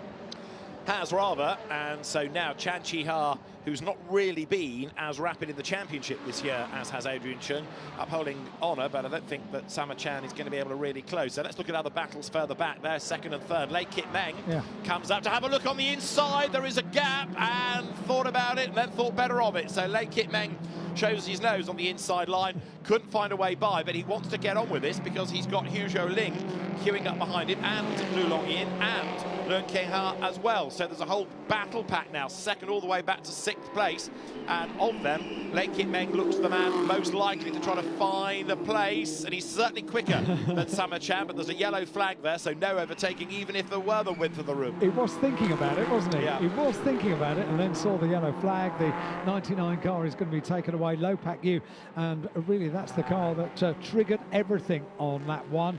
Lo Pak Yu's car now is harnessed up from the crate and will be lifted out of the way. So Lei Kit Meng, what can he do about Sama Chan? Lei Kit Meng has finished 7th in his group in the championship this year. He hasn't had a win, but the Macau driver going for a podium and going for as high up that podium here as he possibly can. Sama Chan hanging on a second then, Lei Kit Meng third. And are these two just edging away slightly from that gaggle behind? Yeah, they are, aren't they? So heading now down towards Police, Lei Kit Meng working out where he's going to be able to squirt up the inside and take second position. He's right on the tail, heading out of Moorish Corner, then through Donna Maria. A good run through Melco. When the circuit opens up, maybe that's the opportunity. Setting up the overtaking manoeuvre around the long left-hander. Donna Maria, it's tight on the exit. Now the run down the hill towards Melco hairpin, single file, but Lei Kit Meng needs to stay right on the tail of Chan Chi-ha as they make their way around the corner, down through Black Sands, the left-hander at Black Sands, and then on towards Fisherman's Bend. That's when things start to get much, much quicker as the power goes down. You know, all weekend we've been saying we expected Lei Kit Meng to be nearer the front of the field, and now he is, but not through any predictable reasons. That muddle down at Lisboa on the opening lap has caused Lei Kit Meng to make up places, and now battling for the runner-up spot on the podium down through the final turn up to conclude the lap. That was a good shot as well. You could see him working at the wheel. Drop back a little bit actually as they come up towards the line to complete the lap. This is the run down towards Mandarin. So that is Sama Chan, number 25, who blasts through the left-hander of Reservoir, still being chased by Lei Kit Meng. You're right, he has dropped back by about 0.8 of a second, and a big, big spin in the background, and there's one in the wall. Big, big damage around and around and around and around, and that puts bodywork all over the racetrack.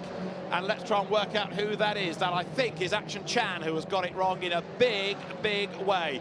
Yellow flag at turn 1. I suspect we might end up with a safety car, but there's a lot of damage and there's a lot of debris on the road. Lei Kit Meng sends it up the inside, dive down towards Lisboa, job done. He's finally done it, and Lei Kit Meng goes second, and there's more mayhem. 2 more in the wall. 2 more in the wall at Lisboa. That was for Lei Kit Meng absolutely the perfect way to take the place away. Safety car deployed. 72 in the wall is Leung King-hae. The other one is Hu Zhou-ling. And so Lei Kit Meng did that at just the right time. Not only has he got second, but now a safety car will bring him back onto the tail of the leader, Adrian Chung. And suddenly, we've got wrecked cars littering the first part of the racetrack. Yes, we have, and that's not good to see. Safety car deployed, but good news for Lei Kit Meng. He did that absolutely, David, at the right time. He's got into second place with a very, very clean manoeuvre. That was perfect. If only, it can be done. If only we'd have done that on lap 1, eh? Right, let's first of all have a look at Action Chan. Self-induced, look, goes sideways, big tack slapper, bang! Headbutts the wall, round it goes once, bang! Round it goes twice. Round it goes again, bang! That's 3 full spins and at least 4 hits with the guardrail. Lei Kit Meng goes through. Now look in the background, up the inside dive, 72 of Leung King-hae. Absolutely harpoons number 81, Hu Zhou-ling, turns them both towards the tyre barrier. And what's the worst thing about that? They both come to a stop looking at each other. Yes. Just a few feet away. Wasn't a friendly wave, that is for sure. And the other worst thing about it, Adrian Chung's advantage, that was 8.8 seconds, is about 8 inches now. Yeah, well, that needed to come down, didn't it? Because it was a mighty gap, and not necessarily through just speed. It was as a result of the skirmish behind on the opening lap. So now Lei Kit Meng is in a really good position in second place. He is indeed, and he's proved he can overtake and overtake cleanly. Sama Chan third then, and I think this might take a lap or two. Look at the debris all over the road coming out of Reservoir. They can't really use the pit lane because the debris, look, is at pit exit, so they've still got to run through that part of the circuit and just try and steer away from all the wreck. Right, Adrian Chung from Lei Kit Meng from Sama Chan. That is the top three. And the cars then behind the safety car make that run now down into the right-hander of Fisherman's Bend. So we have been saying all weekend we expected Lei Kit Meng to be at the front of the field, and now he's going to be battling on the restart for the lead of the race with Adrian Chung. Things have a way of working themselves out, don't they, over the course of the weekend? Not necessarily particularly predictable ways of working it out. Other cars to have a look at as well on the lap before the safety car was deployed.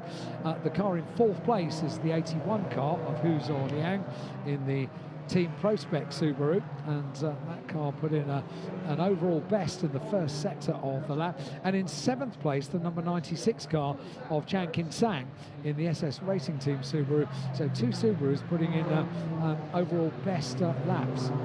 It's a shame for 81, Hu Zholiang, and Elevate. They just make it so quick to get rid of the cars.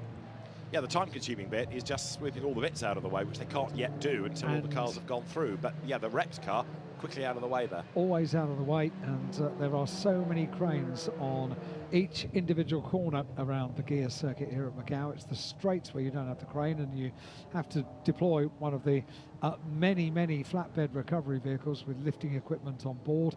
And the marshals, all of a sudden, as soon as an incident takes place, a dozen, 20, they all go to work. They know what they've got to do. They've got to sweep the circuit. They've got to get clear, maybe deal with some fluid, which they deal with very quickly to get racing back underway. It's going to be an interesting grid for tomorrow's race, isn't it now, with quite a number of the original front runners at the back in the wars. So down to Lisboa they come. This will give us an indication as to what the clear-up operation has been like down here as well. So Lei Kit Meng really vigorous using the tyres.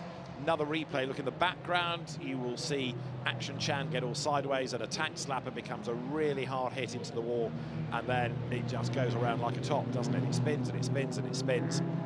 And then here, so late on the brakes, bang! He was never going to stop for the corner. That was Leung King Hei, and the innocent party harpooned Hu Zholiang. So those two also involved in more of the drama in the 70th anniversary challenge. Now the interesting thing about that is those two cars went sideways into the tyre wall at Lisboa. So therefore, I reckon they can be fairly quick to recover. It's when they go nose in that they need to be pulled back and then up to get them out of the way. But they had side impacts on both of the cars, so that's pretty quick to clear up. We've just got to make sure that we haven't got fluid down for the previous incident. Leung King Hei is under investigation. He was number 72, the black and red car that caused that at Lisboa, and for that somewhat desperate move late on the brakes, so late on the brakes, and taking an innocent car with him, then he is being looked at. So it may well be that there is some sort of penalty for his actions there, we shall see. So the field continues behind the safety car. Lei Kit Meng eager to get on with the job now, when he can go racing and see what he can do about Adrian Chung. He knows he can overtake into Lisboa. It's been really interesting this weekend in other categories where we've got onboard cameras, because the traditional shot of Lisboa is that high camera looking down the straight and following them through the corner. But when you go on board and you see what the driver can see, or not see, more to the point, you don't know where the corner is. You've got this wall of barrier on left and right, and somewhere there is a corner, but yet there's really nothing to tell you where it is. It's almost just like there's a gap in the Armco and you've got to dive into it. It's a little bit wider than that, but you take my point. So yes, we're talking about these incidents at Lisboa and drivers having crashes, being late on the brakes. But part of the reason they're late on the brakes is that the corner is really difficult to find, and the reference points aren't easy either. And really tight on the exit as well. Yeah. It tightens up. You need to go down there and look down on the tyre barrier to realise just how tight it is on the exit, which is why when we had that incident on the opening lap with Lopak Yu going through, I was astonished that he didn't pick up the tyre barrier on the exit of the manoeuvre.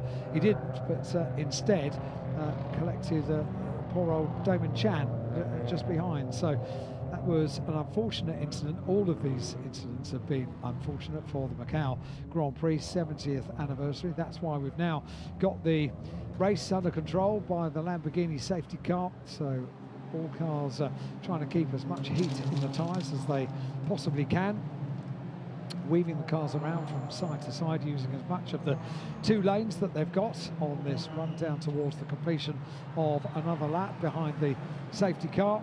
And we will have completed at the end of this lap 4 laps in the book at the end of this one. So a full course yellow. Safety car deployed. Adrian Chung, car number 11, has done everything right so far. Took pole position, was able to avoid the projectile that came down on the inside down at Lisboa when Lopak Yu tried to take the lead of the race away. So did well to do that. Consolidated the gap, the advantage, to something over 8 seconds. Now that gap is negligible, and Lei Kit Meng is going to be wanting to do what we've tried to encourage him to do all over the weekend, to be right at the pointy end. Well, that's now 4 of the 8 laps done, so admittedly, because these aren't the fastest cars here, they're long laps anyway, so they're not losing that many laps, even if they're at a slow pace while the safety car is out and the recovery team is at work. But the frustration is that we're still behind the safety car, although hopefully, look how quickly they've done that. In the space of a lap, the road is clear at Reservoir. We ought to be able to go back racing this time. We just had another car into the pit lane, which is the recovered 72. So Leung King Hei has got himself away from the Lisboa tyre barrier and has come to the pit lane, and also into the pit lane has come the other car of Hu Zhou Ling. So they can carry on their discussion in the pit lane. Yes, they can.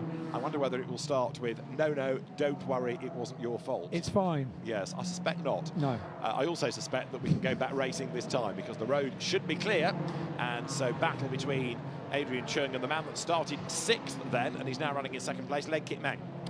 You say about in terms of time, quite a long lap, around 6.1 kilometres, about 2:50 for the race leader, so that's almost 3 minutes a lap. Behind the safety car, make that 5 minutes, so this is really quite costly as far as the time for the race is concerned. Behind the safety car, they now head up San Francisco Hill, because it's not just necessarily an 8-lap race, it could well run according to time, and just under 16 minutes of this race are now complete,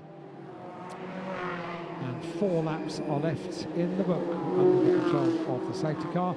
Adrian Chung, car number 11, it is that leads. In 2nd place is the car number 7 of Lei Kit Meng, started 6th on the grid, inherited a couple of places after that first lap muddled down at Lisboa. And now Lei Kit Meng is right on the tail. They are behind the safety car, but right on the tail of the race leader, certainly marking down the intent for the restart of this race. Adrian Chung could well be thinking, how did you get here? Might not know necessarily about too much that happened on that opening lap behind him. I want to be told exactly what happened by means of showing the replay. So at the moment, he now knows that Lei Kit Meng, hugely experienced around the Guia circuit here at Macau, and successful as well in number 7, is right there behind, ready for the final couple of turns for the safety car. If indeed it's going to go in this lap, I think it will. I think it probably will. I think we should be racing at the end of this. It's Chan Chi Ha in car number 25. A gap between that car and the 2nd place car of Lei Kit Meng. Donna Maria, and then on to Melco hairpin. Down from the hairpin they thread. Not easy to get any car around the Melco hairpin. Somewhat easier if they are up at race pace rather than going slowly. So it's careful to trickyly get the car. 30-second penalty for car 72. So that is the car of Leung Keng Hay. 30-second penalty. Well, it doesn't really matter anyway, does it? It does not. 30-minute time slot. You were talking about time Yep. earlier, so they've got just over 10 minutes, and we're still not ready to go, which surprises me. I thought that the road would be clear by now, but yeah, one more lap behind the safety car, but a quicker lap. So I wonder whether this is going to be at a faster pace, deliberately, so that they can get the tyres warm, ready for the resumption, and then having had a faster lap, the pressures will be up, the temperatures will be up, and they'll be a bit safer rather than going on the end of that lap from a slower pace. Yeah, that was somewhat shy of a 4-minute lap behind the safety car. Let's see if this one's going to be a quicker one and we get things back underway at the end of this. 3:42 for Adrian Chung behind the safety car, and best lap for the race leader was at 2:50. So losing about a minute to a normal race time, being under the control of safety car. Adrian Chung, it is that leads, car number 11 for Lei Kit Meng. Now I'm quite interested to see about this restart for Lei Kit Meng. He has stayed with Adrian Chung. It's such good news for Lei Kit Meng that he was able to get second place away from Chan Chi Ha just before the safety car was deployed. And now he can do something about taking the lead of the race. Hopefully, as far as Lei Kit Meng is concerned, they're at the bottom of San Francisco Hill. They start the climb. You're quite breathless if you walk up that pace. It's difficult to see the angle of inclination going up San Francisco Hill, but it's quite a hill. So, with the drivers generating warmth into the tyres once more, fingers crossed we're going to go racing this time around. We've got 3 laps or 10 minutes, depending on which comes first. Well, the clock ticking on down, so I think it is going to end up being time, isn't it, that they will face. So the good news is, even if they do lose a lap here, they will, of course, have a race tomorrow. It's not like this is their only activity of the weekend, whereas the drivers that were racing last week, because of the timetable just 2 days, got practice qualifying on one day and a race on the other. In a number of cases, in fact, people had an accident in free practice and just wasn't time to rebuild the car, they couldn't race. But here, they will get a race tomorrow. So we'll have 2 laps, 10 minutes. No, it might just about work, mightn't it? They should probably get everything in just before the end here. So the Lamborghini safety car threads them around the very tight, twisty section of the course, and under the control of safety car. For how many laps have we had? 3 laps About behind 3, the safety car. 3 laps left to run, 2 at the end of this one. And the restart is going to be fascinating because Lei Kit Meng, the race he has had, he's looking racy, he's looking pacey. He's just taken 3rd place away, 2nd place away from Chan Chi Ha, and now is down in 3rd place. And the restart is going to be very interesting indeed. We know that Lei Kit Meng is a good overtaker. He's already proved that. We know also that Adrian Chung is a very, very rapid driver. He has proved that, not only in part 1, if you like, of the race, but also in the championship this year. So the drivers then will be back up and running shortly. The clock's now got 9 minutes on it. And even the Macau hairpin, even though it's near the end of the lap, you've still got quite a bit of the racetrack still to go. You've got another sector yet. So there's the Kink at turn 21, Fisherman's at turn 22 at the end of Black Sands, and then R Bend turn 23. And only then can you get to the timing line. But they should be able to squeeze the final 2 laps in with the time, looking at the clock and looking at where they are in relation to that around the circuit. So the Lamborghini heads the field, and just trying to see, what are you doing down there? So it is barrier repair. So it might not be that we get the race back underway. There are plenty of course workers. That's the first shot I think we've had of the reason for the extended safety car period after the cars. It was a heavy hit. It was, yeah, you're right. Okay, so at best it's going to be a 1-lap shootout, isn't it? Because there are 2 laps to go now as they break the beam. And for Adrian Chung, next time around will either be the last lap under the safety car, or it will be the restart of the race. Number 11 is having a 10-second penalty for a false start, and that is the leader, Adrian Chung. Wow. So Adrian Chung is going to fall down the order, because under a safety car like this, of course, there are no gaps. So Lei Kit Meng is going to be the race winner, and we'll see whether we get a racing lap in or not. But right now, big drama. Adrian Chung penalised, and where will 10 seconds drop him to? It's going to drop him to probably last at the moment because they're all tightly bunched. Yes, yeah, of course they are. As Lei Kit Meng weaves the car from side to side, we have to ask the question, does he know that? Does he know that there is a 10-second penalty for the race leader, the car in front? I'd be surprised, but he might do. But right now, I think the drivers are more focused on can we go racing or not? And no doubt in race control, they'll be looking at this and thinking, OK, we need to make a decision, because it would make sense if they can't restart to just put the checkered flag out this time rather than do yet another lap behind the safety car. But we will see. Speed quickening there from Adrian Chung. If he can get away and open up a few gaps. And there, look, the car in third place of Sama Chan falling back. So that's exactly what's going to help him. Not to win the race, clearly, but to at least get some sort of a margin and get some sort of result out of this. The bigger the gaps, then the greater the spread of those 10 seconds. I was going to say, he needs a gap of about 10 seconds. That would be nice, wouldn't it, on the restart? Well, that ain't going to happen because Lei Kit Meng was going to be with him anyway, ready to strike on that restart. But we're hoping we will get a restart. We've got 6 minutes still to go, and the safety car remaining out. We can't see Reservoir from where we're based on the start-finish line. The only thing we can see is there were a lot of course workers down there. And would suggest that it is a fairly extensive barrier repair that's taking place. These barriers are mighty in the absorption. They don't take prisoners, that's for sure, but they do absorb the energy, and that's why we saw the car taking 4 full spins after hitting the barrier, being catapulted across the circuit, and then the energy is just initially absorbed and then works itself out with the spinning of the car. You would feel a bit battered for rather violent spins in a touring car. Now, I'm watching on the starter's gantry sort of rather animated discussions about what flags might be needed here. But for the moment, the safety car board remains. I've not seen anybody pick up a green. I've not seen anybody pick up a checker either yet. But we're almost at the end of the lap, and I fear we're not going to get a restart.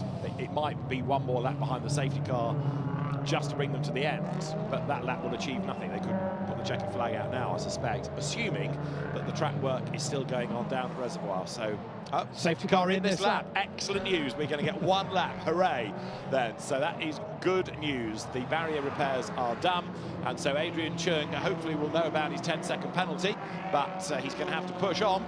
So safety car will be in, and we're going to go back racing this time. The Lamborghini goes to the left-hand side of the circuit, onwards and inwards into pit lane. We're about to get this race back underway. It's going to be for only 1 lap, and the race leader has a 10-second penalty for the start of the race. Adrian Chung gets a good start. Lei Kit Meng in second place. Let's see what happens behind as they go down towards the very, very fast corner at Mandarin on the run down towards Lisboa, and that is, I reckon, going to be the only chance that Lei Kit Meng is going to be able to do something about the race leader. He doesn't need to, but does he know that he doesn't need to? It's all kicking off for third, isn't it? Sama Chan just ahead of Lu Longyin, and then in 5th place, Chung Kin Sang as they come out of Mandarin down towards Lisboa. Very definitely Adrian Chung is getting away, but it's battle on for 3rd, 4th, 5th. In 6th, the blue car of Carson Tang. And it is going to be Adrian Chung then with an absolute best in the first sector, who stands on the brakes and goes almost too deep into the corner. He scrabbles round Lisboa as Sama Chan turns through in 3rd. It is still, therefore, Adrian Chung in the lead as toe-to-toe goes Carsten Tang there with Mo Kwok Suna. There's more contact, 2 more cars eliminated, and 1 in the middle of the road on the last lap. Mo Kwok Hun's car is out of the race. Yellow flags at Lisboa. And all of that is Adrian Chung in the lead. He's going to win on the road as you get a replay of how he just about scrabbled around the corner. But look behind him, side by side, contact between Carsten Tang and 93 there of Mo Kwok Hun that got turned into the barrier. They hit again as a secondary impact, and others have to scrabble around the wreckage. Oh dear, after the restart as well. So Adrian Chung absolutely throwing the car around on this section. Is he going for 10-second advantage at the end of this lap? Does he know that he's got a 10-second penalty? Well, he might get 4th, because that sort of track blockage and the delay behind suddenly plays into his hands, at least for some sort of result, not for a win. Lei Kit Meng still going after him, but look at the way that he's fallen back. I mean, it's a big, big advantage from Adrian Chung, just like we saw at the original start of the race, but it's not 10 seconds to second, and it might drop him to 5th, perhaps, looking at that. through Moorish Corner, turns second place, Lei Kit Meng. He's going to be, with the 10-second penalty applied to Adrian Chung, on the top step of the podium. And he goes so well here and is a regular here at Macau, is Lei Kit Meng. Qualified in 6th place as a result of the various incidents on the opening lap, was up into 3rd place, battling away, made a great overtaking manoeuvre as well down into Lisboa to take 2nd place away, just in the nick of time before the safety car came out. An investigation between those two cars on the run from Lisboa into San Francisco. I'm sure there will be. I am sure there will be. Adrian Chung has done everything apart from the start in this race, because he hasn't put a wheel wrong during the race. I think the wheel might have been judged to have been wrong at the start, but Adrian Chung comes around the final few bends to take the checkered flag. Checkered flag is shown on the road. Adrian Chung crosses the line first, and the winner is going to be, hang on, let's see if we've got 10 seconds. I don't think we have. We have 5.5 seconds gap back to Lei Kit Meng, who I fancy is going to be taking the top set of the podium. So, fastest lap of the race on the last lap to Adrian Chung as he tried to push away, but Lei Kit Meng will inherit the win from Summer Chan and then Liu Yongyin in 3rd place. And 10 seconds, I was right, it's going to put 5th for Adrian Chung. Here's the next battle pack, look, coming towards the line, being headed then as they dive down to our bend by 82, which is the car of Duncan Wong. Through he goes, and Wong Kar Hong then goes by in the end 8th, and Rui Valenta. Now, we didn't really touch on Rui because he had an awful qualifying, but he started 23rd and finished in 9th place. And bearing in mind that half the race was behind the safety car, that's pretty good going. That is pretty good going. Opportunistic overtaking, I would imagine. Yeah, helped also by whatever adjective you want to give to the driving standards ahead of him. And now Adrian Chung sees what's left there, look, of the car of Mo Kwok Hun lying in the middle of the road, but he will circumnavigate that and then be given the bad news that a 10-second penalty is going to drop him down the order. So he's the winner on the road, but on corrected time it will be Lei Kit Meng, Summer Chan and Liu Yongyin, the top 3. So, drama at Macau. Absolutely, Who as ever. knew? As ever. And a really interesting grid for tomorrow's race. You take the results of today for the grid, and so many of the quick drivers now out of position. It's going to be really interesting, isn't it, tomorrow when we get to their main race for this 70th anniversary challenge. Heading on the slow down lap, the celebration lap, or certainly celebration for Lei Kit Meng. We'll find out when the cars get to Parc Ferme just how much Lei Kit Meng knew, just how much Adrian Chung knew about the 10-second penalty being applied for the start of the race, but they thread their way around the top part of the circuit and will appear down in Parc Ferme. That's the point at which we'll find out how much information they need to be given about exactly what has happened in race control, and the stewards looking into various incidents over the course of that race. The first race of the weekend for the Macau Grand Prix 70th Anniversary Challenge. They race again tomorrow at 9:30 in the morning. Again, an 8-lap race in prospect. Let's hope that those cars that have been damaged during the first encounter around the Guia circuit, that's the 72 car that we're looking at of Leung Keng Hei. A second off, so he came in, he had all the tank tape put on the front to repair the car, and then so there was one accident, then he got a penalty, then he rejoined and something stopped him on the last lap, and Adrian Chung has just been confirmed, by the way, as being in 5th place. So Lei Kit Meng takes the win. I think he knows, because he's got a little crack in the window that he's waving to the marshals that do the most exceptional job here at Macau to make sure we can go racing over the course of the weekend. It's not an easy job, and they are very, very well trained, very well versed. They know exactly what to do, and they do turn things around as quickly as they possibly can. And yep, on the timing screen, that's confirmation that the number 7 car of Lei Kit Meng from the 3rd row of the grid is the race winner. Chan Chi-ha in 2nd place from the 2nd row of the grid. And number 6 in 3rd place, the car of Liu Yongyin. There are so many investigations. The stewards are going to be busy after this one. The notifications keep coming about investigations, but that's confirmation of the result. A win for number 7 Lei Kit Meng from the number 25 car, and Chan Chi-ha. Liu Yongyin in 3rd place in car number 6, and then 96 in 4th place. That's the car of Chang Kin Sang. And 5th place goes the way of Adrian Chung, having crossed the line first and then ultimately getting a 10-second penalty for the start of the race. We don't necessarily know what the problem with the start was. It could have been out of position. It could have been going a little bit before the lights went out, and that's just speculation on our part, but for something to do with the start of the race. Unfortunately, it's a very costly one for Adrian Chung, demotes him down to 5th place. And that's where he will start tomorrow. And so Lei Kit Meng, 6th on the grid, race winner. And a big cheer from his team as he arrives then in the scrutineering area. Sama Chan, good result also, bearing in mind that car had to be repaired after that big hit yesterday. And the driver from Macau, Lei Kit Meng, wins the first of the 2 70th anniversary challenge races, and he's absolutely delighted.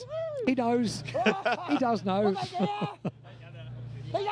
Doesn't matter, does it, whether you take the win with the checkered flag or you just inherit it, but he's very, very happy indeed. He had a great overtaking manoeuvre as well, didn't he? So, rightly so, celebrating. It wasn't without any overtaking at all. Big hug for the car, quite right too. And celebrations taking place down in Park Fairmont now with Chan Chi Ha as well. The Macau officials in the background will be keen to get those drivers over to the podium for the celebration to harness that joy. And it's a Macau 1-2, isn't it? It is, yeah. The drivers from Macau. I think not only is Lei Kit Meng our happiest winner thus far, but he's also the noisiest. And long may it continue. It's good to. We have been saying all through Thursday and Friday we were expecting Lei Kit Meng to be nearer the front end of the field. I'm not sure we predicted quite how that was going to happen, did we? He wants to hug everyone. I was just thinking that we're never going to get a podium at this rate. No, there we go. Who are you? I'll give you a hug. Yes. Hugs? Yeah, why not?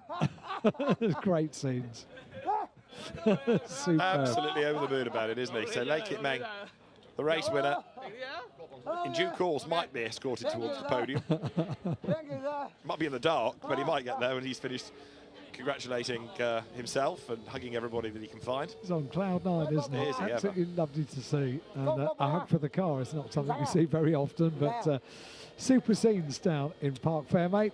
Off comes the harness, the hands device, and the helmets will come off in due course. And then a well-deserved bottle of water. Which you'll hug. Well done, Lei Kit Meng, then. Very, very happy race winner of the first 70th anniversary challenge for these road sports. And if that's how happy he is now, just wait till he gets on the podium. Which is coming up very soon indeed. The short walk across the paddock, covering himself in water. Oh, more hugs. There we go. Looks a bit underwhelmed, doesn't he, that poor mechanic? Doesn't anyway, it? Yeah. Lei Kit Meng celebrating. Lovely scenes. Lovely, lovely scenes. Just outside Park Fairmont in the sunshine here at Macau. It's so infectious, isn't it? It is. It's so emotional It's to so have that win. infectious. Gosh, right. Head to the podium, please, Lei Kit Meng. Thread through all the people in the paddock. But for a Macau driver to win at this event is really something. You can see how much it means, can't you? We say it all the time. Huge emotions here. Hugs and tears on the way to the podium, and a great photographic opportunity for... there's always time for a selfie. Always time for an emotional selfie.